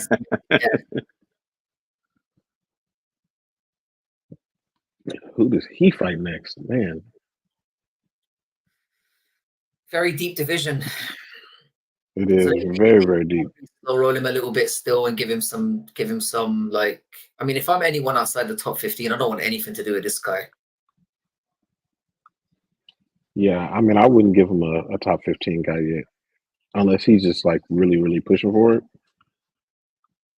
If he's like, just give me anybody, then yeah, I'll go outside the top 15. So he might be the kind of person that could do a, if Umar's matched up with somebody, if somebody, like if somebody in the top 15s match up, he could just be like, if someone pulls out, throw me in there and you can take a shot. And come in there kind of like, where they're not ready for his style, and just that could be a nice position for him to get in, like somewhere between that 10-15 range, where if he can stay prepared secretly and then jump in on short notice. That would be That would be a interesting. move for him. Outside of that, he's 25 years old or so. Like, take your time, brother. Take your time. Keep getting I'm better. looking at fighters like right outside the top 15. You got,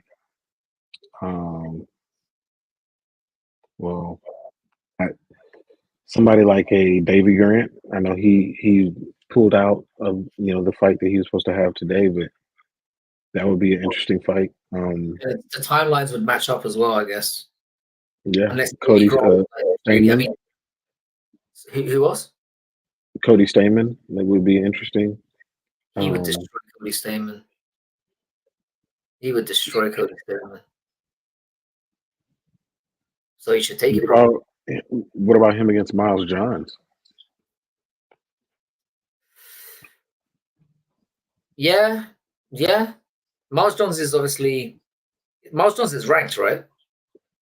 No, I don't think so. No, I take that fight.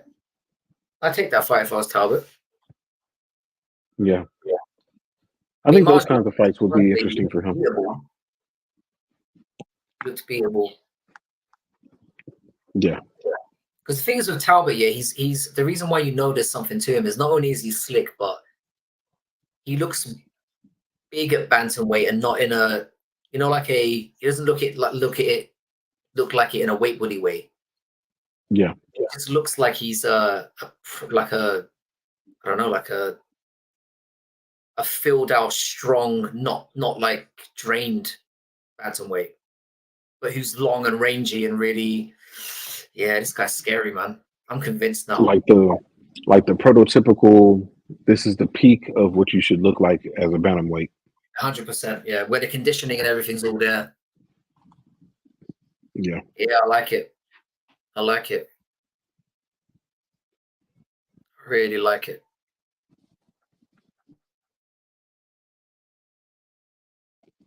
No, I'm curious about as they're showing the this promo for UFC 300. I'm curious if they're going to do something weird for the ring floor. For the cage floor. How at 200 they did that yellow one, which I hated. I'm curious.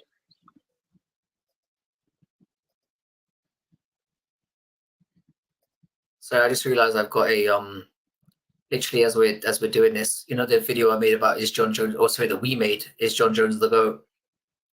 Yeah. We've got somebody saying no, it's Khabib. Oh, well, we've got some not very smart people. That's good. The GOAT.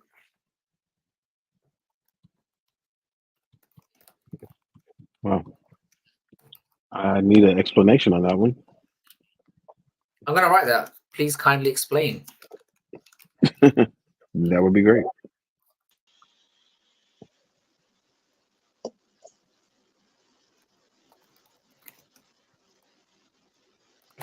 There we go.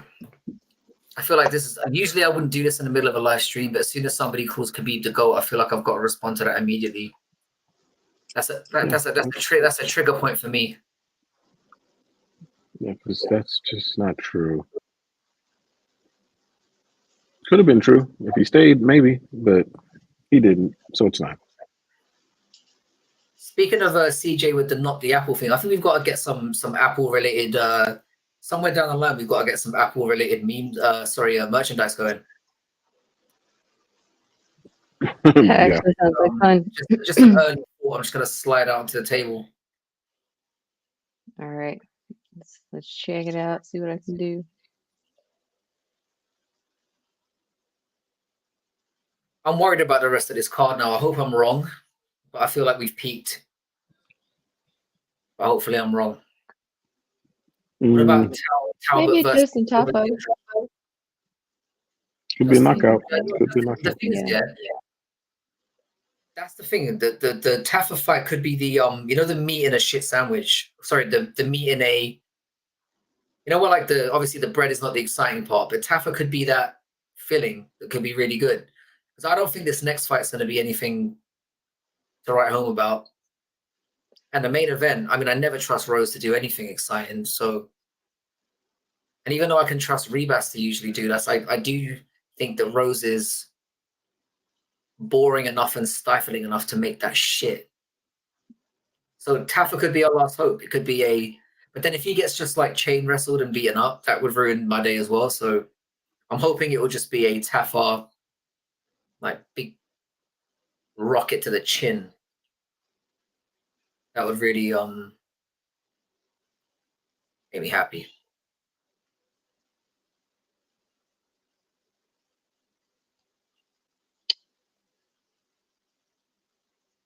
I don't think we need to talk about this Bo Nickel on the main card situation. Yeah, nobody's happy about that. I said it was going to happen though. Like when the card was first, you know, when they were first building it up. I said it on You did Twitter. predict that. On the You card, predicted it. it's an early prelim fight, man. Are you stupid? I'm like, well, yeah, I am stupid, but it doesn't mean I'm wrong about this particular. I can be stupid and right sometimes. You said, what about Talbot versus Silva de Andrade? That would be an interesting fight. That would be interesting. I think the Silva de Andrade fight would be interesting. I'd still take Talbot though. Yeah, I think Talbot would be so. Bias flowing through my vein and low level whiskey flowing through my veins right now. So maybe I'm just high on Talbot based on recency. Because I was literally cursing his name. I was literally saying how overhyped he was after his last fight. Or how unconvinced I was. And now I'm like, he's gonna beat everyone. Future world champion.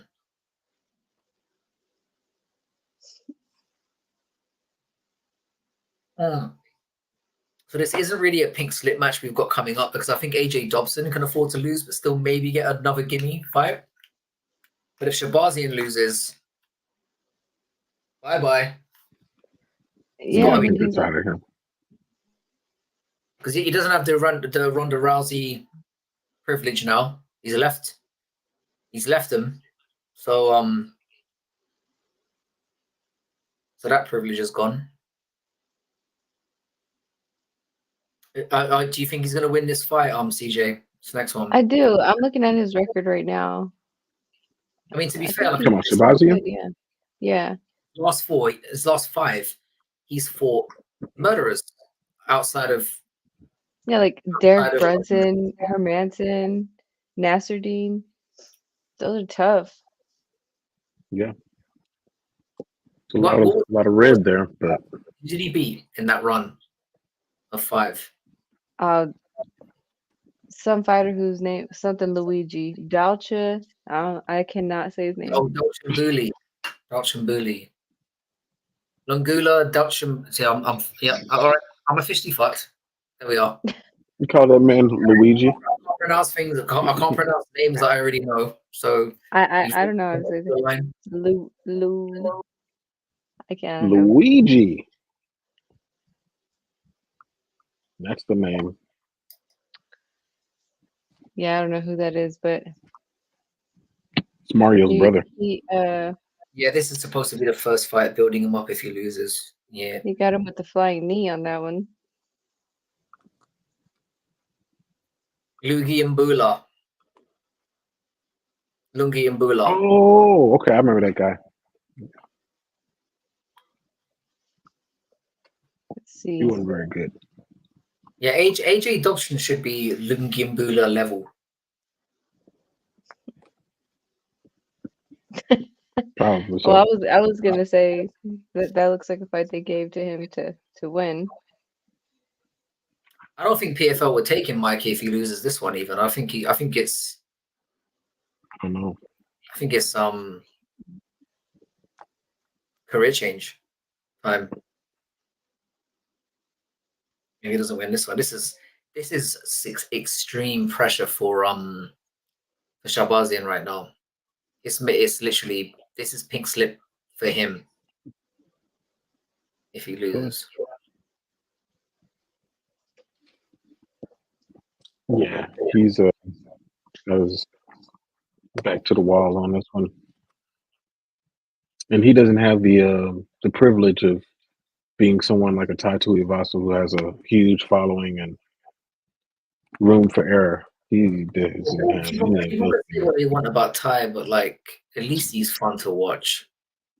Yeah.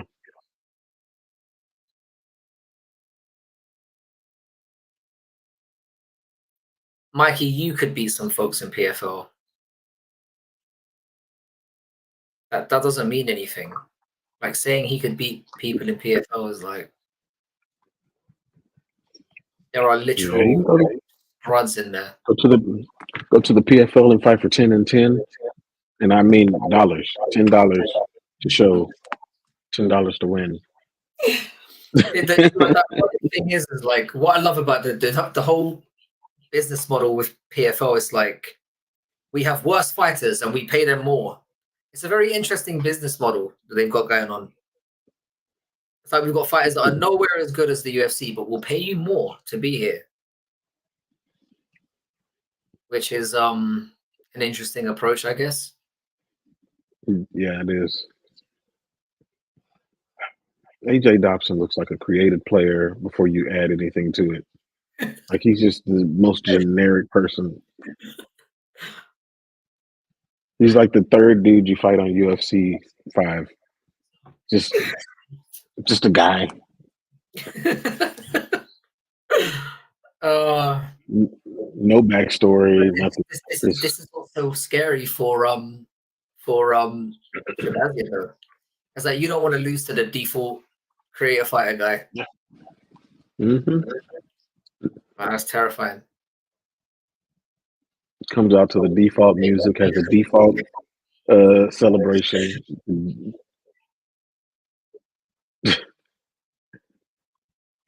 Yeah. You know, I haven't noticed the ring goes all night. I feel ashamed. It's the first time I've noticed them. I mean, we lost the OGs. What was her name? The one that retired? I never thought she was that hot, to be honest. Brittany, yeah. I could take her or leave her. I mean, oh, Dobson's coming with some thunder. Oh, good Lord, he's throwing fast. Edmund, you're gonna fuck this up, aren't you, buddy? The fact that he's starting slow already, I'm concerned. Dobson's looking crispy. Someone's about to get fired. Do you think that's going through his head right now as he's fighting? He's like, "Oh my god, this is the end. I'm gone. Fucked. I'm gonna go." Yeah, every time he gets I think hit, so. Yeah. Dobson's probably saying fired every time he throws a punch. And Dobson's thinking, "I can't believe I'm here." Do you know what I mean? As he's like throwing stuff, so totally different thing. Dang, Dobson is huge. He only has 2 KOs. You wouldn't guess that from the way he's throwing this heat right now. What's going on with Shabazian's sternum? Like, he's always got that bone like protruding out of his body. I'm a bit worried for him. It's got that Josh Emmett weird rib situation. Oh yeah. Huh. I mean, it's weird, right? It's I think it's a condition. I think it's something like, I don't know. He does like Resident Alien, doesn't he?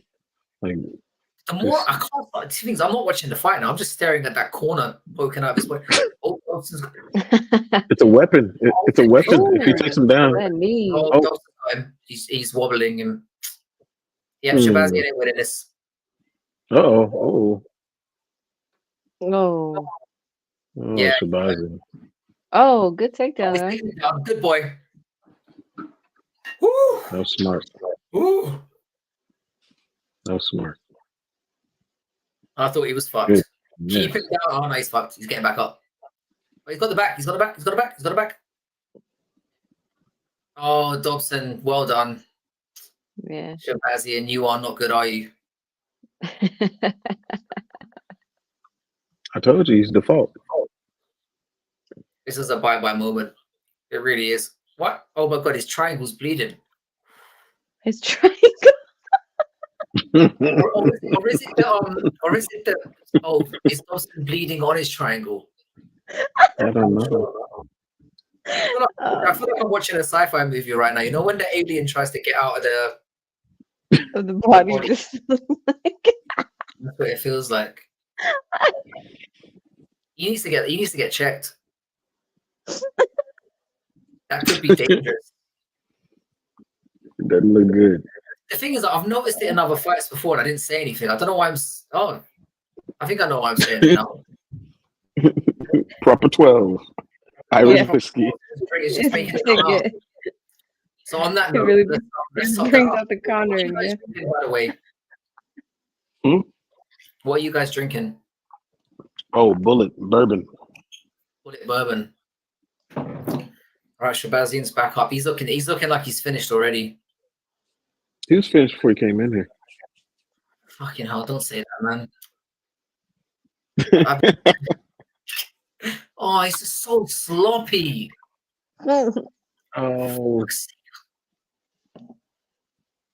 Oh goodness. Do you think Shabazian's one of those guys who looks like immensely elite in the gym? Oh yeah, he's a champion in the training room. And the guys who are around him, nobody wants to spar him. we're on a Nobody. winner here, boys. And then he gets in there and they're like, what the fuck is wrong with you? Yep. There's a lot of that going on. He There's a said I lot of could be anger. Max Holloway.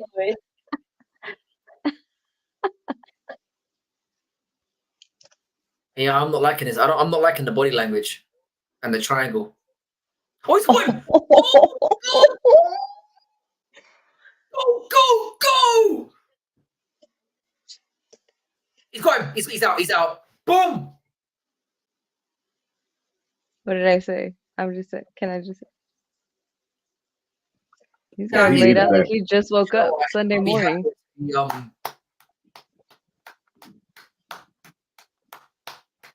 be, Yeah. That's a great job, man. You knocked out that creative player. Well, So I've got Great job. Sanko in my ear right now talking about vaporizing power. Who? Laura Sanko. I've got the commentary team in my left ear right now. Yes, She's so like, do I. what vaporizing power does. Bit of hyper. Verizon. I'm not I sure don't know that's about. what I don't know. Don't know what fight she was watching. that knee. Hey, Laura can say what she Yeah, wants. he was getting fucked. This thing Mm. draws the power from the triangle. That was fair play to him. Fair play to him. Well done. Oh, he needed that so bad. God, he needed that. Yeah, you know when he had him and he's like, I've still got a job. I'm still here. I've got a job. Mm-hmm. I like his coach on the side, like bobbing his head to all the punches. You got it. You got it. Straight chicken just. That was great. Yeah. You know what? Yeah, that really exceeded my expectations as a fight in general. Mm-hmm. Now we just need to have the, you know. There you go, Shabazz. We know Level what 3 of the road tutorial. for our evenings. Level through the tutorial. That was good. That was a nice fight. I have to say that really exceeded my expectations. I'm happy. That was better than I thought. Better than I thought. Well, Yeah, that was let's see here. What have we not talked about? Oh, what we haven't talked about is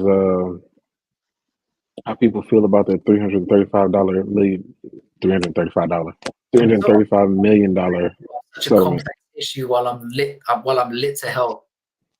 This is perfect. Does anyone else want to take this first? Because I can go in. You know, I Cool. can. I mean, I'll say for me, it's a Okay, so all the build up that Kung Lee and all those people, put into it about, what they were trying to do for the fighters and yada yada yada. When this gets to the point of, okay, we're going to go to trial, for them to cop out and take the money and run was so ridiculous to me. Like, and I understand that the whole thing is about money, but the amount of money that each fighter gets is so minimal in comparison to the changes that could have been made if this actually got, went the fighter's way. Like, to me, it's just more of the same. It's more of the fighters only thinking about themselves, Yeah. and it just puts them.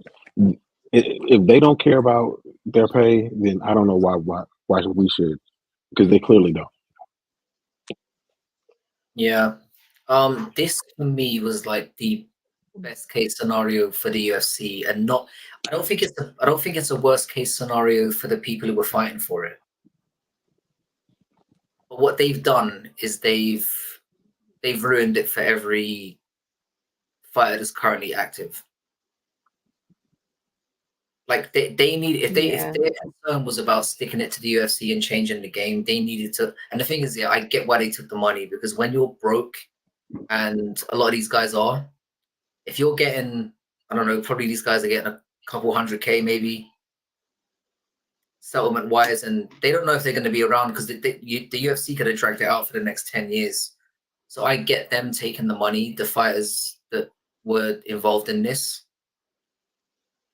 But it's really fucked it for everyone who's currently active now, because it sets a precedent now of You can't win.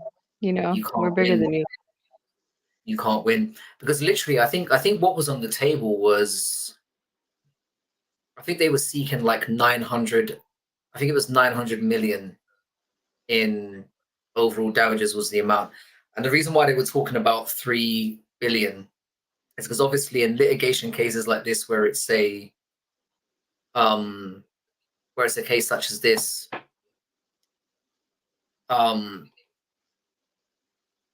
I was looking at a breakdown of it by MMA on Point. Did a really good video about this, by the way.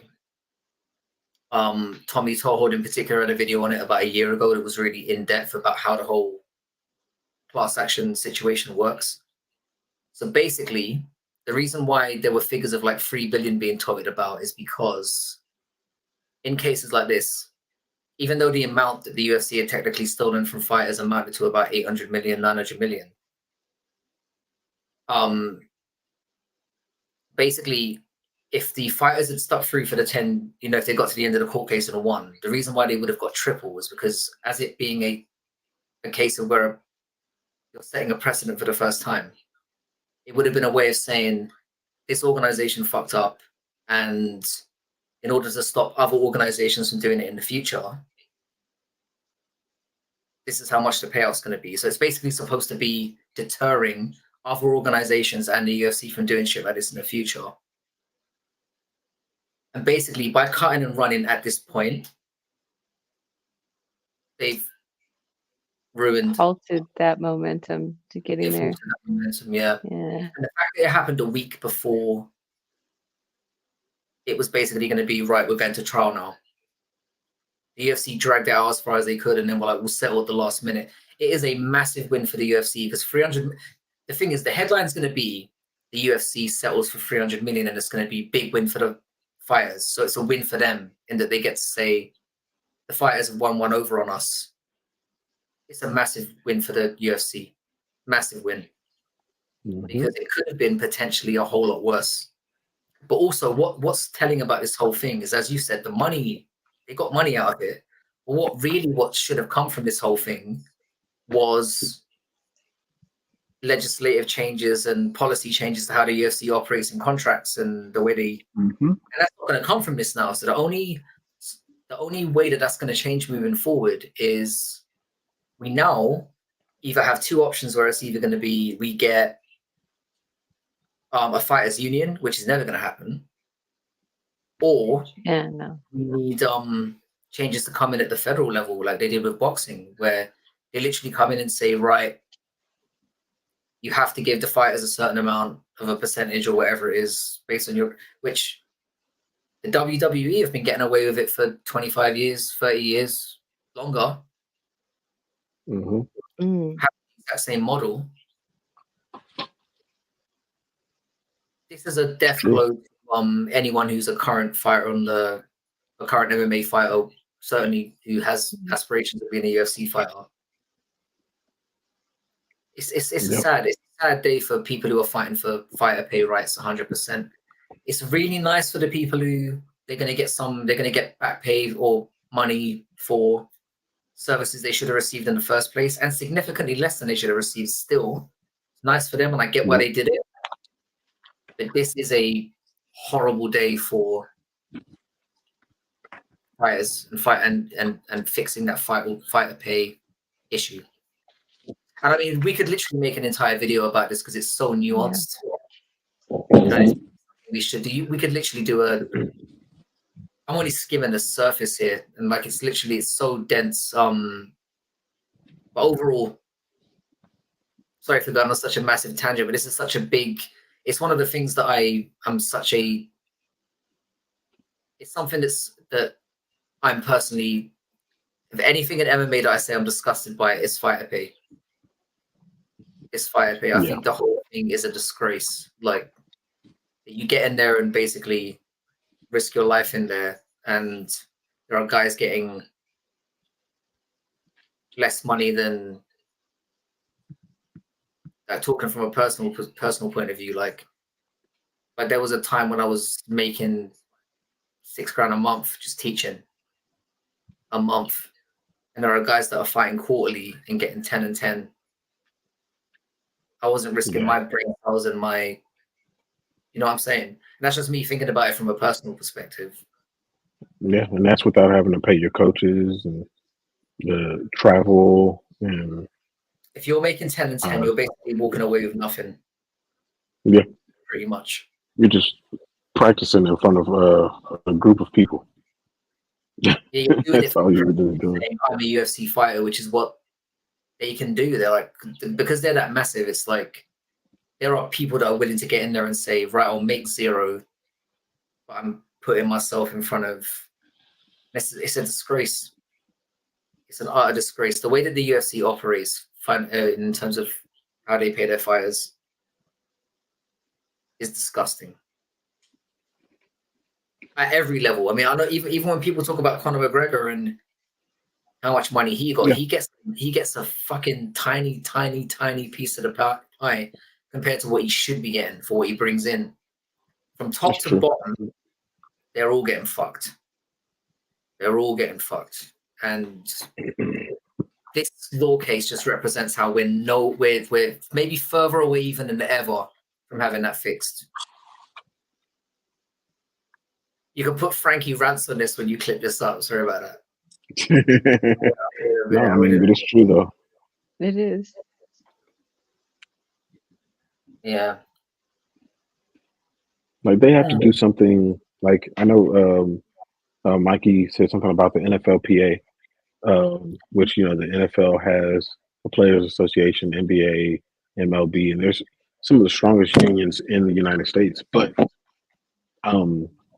because the UFC is so different, what I think that they should do is follow the tennis model. And the tennis has their own Players Association, and they negotiate on behalf of the tennis players as a whole as well. Because it's more of an individual sport, like the UFC and MMA are, they should have something like that to represent them. Because them doing it on their own and trying to negotiate contracts on their own, they have no leverage. You can just be replaced. It doesn't matter who you are. We haven't seen the biggest fighter in all of UFC history from a revenue perspective. We haven't seen him fight for 2 years, and they are fine. And if he can just step away and they don't they don't care about it. The first person on the card, they're not gonna care about you. You have no leverage. So they're gonna have to get together and Just The not gonna likelihood happen. of that is just so slim. It's going to have to be the gyms, to be honest. The gyms, they're going to have to approach whomever comes up with this is going to have to approach the gyms and say, "Hey, Yo, look, that's this is a what great we're trying to shout. do." That's a great shout. Rather than approaching the individual, because the thing is, there's a. I mean, I know there's a lot of gyms out there, but in terms of big gyms, there's probably what 20, 30 in the game that are Yeah. prominent. If you went to the gyms and were like, right, just agree that like we're gonna take a stand here, that might be the way to do it. Because Because everybody like was stand to gain money. outside of government intervention or like a fighters union, nothing's gonna change. Because like I said, what's worrying is the fact that they're partnered with, or they're obviously not partnered, but like they are a conglomerate with the WWE now. And the WWE have been getting away with this bullshit for years. Yeah. Years. This whole independent contract nonsense, and they've been getting away with it for years. Yeah, and Mikey's right. The reason why the government won't intervene is, again, and this was brought up on by numerous people who have commented on it. The consumers aren't the ones who are getting fucked over; it's the fighters. And usually, in these kind of situations, where massive changes come is where consumers are paying money and they're the ones getting ripped off. Yeah. Because it's ultimately up to the organization how much money they pay out to their talent, and it's up to their talent to negotiate how much they're willing to fight for. So the government's only going to be willing to intervene when it's the consumer who's not getting their, they're the ones who are getting ripped off in the situation, because that's where the money is getting pushed into it. Like if they're screwing over the consumer, that's where the government's willing to intervene. In this case, that isn't it. And that's why the fighters will you can understand why the fighters settled. Because their whole case was basically based on a concept that had never gone to court before. And there was no precedent for it. So they were taking a big risk.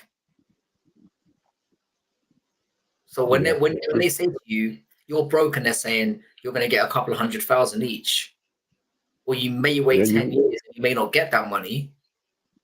Yeah, you're going to take I it. don't understand why you're taking that shit. Like, for a lot of people, you're getting a 200 grand payout that you didn't think is going to happen. How many of us would turn that down? I wouldn't. Yeah, I was just thinking that I probably. Well, I don't know. I don't know now. I It'd be might, hard to say no. depending. Yeah. I probably wouldn't. Like, I would not. And the thing is, it sounds selfish, but it's like, it's more a case of if they say to me, right, you wait 10 years and you're guaranteed to not just get that money, but change the game as well, I'd be like, cool, I'll wait.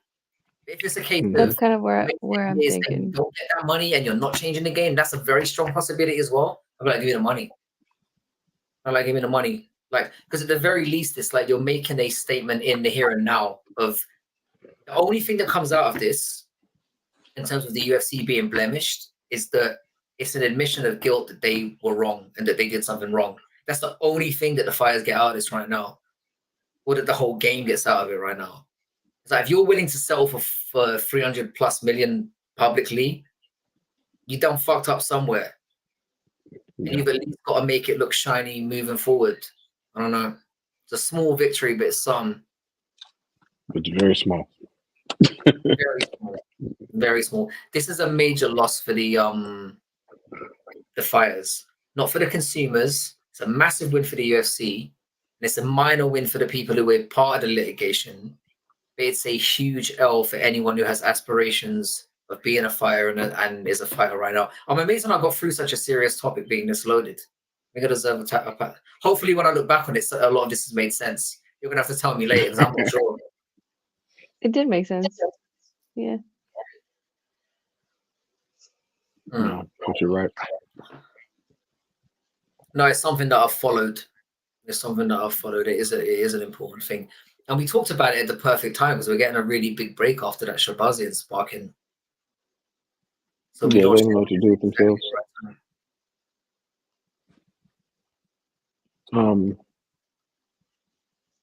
Let's see. What else do we have here as far as topics? We talked about a lot of stuff leading up to this. I think we did a pretty good job.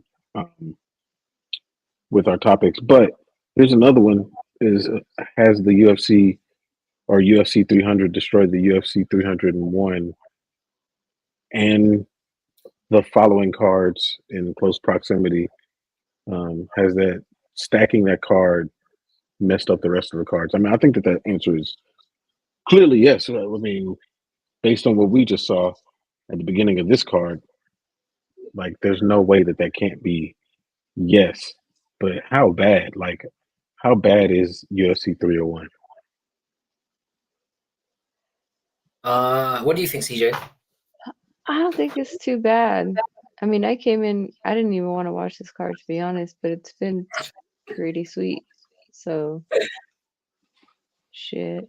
Yeah, looking at 301, it's not too bad. We're about to get 300, which is going to probably be amazing, but 301 looks all right. If you had to pay for it, Nah, I would probably listen to it. There was no hesitation in the answer. Do you see that? It's like, nah. Like, you know, like Anthony Would you Smith pay is for it? on there. Man, I really, really like Anthony Smith, but I hate seeing what's happening to him in there. And more of it's gonna happen. I know. He's fighting Vitor Petrino. Like, oh shit, Chow. What's that Kai man's name? Bravo. Yeah, he's fighting him. Chow. His name not Chow. What the hell is his name? Can I say, Mikey's Kai. made a really good point here about 301 Chow. not lacking talent but lacking household name value. I mean, that's a good point. Yeah. Well, now that I think about it, that okay. How do you say her name? Is it Yasmin or Lucindo? Yeah, which I'm very, very high on Yasmin. Okay, wait a minute. Against Karolina Kovacevic, who's a former title challenger. Mm-hmm. What is Elvis Burner? Okay. Elvis Burner's a good fighter. Guy. It's like a weird mixture of mine and weird name. I'm trying to find savage though. Okay, it's not too. Oh fuck! I forgot Josie Aldo's on there. Why, dude? Joe Anderson Brito against Jack Shore. That's going to be a good fight. Not to mention, I mean, Ismail Bonfim against Vince Pichel. That's starting the card off. Like, that's I like crazy. Vince Pichel as well. He's good. Yeah, it's not that bad. It's not that bad. I think Mikey's Mikey's on the head here. Yeah. It being like, it's not lacking good fighters, it's just lacking household names. And it's not like lacking the only household names on the card. I mean, I guess for people that follow the UFC are probably Michelle Pereira, Anthony Smith, Jose Aldo, Pantoja. Is Pantoja a household name? Yeah, I mean, I wouldn't say household is in non-UFC people, but like, if you follow UFC, yeah. If you don't follow the UFC, you're not gonna know the majority of these folks. Yeah, that's true. You might know, you'll know Jose Aldo, of course, but you might know Anthony Smith, maybe. And that's really not from this. You'll probably know him from the podcast. This fight has suddenly got my attention. Yeah, same. Yeah, it's an intense fight. Because anything can happen. Majestic mustache. Can somebody explain to me why these tubby guys put the tattoos in that particular, you know, that the tattoo underwear? I don't know. Hey, the tattoo underwear. You know, right around the love handles, the love handle tattoo. I feel like it accentuates it more. It does. Yeah, it really brings out your love handles. It does. It just makes them seem more. It's the first place your eyes go to. Nothing wrong with that. Nothing wrong with having some love handles up in the bitch, you know. I've been looking into getting some for myself. We are of a certain age out here. Let's not pretend. Taffa's cooked. No, he's fucked. The thing is, though, but then we predicted this. Williams is doing absolutely nothing as he throws an elbow to the side of Taffa's head. Yeah, there's Samoan and tattoos. He's got to the cage. He's got to the cage. Like, get up! Don't disappoint me. He's up. He's up. He's up. Yes. He looks so tired trying to get up though. Yeah, he's down again. It's just too easy. That trip. Their balance is just not. That's true. It's like you guys gotta get some jujitsu guys in there. But what's interesting is that they train this. That they train this over and over and over because they know that people want to take them down. They don't want to strike with them like that. Yeah. But yet still, this ain't looking good for that. The lineage of Mark Hunt have a hard time stopping takedowns. It's because if you've got that kind of power, though, you're like, why are we doing this? We're just like, logically, but not everyone is good in training at the same shit, though. Yeah. Oh man, is he grabbing the fence too? Oh, that's the.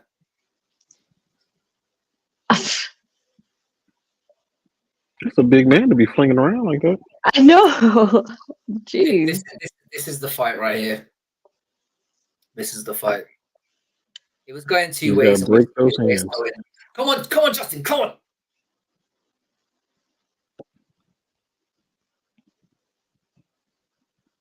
Because as long as it's this close. Yeah, down again. Oh, dumpy. Oh, Is he going for a triangle? He's not, is he? He's not going for But this is the thing, though. If he can survive the round, we reset again for round 2. Hopefully, he can. And Taffa will be hard to finish. Yeah. Oh, kick to the face. Is that not allowed? I know. It looked like he apologized for it. He did. But he's on his knees is that not allowed if you're on your knees on top of someone? You're not allowed to get kicked in the face. That's terrible, that is. Can't do that to a downed opponent. You know how much I love that.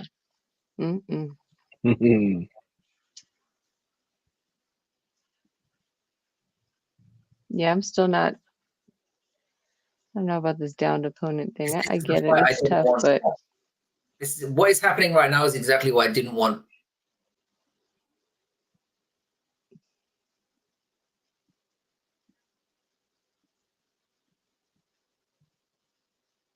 who was he supposed to fight? I forgot. Wasn't he supposed to fight someone? And they round. So Junior was supposed to be fighting him, and Justin was supposed to be fighting what's his face? Yeah, that's it. Who did Junior get beaten up by again? Man, who was it? Because it was leg kicks, wasn't it? Oh, the Brazilian dude.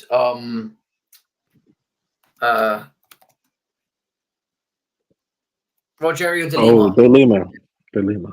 Yeah. Just as it was popping up, it just came back to me. Yeah. Rogerio de Lima. But I picked Rogerio de Lima against Justin Taffa. So I didn't like Junior's chances.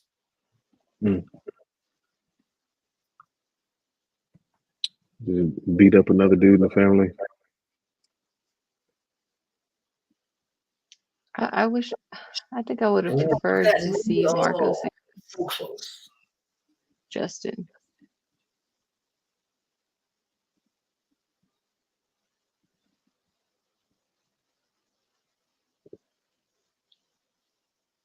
Yeah, I'm not liking where this is going. Come on, Justin, do something.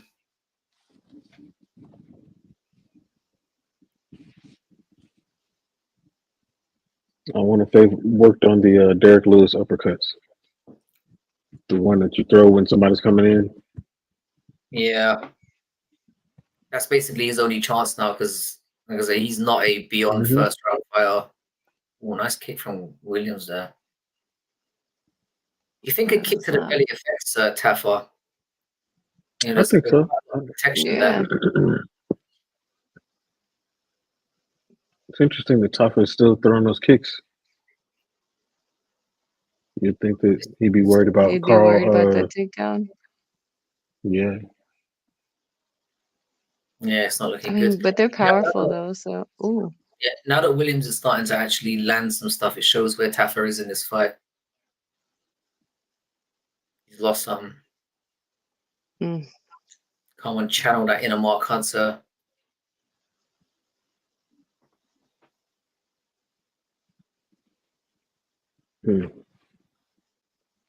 But as much as I want Taffa to win this, I am impressed with Williams so far. He is because he is willing to Yeah, stand. he's landing that jab is crazy. He's got some long arms. I didn't even Yeah. check out his reach. He's got some long arms. Oh, Top is getting No. mad. And his leg is hurt.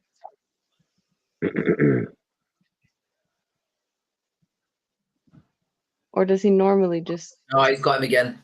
Got the leg. Yeah. Round over. Oh, he pushed him away. Oh, crap. Well done. That's encouraging. Good I'm job. upset. That's You've been encouraging. in That there. would You've been training.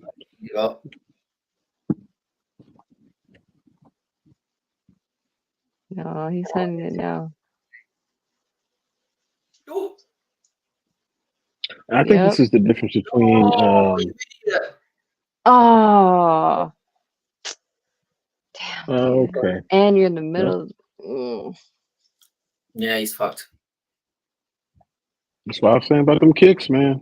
The kicks, though, is like such a stupid thing to do. Just use your stay at range and use your hands. Leg kick. And I don't mean like I mean calf kick. He's finished. Yeah. So another round goes down. I don't think Williams is going to finish it, but I think this round's over. And then Taffa's going to have even less for the third round. Laura said those kicks were fight IQ mistakes. They are, man. Like, why? What are you doing? I know you're having a hard time taking me down. Here's my leg. See if you can do it now. Yeah.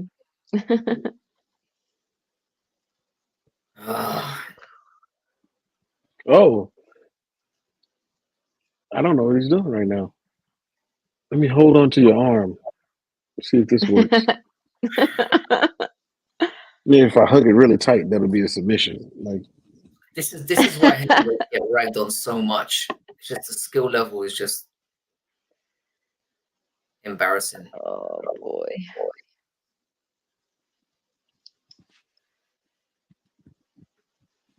All right, back to this Apple shirt. Let's see. You should do like numbered shirts as well. So like, do like 100 of them. Then we have like one of 100, 2 of 100.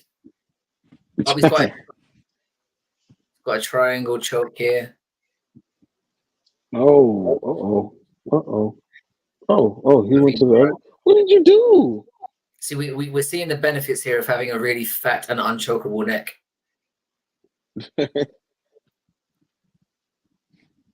It's the Josiane Nunes. Oh, the no neck theory. And No neck theory. Yeah, you can't choke somebody out that doesn't have a neck. I immediately thought of that dumb meme where the guy's like pointing at his head. You know what? Taffa's making me sad right now because it's like it's fine being not good, but don't be dumb as well. Yeah. Don't be dumb and not good. It's so painful to watch this. Yeah. Oh. Yeah.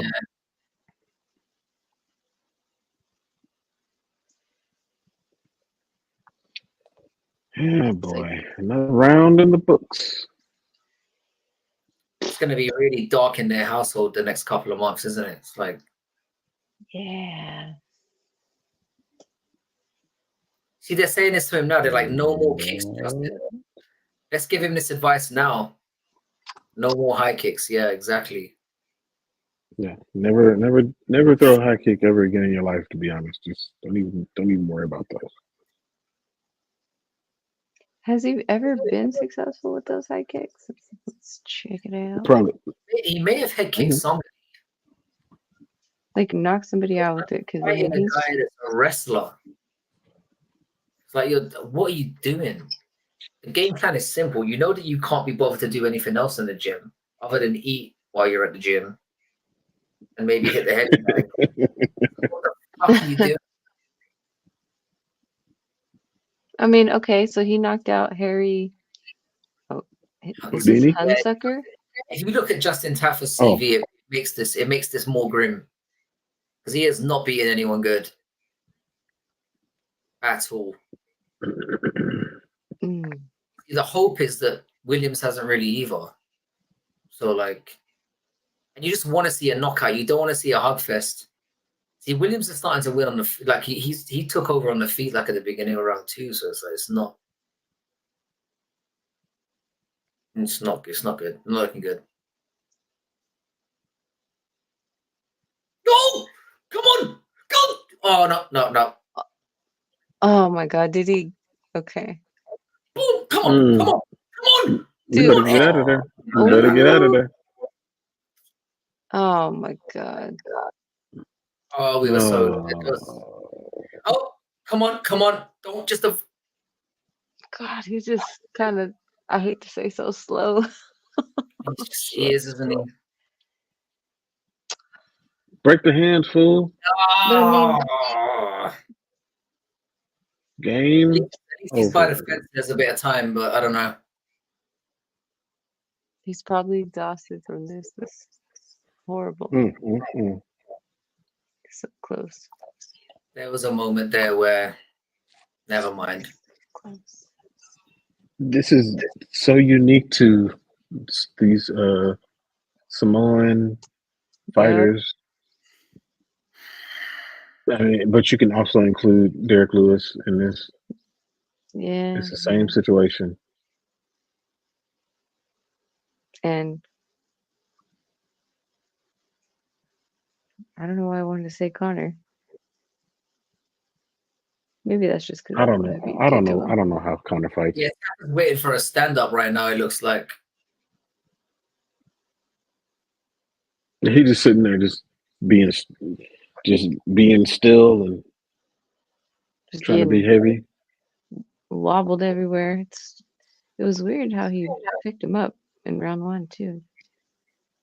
Yeah, that was pretty impressive. Because it's not just a 265-pound guy, it's a 265-pound guy who's pretending to resist. So it's like that adds extra height right there. He looked like he's this is weird. Oh. Back to his shirt. This is why you don't put a fight like this as the co-main.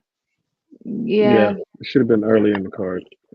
I guess Tafa could have knocked him out, so they made a choice.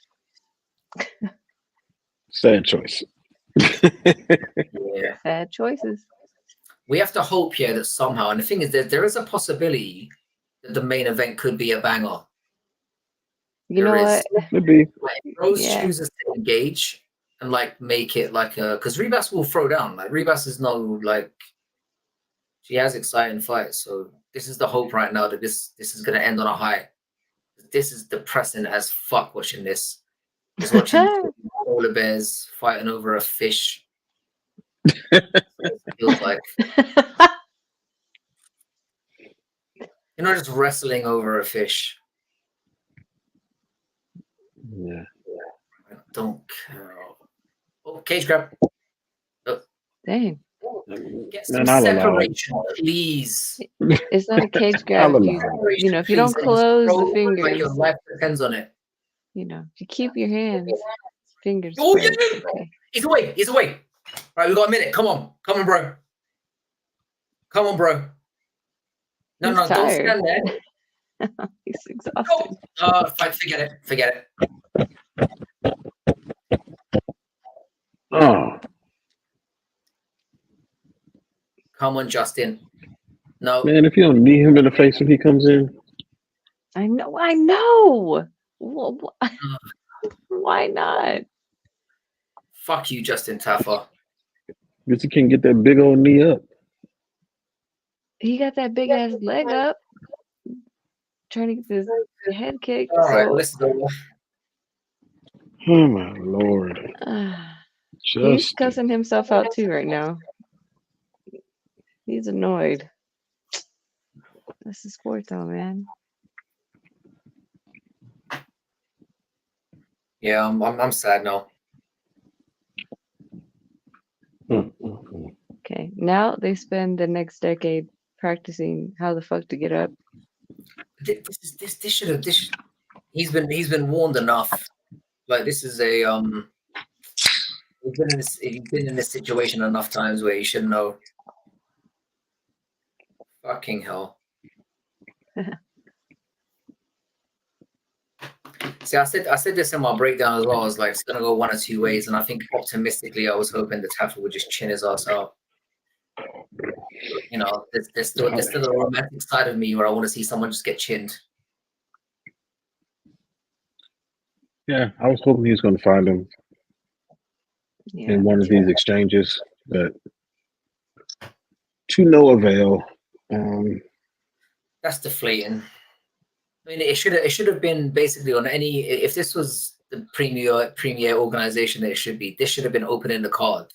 And then we're not thinking about it anymore. It's just left a sour taste, which is the risk that you.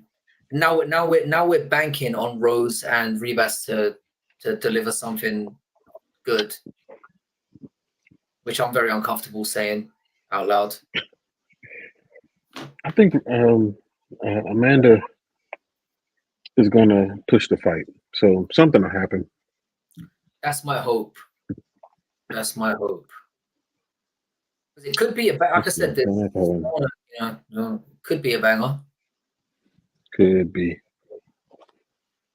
Well, we know where this decision is going. How much did we talk about Kobe and Gary? We talked about them, right? No, we haven't talked about it here. I don't think. I don't remember now. 29-28. That was a fucking 30-27. How's that a unanimous 29-28? Oh my god. That's a robbery for the winner. That's a 30-27. Yeah, that was an easy 30-27. But see, that's what they're doing. They're giving Justin that glimmer of, oh, well, he won a round. This was a Marlon Vera 3-round situation. He's tied for the longest active win streak in the heavyweight division at 3.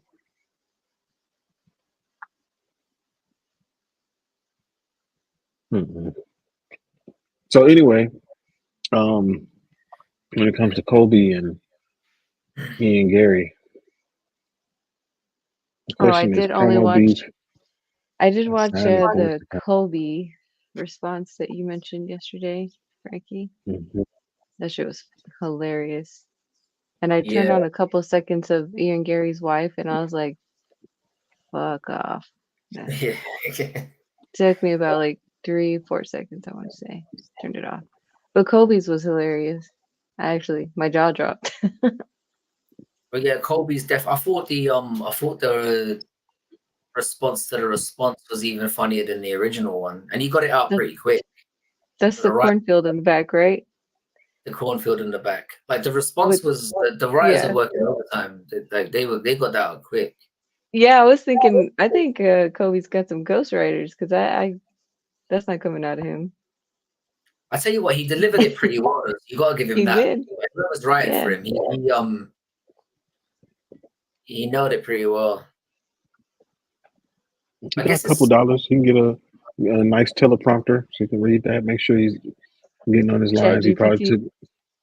Got a nice couple takes in, and they edited it, the way it should have been. So yeah, no, he did a I think great job with the production. Yeah, I think in terms of it being a sign of things to come, though, it's like it depends where it leads. Because if it leads nowhere, it dies a very quick death right here. Wait, are you guys? Yeah, If we you get guys like don't want to see the Ian Gary Kobe fight? Yeah, I don't. You don't? I don't care to see. I don't care to. No. It's giving Ian Gary the easy path to the top, fighting a clearly declining Colby Covington, so he can get a spot in the top 5. I don't like That's it. true. I don't like that either, but I think it's a good matchup for their personalities. And Now, if they just want to match up and do I mean, I'll listen to a debate. They want to do a debate. Let's do that. But fighting? Nah, I'm cool. I don't need that. If you think about it from the point of view that, when you get fights lined up, right, and you hope that they're gonna like live up to expectations in the cage, right? And let's just say objectively, let's just say 50% of the time they deliver, right? Yeah. We're guaranteed to get funny moments, multiple funny moments if the fight gets booked and they have multiple chances to interact with each other, be it like making these stupid videos. And the press conference will be amazing. The press conference will That's be why I said, and that's why I say I'd be cool with a debate. Let's just do a debate. I think we might need one in order for the other to happen, though. You know what I mean? Like we might need the fight to get booked in order to get the debate. So it's like, am I willing to get a fight to get the debate beforehand? Maybe I'm willing to. If we could do the fight, but all the rest of us know that the fight is not real, but they don't know, and the fight actually never really happens. Like, let's just do that. I don't want to see it, man. I don't. I think if they did fight, I feel like it would be lopsided one way or the other. Either Ian Gary beats up a washed up Kobe Covington, or Kobe Covington wasn't washed up, and the things that he said, like you mentioned, got into his head when he fought Leon and he froze, and he dominates Ian Gary. Yeah. So I don't think it's going to be a situation where it's like, oh, that was a really competitive fight. No, it's going to be a wash one way or the other. Yeah, and I mean, is Ian Gary really a solid up and comer that the outcome would be really, really good for Kobe? It's not like Dustin fighting Benoit. Benoit Saint-Denis. Yeah. I still can't remember who the hell called him Benoit. It had to be Chael. Do you know what I think Gary's scalp is good right now because it's what we were talking about what is a star. It's like Gary is technically, if you are generating an enormous amount of hate, you're not the kind of star that you want to be, but you're still a star. Yeah. If you can generate interactions and people that want to see you get absolutely fucking slapped, you're like as long as people are watching you. I'm loving Mikey's summary of the card, by the way. Yeah. I'm happy with Arosa Ramos, Talbot Simon, Aaron's Sharbazian Dobson, a dude bit a dude. Namajunas Ribas doesn't really have to deliver for it to be a good card. I think it will be. I tell you what, it's a card that was. It had definitely had enough moments to say that it wasn't a waste of time watching. I think that's fair enough to say. Just as a side by there, but yeah. I feel like we have to shout out Mikey, who's been going strong for the whole stream here. Yep. My Yep. knees are hardcore to the extreme. The fact that you're hanging around for this card is a credit to you, sir. Oh, she's Absolutely. saying I'm the best. I need Ribas to smoke her. I need Ribas to smoke her right now. Did she Or say I'm the best? I'm awake. She's saying I'm the best again, over and over. Dude, I try not to say here it comes, I'm the best. To not be an asshole. She keeps saying it. Come on, Ribas. Fucking smack her up, please. This is my answer to y'all's who do you want to see flatline question. But she's the best. All right, well, I'm the best. I'm the best. maybe she flatlines her. I don't know. Maybe Rose gets this one. She needs to. Oh, come on. Yuck. Now that Pat Barry's a bit older now, it looks more creepy, doesn't it? Because he looks 50 right now. And she looks. You know what I mean? I should have turned my camera off. I might need to during this fight. I really hope Damn, that Ribas. dude. Is she just so tiny or the guy behind her ginormous? He's He a looks like a ginormous guy. fucking mountain from Game of Thrones. Dude. Because he looks big. He looks big next to Pat Barry, and Yeah, Pat is a pretty big guy. yeah, Pat ain't small. Come on, Ribas, please retire. Because I honestly think if Rose gets some, if she loses in any facet here, I think she's done. He said she looks like a damn orphan boy. Oh, Rose, I'm sorry. Okay. I don't like Rose. I'm sorry. Everything I dislike about her, she just summarized in that moment right there. You know, you can't say I'm the best. I'm the best. I'm the best after. You could say after. After you get an amazing win, maybe it's just something. I don't know. No, it's not. I think it's just an affirmation. It's just an affirmation. Yeah. You know. Yeah. You know, maybe. But maybe. I can understand it being very cringy. I can understand that. I'm liking this walkout music. Her Very Irish themed. At least she doesn't like Rhonda. All right, I'm digging it. I'm digging it.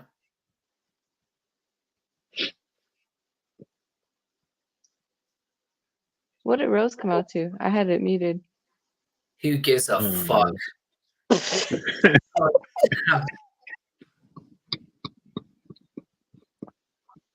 It clearly wasn't noticeable enough, like fucking hell. Whatever it was. It came out to silence and just I'm the best, I'm the best, I'm the best. Just like let me see what Reddit said about them. I'm digging this walkout, you know. I really want Ribas to win now. Yeah, me too. I mean I wanted her to win anyway. I picked Rose, but I wanted Why are y'all clapping like second graders?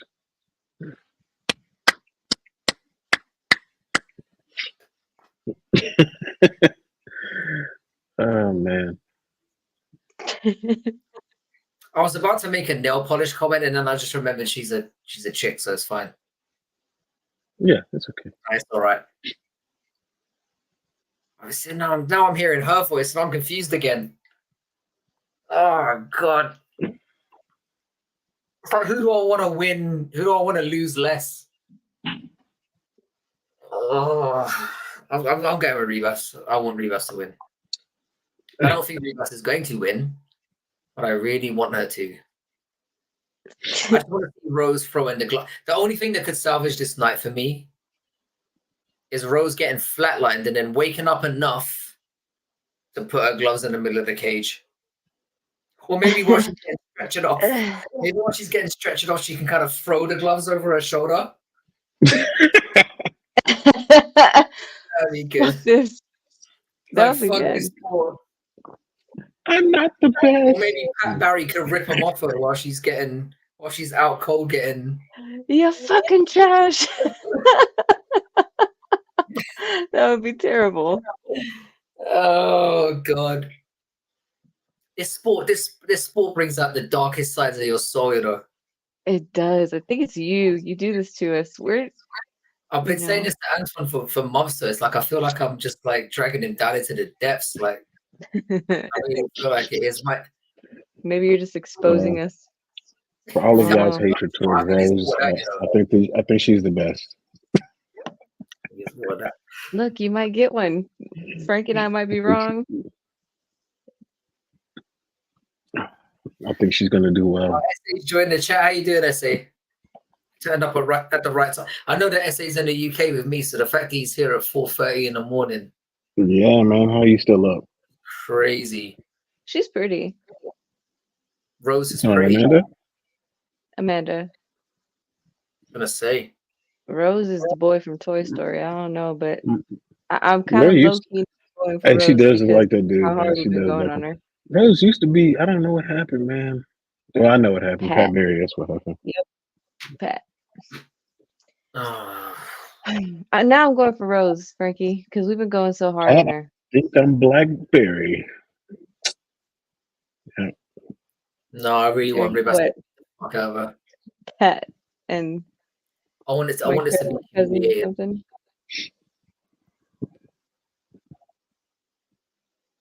Does he have a sweater with her face on it 1 billion times? Look at Pat Berry in the same rhythm. Look, was this planned? He does it every time. Is that really? Yeah, he does it every time. She's his avatar. He's fighting through her, trying to relive his glory days. I'm proud that I never noticed that. Get back for that Czech Congo mishap that happened. Oh, that was beautiful. To be fair, Czech Congo actually, he just did an interview where he was talking about that too. I haven't watched the interview yet, but he just did the interview talking about it. Yeah, I actually want to check that out. Who was it with? Let me see. Let me look it up. Please say. We're doing good, SAG. By the way.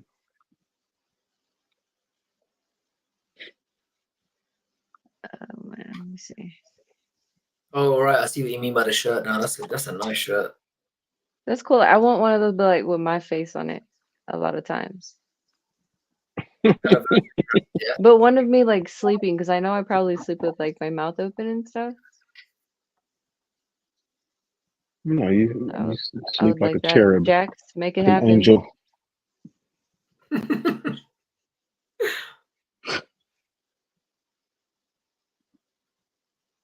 That was a really sweet comment that you slipped in there, by the way. That was really nice. I'll write that one down. What was that? That's tomorrow. See, she didn't even hear it. She didn't even hear it. Don't even count. Oh, it's messed up. Right, it touched me. So it was worth saying. I said that you sleep like an angel. that's not true, but I appreciate that. Right, they kind of, they're not standing on the ceremony here, so this is encouraging. Yeah, like for just a quick second, I thought we were seeing Carla again, but no, I don't think so. Here we go. But this is the thing about Rose. You have to kind of she kind of fights at the level or the energy that her opponent's given her. Mm-hmm. And Ribas is looking like she's coked up right now.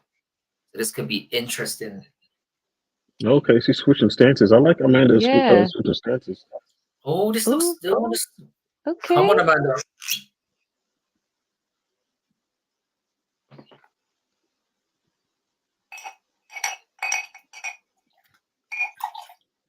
Ribas is doing a good job of like fainting and not staying still, because you stay still and Rose will get your timing. It's pretty quick.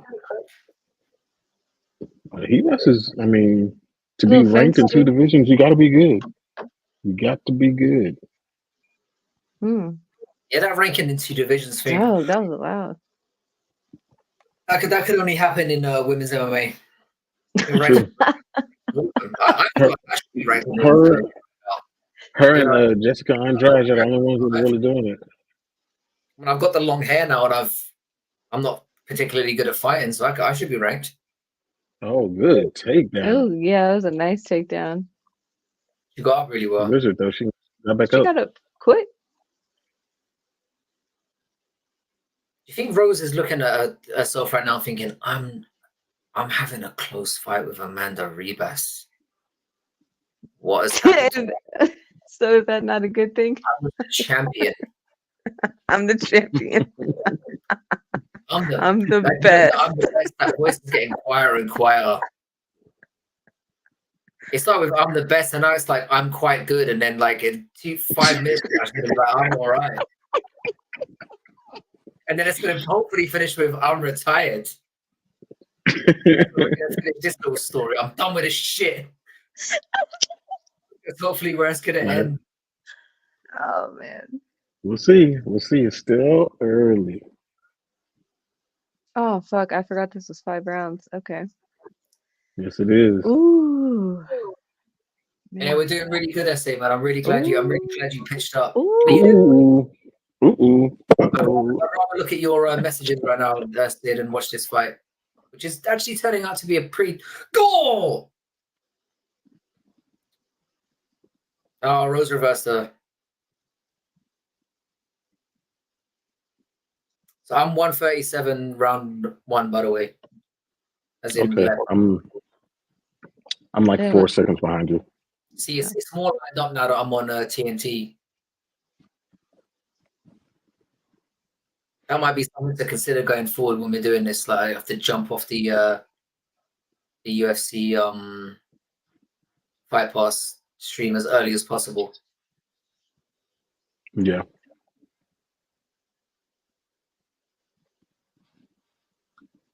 Because Namajunas is in a weird situation because obviously, like, she's not ranked at flyweight, and she can't make strawweight anymore.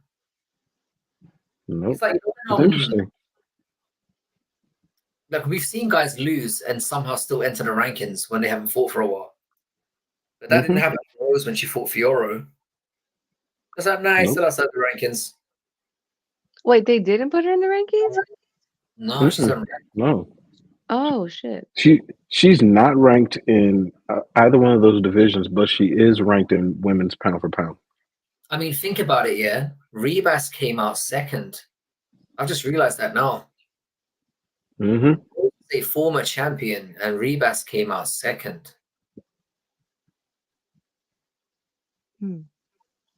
Yeah, it's kind of weird, but you know what? How are they gonna do it in yeah, I think so. How do you think they're gonna do it in Brazil? Because I mean, you got to go. Jose Aldo has to come out first, huh? Against Jonathan Martinez. Oh, definitely. Yeah.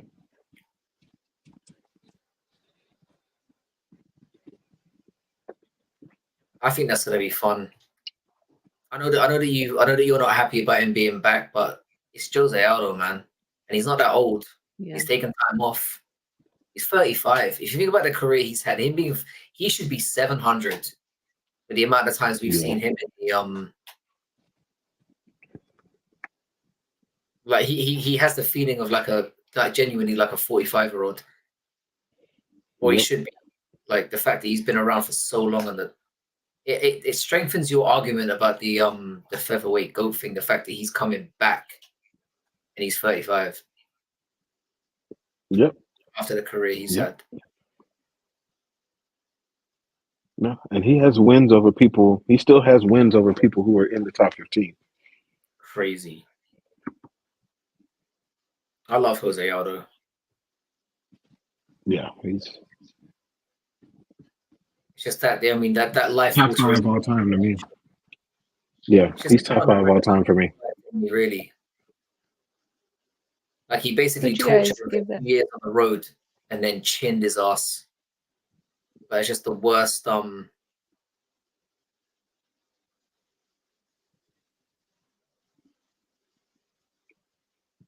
you about to ask who we gave that round to? Yeah. I mean, Doug Rose. I think Rose won a round. As much as it's painful to say. I think the reversal of the takedown kind of sealed it. But Ribas is still snapping around like this. Come on, Ribas, beat her up. Please. Hey, Rose didn't like that. Ribas is making this a fight, and that's why I want her to win. Because Rose doesn't usually fight like this. Ribas is like, fuck this. Oh, Rose Imagine caught her. fighting somebody who's that jittery, you know, who's like constantly like, that must be really intimidating because she looks like she's genuinely done something. She's done a few lines before she got out there. Not that I know what it's that's gotta like. be super annoying. I'm assuming. Gotta be annoying.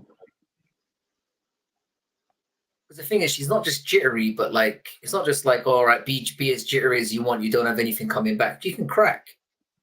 Yeah. Mm-hmm. It's like, you got to be aware of it. Come on, And she's Rita. setting her up for a spinning high kick. When she's throwing those spinning kicks to the body, like she's setting up that spinning high kick that she used in the last fight that she was in.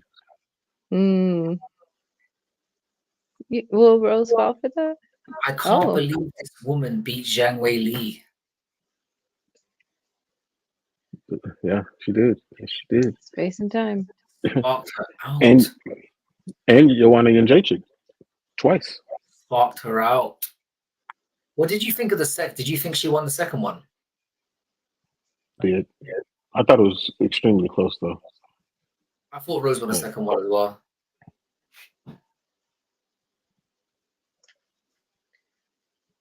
Well, I think Rose is winning this one too. Yeah. And she's got the takedown. Oh, no, she's back up. It's a decent. Oh, nice knee there. It's a good fight. I mean, it's not terrible. That was flush. Dang. Mm-hmm.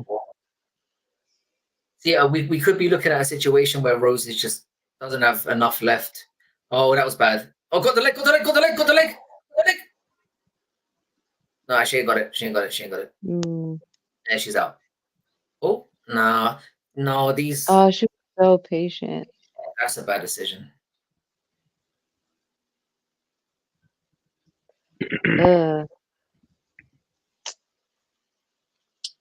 Yeah, fighting somebody who's been here. Sleeping soon. I mean, I'm already thinking about. I get to go to bed soon. I'm pretty happy. That's what this has brought me. For fuck's sake. I'm still with Mikey though. I still think this card was It was good. It was a card. It was good. But we've definitely seen way worse. Like, it's not gonna go down as like, oh god, this was like a complete waste of time. Yeah, no, I give it a B-. I give it a B-.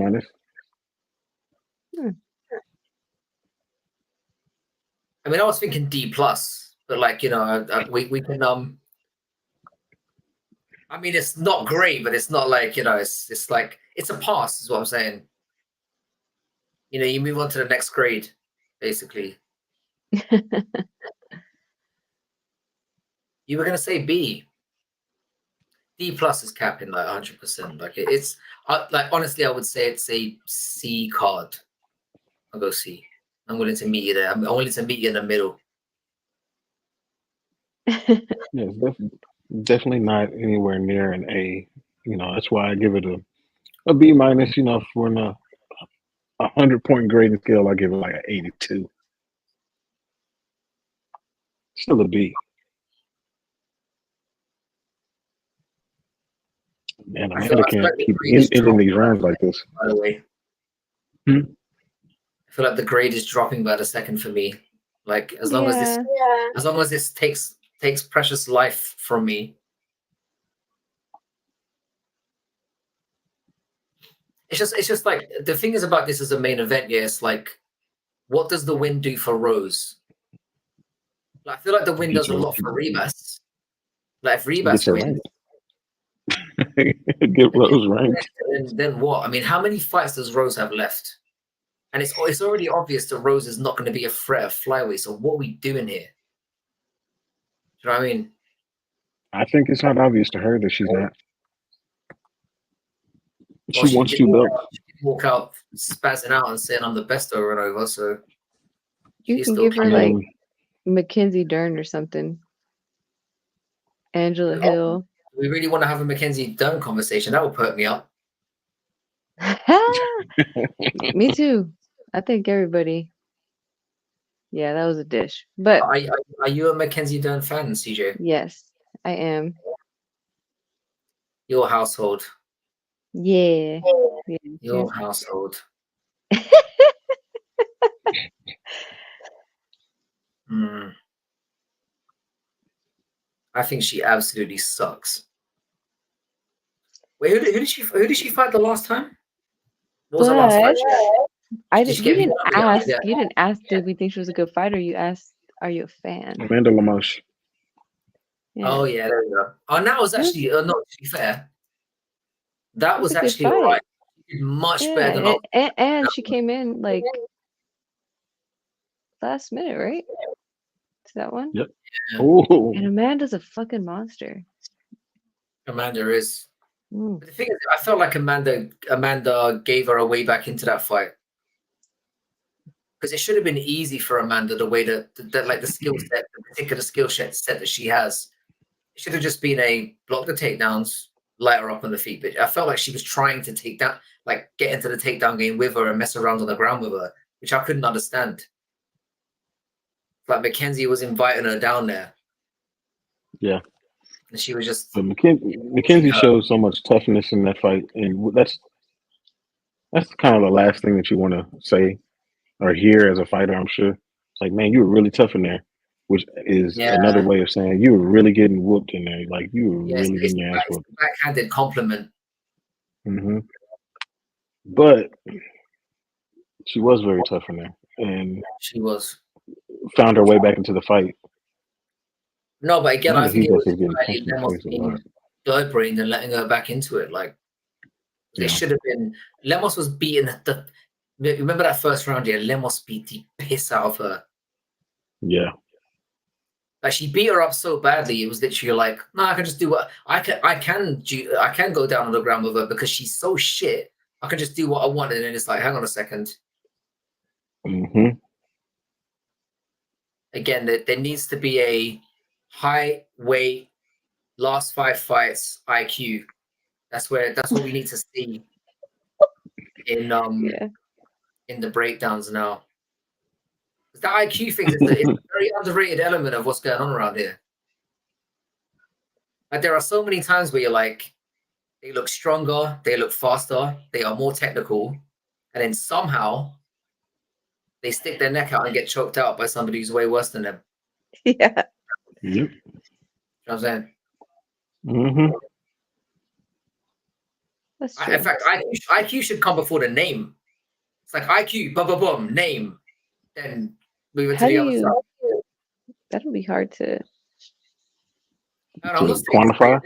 Yeah. I'm just saying.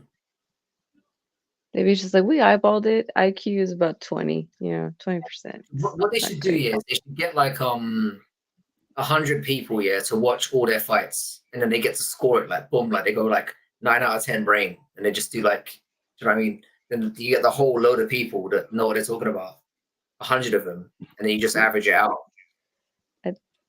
Who would have the highest IQ? Which fighters would have the highest IQ? I mean, you got to go. John Jones has a high IQ. Alexander Volkanovski has a high IQ. Yeah. Because it's not a sport that you went to. Did she DDT her? What the fuck just happened? She just DDT'd her. What happened? Honestly, I swear to God, guys, you know what that happened, yeah? I thought like, oh, I'm really drunk right now, and I just imagined this. But now that you're saying it, that really happened. Because it looked like their bodies were both upside down in the air at the same time for a moment. And I thought, fucking hell, this good takedown. Goodness, that was good. This fight is still to be won for Ribas.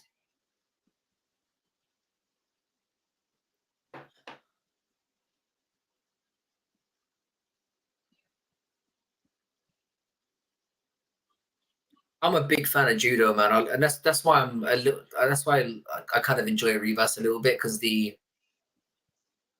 judo stuff on her side is usually quite good, but against someone like Rosie, who's very easy, you can very easily turn positions over. It's maybe not the best approach, but she got a nice takedown there. Yeah, she did. I mean, and to that point, he lost his judo black belt. So She got a big old judo black boot. black Sorry. boot.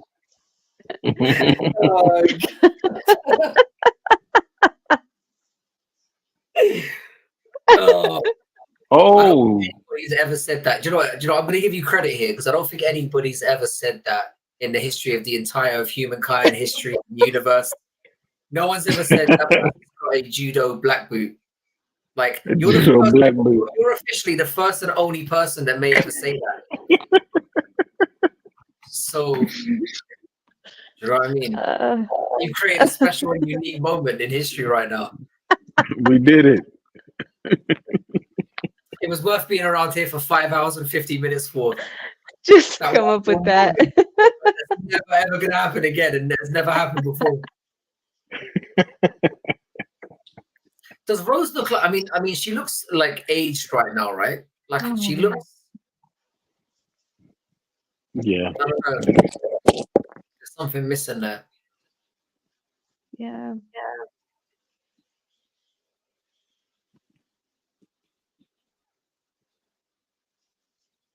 Who won that round? You get that to Ribas? I think Ribas won that round. I don't know now. I think it's 2-1. You guys think it's 2-1? Oh. Yeah, I think it's 2-1, Rose. See, that's basically a knockout. A little takedown there. Or a knockdown. And she did land when she was down. Come on, Ribas, just end her career. That would really make my night. I want gloves just being like badly want it. I'd sleep so nicely tonight if I know I'm never going to see Rose Namajunas blemish a card again. And then somebody said that Pat Berry left hickeys all over Rose's back. People are crazy. You know, you know when I lose faith in humanity, it's comments like that drag me back in. Like people are scum. Like it's just I don't want to talk to people anymore, and then people say stuff like that. Oh, Ribas is.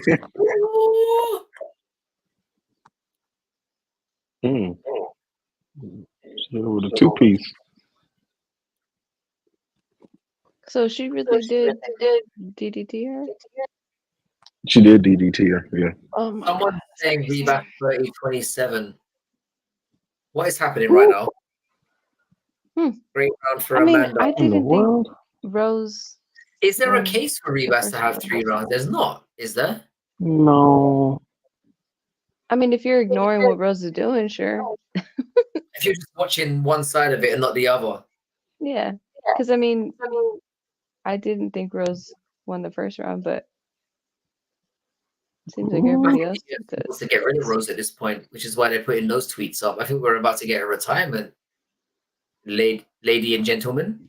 But I do think that Amanda looks really good in this round. That's for sure. Oh, she's definitely got more in the tank.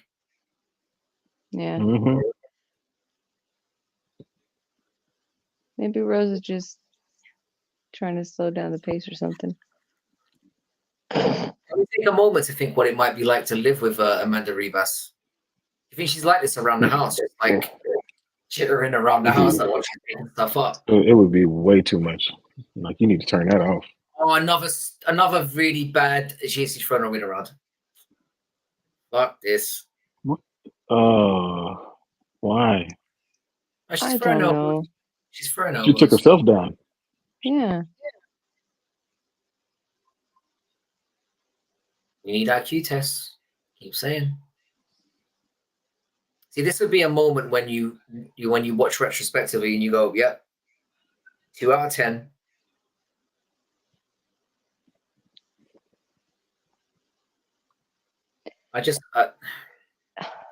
But the thing is, though, like, so if Rose wins this, she's not doing anything in this division. If she does, that's the point. Like, I mean, double check this division. I mean, I think Rose would be really annoying to live with as well. So what I'm saying is, the takeaway from this one is, we need to stop the Pat Barry hate. The Pat Barry hate. The man's the same. I mean, enough with that. Oh man, I can't believe she took herself down like that. That was so dumb. But Rose, like, are they giving her this fight for laying on her like this? Mm. I mean, No. like there was It's, a couple it's other control. fights. I mean, she's advancing. Or she advanced position just a second ago, but let's see how long she sits in this one. No, it's definitely a Rose run. This is the thing about women's MMA again, because like usually, like if in men's MMA, if somebody's taken down and they hit something significant from the bottom, it looks eye-catching. Whereas Fair, because I was gonna say that Justin Tafa and I can't remember the other guy's AJ or something, I don't know his name. Williams, I mean, he was kind of doing the same thing. yeah, But you're right, him hitting Justin Tafa on the ribs looks worse than Rose doing it. So we got a triangle. We got a triangle here. No. she's trying. It's very hard at this stage of the fight when they're all sweaty and whatnot. Yeah. Trying the triangle, but it's not working.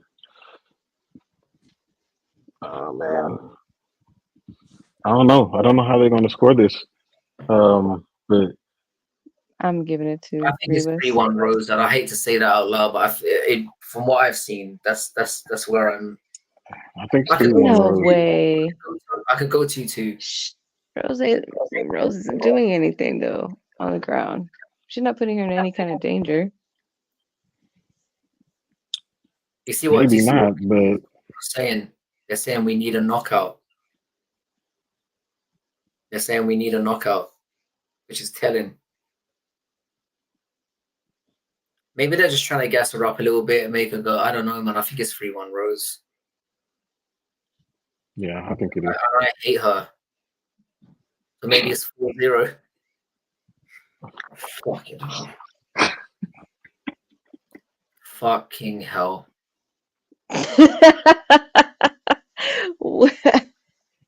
No retirement this time. Oh my god. Do y'all know this card is not over yet? Do you know that dude Lima has already gotten a tattoo of that bite mark? No, he hasn't. That's Yes, he genius. has. He's already gotten it. He said, I need you to get it before it goes away because Yeah. I want to remember this for the rest of my life. I don't know what to think about that. Speaking of like tattoos, okay, that's like the best tattoo in the UFC. I think we've just, for all the shit talking we've said about tattoos for the entire event, I think this guy's just dragged the whole, like, you know, like the reputation of people who decide to ick their bodies back into the green. Wow, that is a brilliant. Where's he getting it? So, well, yeah, because I assume he's left the arena. Obviously, I didn't bring somebody in. like what possessed him to like, you know what? I'm getting this shit tattooed on me. Because I guess it's a moment, you know. It is, and So things like- like the whole, like, because this is going to be memed all. Because let's be honest, this card's been very decent, but there's no standout moment. Except the That fact would be that the somebody standout moment, and then it will be the follow-up story of the guy got it tattooed as well. We have a star, ladies and gentlemen. spinning back this year before we left.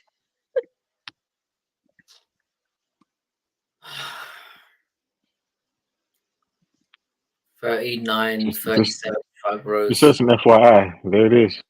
What does it say on the? You It's got the I got fucking bit bonus. Remember I was saying that earlier? That's what what Dana called it. I got fucking bit bonus. fucking quick work. That looks pretty cool. Mhm. Yeah. Yep, pretty fast. Is that the tongue in there in the middle as well? What's that? I don't know. I wonder if that's just like It might shading be. or something. Bruising. I'm acting like I've never got a tattoo before. Could be the bruising. You might have a Maybe it's little like the knowledge on mouth those. guard or something. No, I can't have his teeth in It there could be like the- that. That, No, but imagine getting tattooed on where you got bit. That would be fucking painful. Like I don't think Yes, tattoos are that painful anyway. I mean, maybe not right there. I mean, getting judging by the way that bitten. he reacted when he got bit, I don't know how he. I mean, it seems like he tolerates pain very well. I think we're going to get our robbery of the night here. I think they're going to give Ribas the win. No way. They want Rose out of here.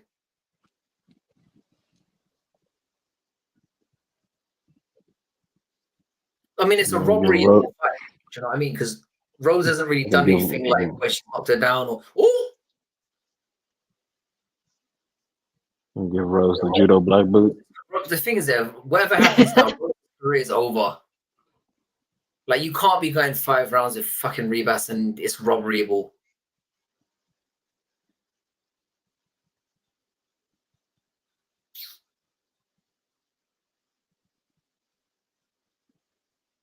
Ribas is still going. Fair play to her. She is. She is. Rose isn't throwing much at all. But Rose does this. Yeah. Like she has like very long periods of inactivity. Yeah, it's coasting. Shouldn't even been here. By the way, shout out to you guys for putting on such a good presentation with everything and for the banter. You've made this sub-level card enjoyable for me, so thank you. Yeah, it was fun. If I'd been by myself, I'd have literally just thrown the table over and walked off. That's what Rose needs to do today. No. We'll live to fight another day. Live to fight another day. As long as you don't get knocked out in the next 30-ish seconds. Yeah, ain't gonna happen. These two could fight for the next 100 years and we'd still be right here. Probably. I mean, in fairness to them, I don't feel like they're ever gonna stop. I don't feel like they're ever gonna fucking start either.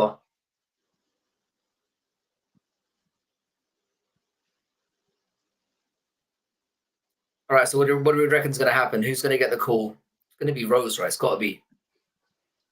Yeah, I got Rose. Unfortunately, I got my fingers crossed for the robbery gods to help us out here, but probably Rose. Honestly, if you're thinking about conspiracy theories of how betting goes, they'd want Ribas to win this fight, right? Because nobody bet on Ribas to win this. I'm assuming. Yeah. I think I'll give this one 48, I'll give it a C 47. plus. Oh, I thought you 48, meant the card. 47. Rose. Yeah, 48, 47. I think that's where I go. But I wouldn't be shocked if it was 49, 46.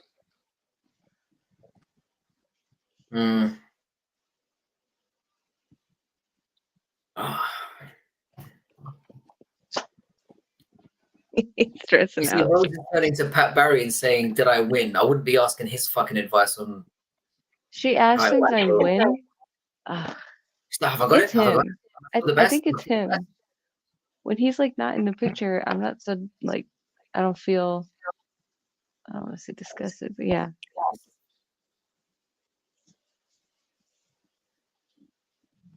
I wish that Rose would just train with Justin Gaethje's coach. What's that guy's name? Trevor Whitman. Yeah, I wish she would just train with him. And I mean,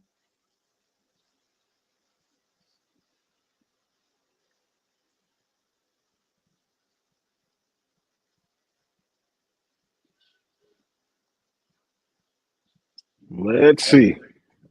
she is super finicky. Yeah, it's Rose. It's gotta be. It's unanimous. It's gonna be Rose.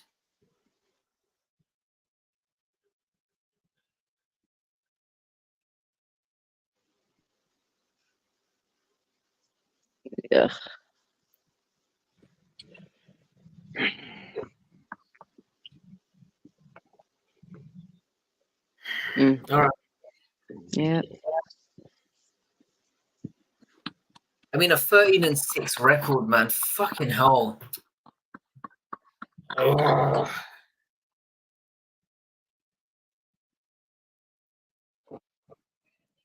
Fair play. All right, you won.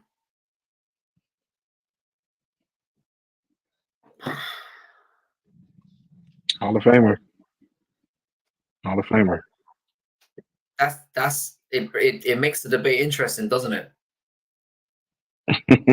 Basically, like if you're a champion, you kind of have to be in the Hall of Fame, right? Not necessarily, but mostly yes. According to DC, anyway. I mean, yeah, DC's wrong on that because Good night, Mikey. all champions aren't Hall of Famers, and all Hall of Famers aren't champions. So, Yeah. Nico Montana, she ain't a Hall of Famer. Jermaine Durandamy is not a Hall of Famer. You know what I'm saying? Different reason though, just having her in the you know, in like this happened. Jim Miller's a Hall of Famer, 100%, Mikey. Jim Miller's a Hall of Famer, though, right? Yeah, I don't agree with DC on that one. Jim Miller's a Hall of Famer. Yeah, I think he is. But I mean, she's talking about the. I'm going to be watching the Manan Fioro Blanchfield fight. Why? Why are you watching it? Like a. This is why I didn't want her to win. It's just a delusion, man. Fucking hell. She literally looked worse than when she fought. Like Fioro beat her up for the majority of that fight, or you know, controlled and dominated most of that fight. Oh damn, Ribas! Turn the fucking volume down. Fuck me. Why have I still got my headphone in? No, we're done. Oh, you don't like her voice? Oh, I hate her voice. Fuck me. Yeah, she sounds like the Wicked Witch. If I could define what hell would be like, it would be visually watching Rose versus Carla 2, and it would be listening to Ribas on commentary. That would be like my So if you're listening out there, you want to know how to put me through hell, that'd be it. Looking to punish me later on down the line. Fuck me, that is awful. I like Ribas, but other than that, no. I like her. I don't like her voice, but I like her. I like her. I just don't like her voice. all right, guys, this was fun. Yeah. Yeah. And it was a good little test on a card that nobody's watching. So I've had a good time, and thanks for the experience. I think we can definitely do a lot more going forward. I'm excited. Yes, for sure. For anybody that's left in here that's held on this long, man, we definitely appreciate y'all. Definitely. And we'll do this more often. Gearing up for UFC 300. That's when we're really gonna be into it. Yeah, go all out. Some pretty shitty cards coming up, but I mean, you know, as long as we got something to drink, be okay. Cheers, everyone. Right. Yep.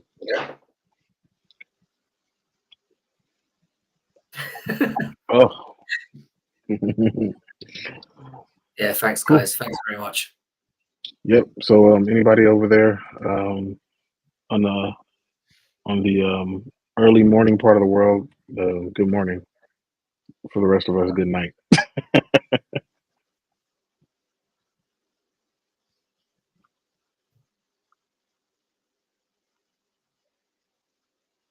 Did he just like leave? I thought he was gonna stay back or something. I think it does. Does it lock the streamer for him? Actually, I think it does. Or maybe not. I don't know. I thought he was gonna stay back and like no.